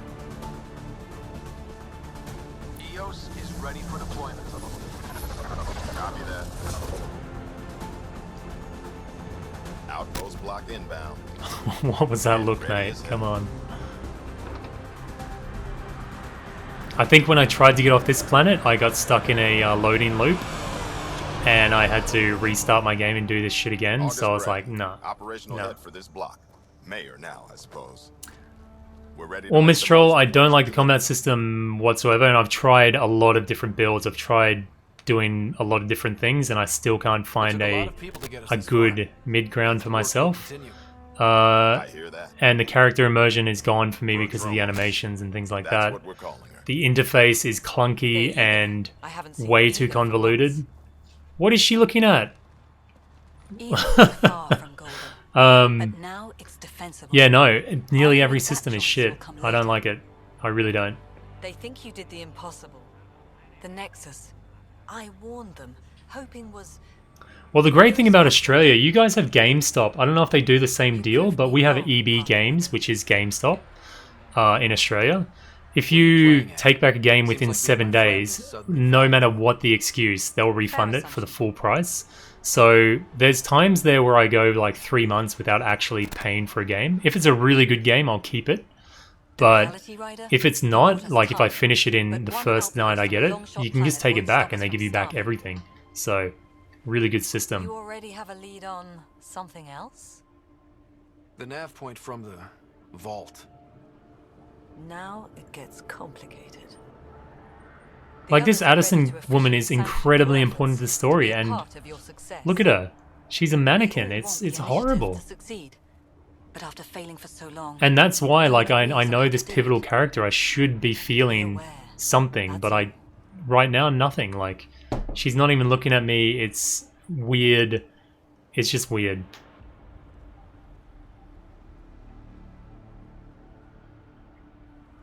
Aaron, yeah, if it's a new game, brand new game, you can take it back and say, I didn't like it. Here's my game. I don't care why anyone helps, so long as they do. Because if it's a brand new game, they polish the disc and put a brand new sticker back on it, so it doesn't phase them at all. She needs an uppercut to the face.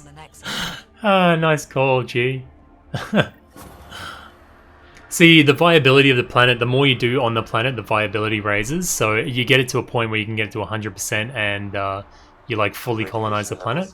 So it's kind of cool that we can now... Okay, I didn't want to do that. That we can now, we've got an extra settlement over here. So it's sandboxy in the way that... sandboxy in the way that the planet changes. Like, the more impact you have on it, you get little substations and stuff on it, which is a cool touch, but you do it and then it's a little bit empty. Like, there's not really that much to do in it. What happened? Did I die? Oh, whatever.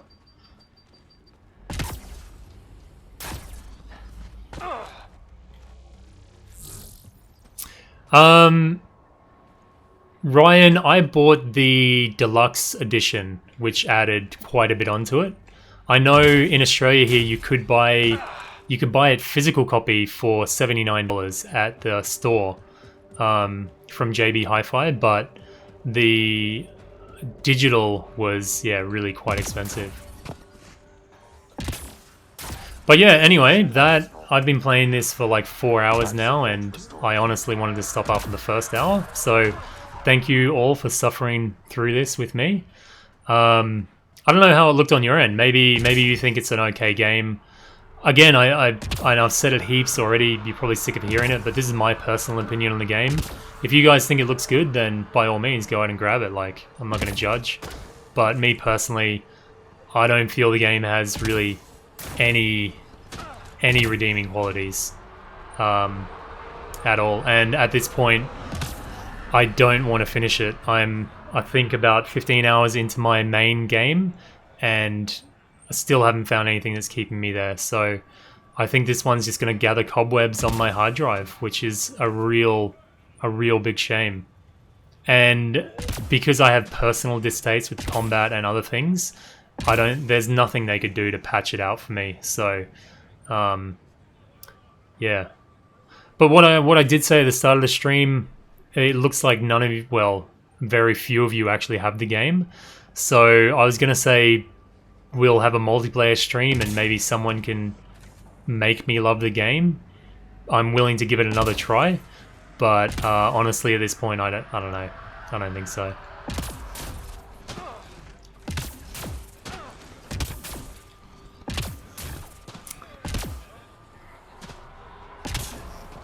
So yeah, that's pretty much the stream now. I could show you a few more things, like with the side missions that I was talking about, where they have you going around doing these petty fetch quests.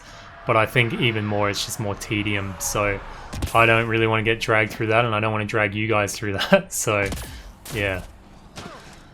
But as far as content goes now for the next week or next few days, I suppose episode Gladio is only a couple of days away, but I really don't know what I'm going to be doing as far as content goes now, because I planned on fully like loading the channel with Mass Effect is what I did plan on doing, but now I don't want this shit anywhere near the channel, honestly, even though I know it would get at least, 1,000 views or so an episode or a guide that I did, but I guess I can't bring myself to do it, so I'm not.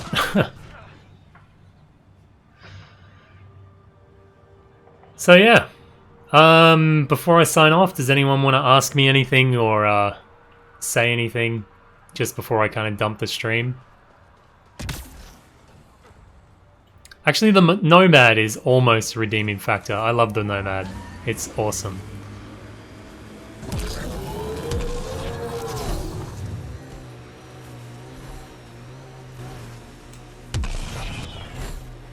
But as far as streaming things go, next week I'm going to put out a schedule.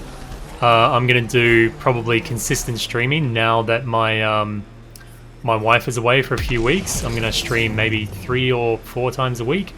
So we've got episode Gladio coming out, so I'm going to rip it up on that.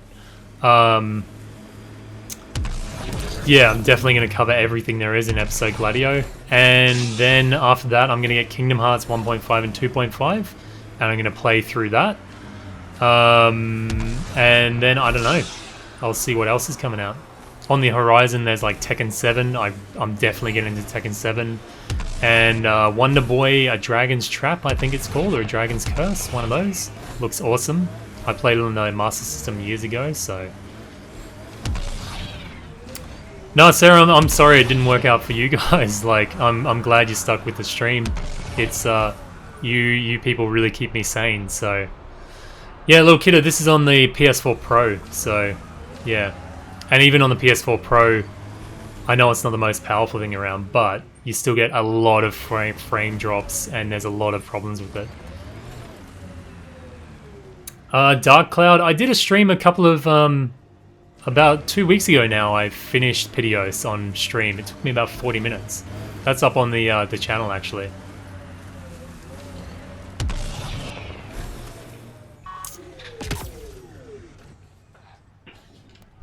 But yeah, once again, if you guys ever want to add me on PSN, I'm always up for a chat. Well, I'm sometimes up for a chat. You can add me under Ender's Triumph is my my PSN, or you can see me on Facebook. And yeah, I'm generally pretty okay with the responses. Okay, it depends how snowed under I am.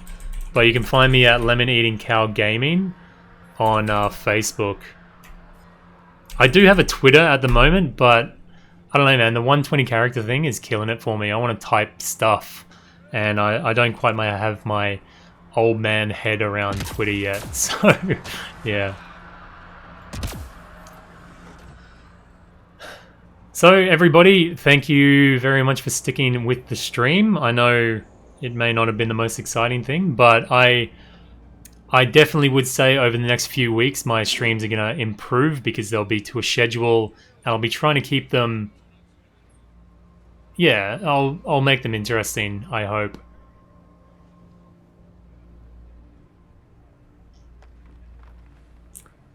Anyway, guys, I hope you enjoy the rest of the weekend, and I'm getting some back stuff done tomorrow. I'm getting some injections and nice stuff like that. But on the rest of the week, I'll be keen and raring to go. So I'll probably have a schedule video up sometime this week, and hopefully I can see you guys on the streams more often. And it won't be Mass Effect again. I think I'm pretty much done with it. So yeah. Anyway, thank you for watching. This has been Lemon Eating Cow. Moo. Moo diddy moo. Yeah, thank you guys. See ya.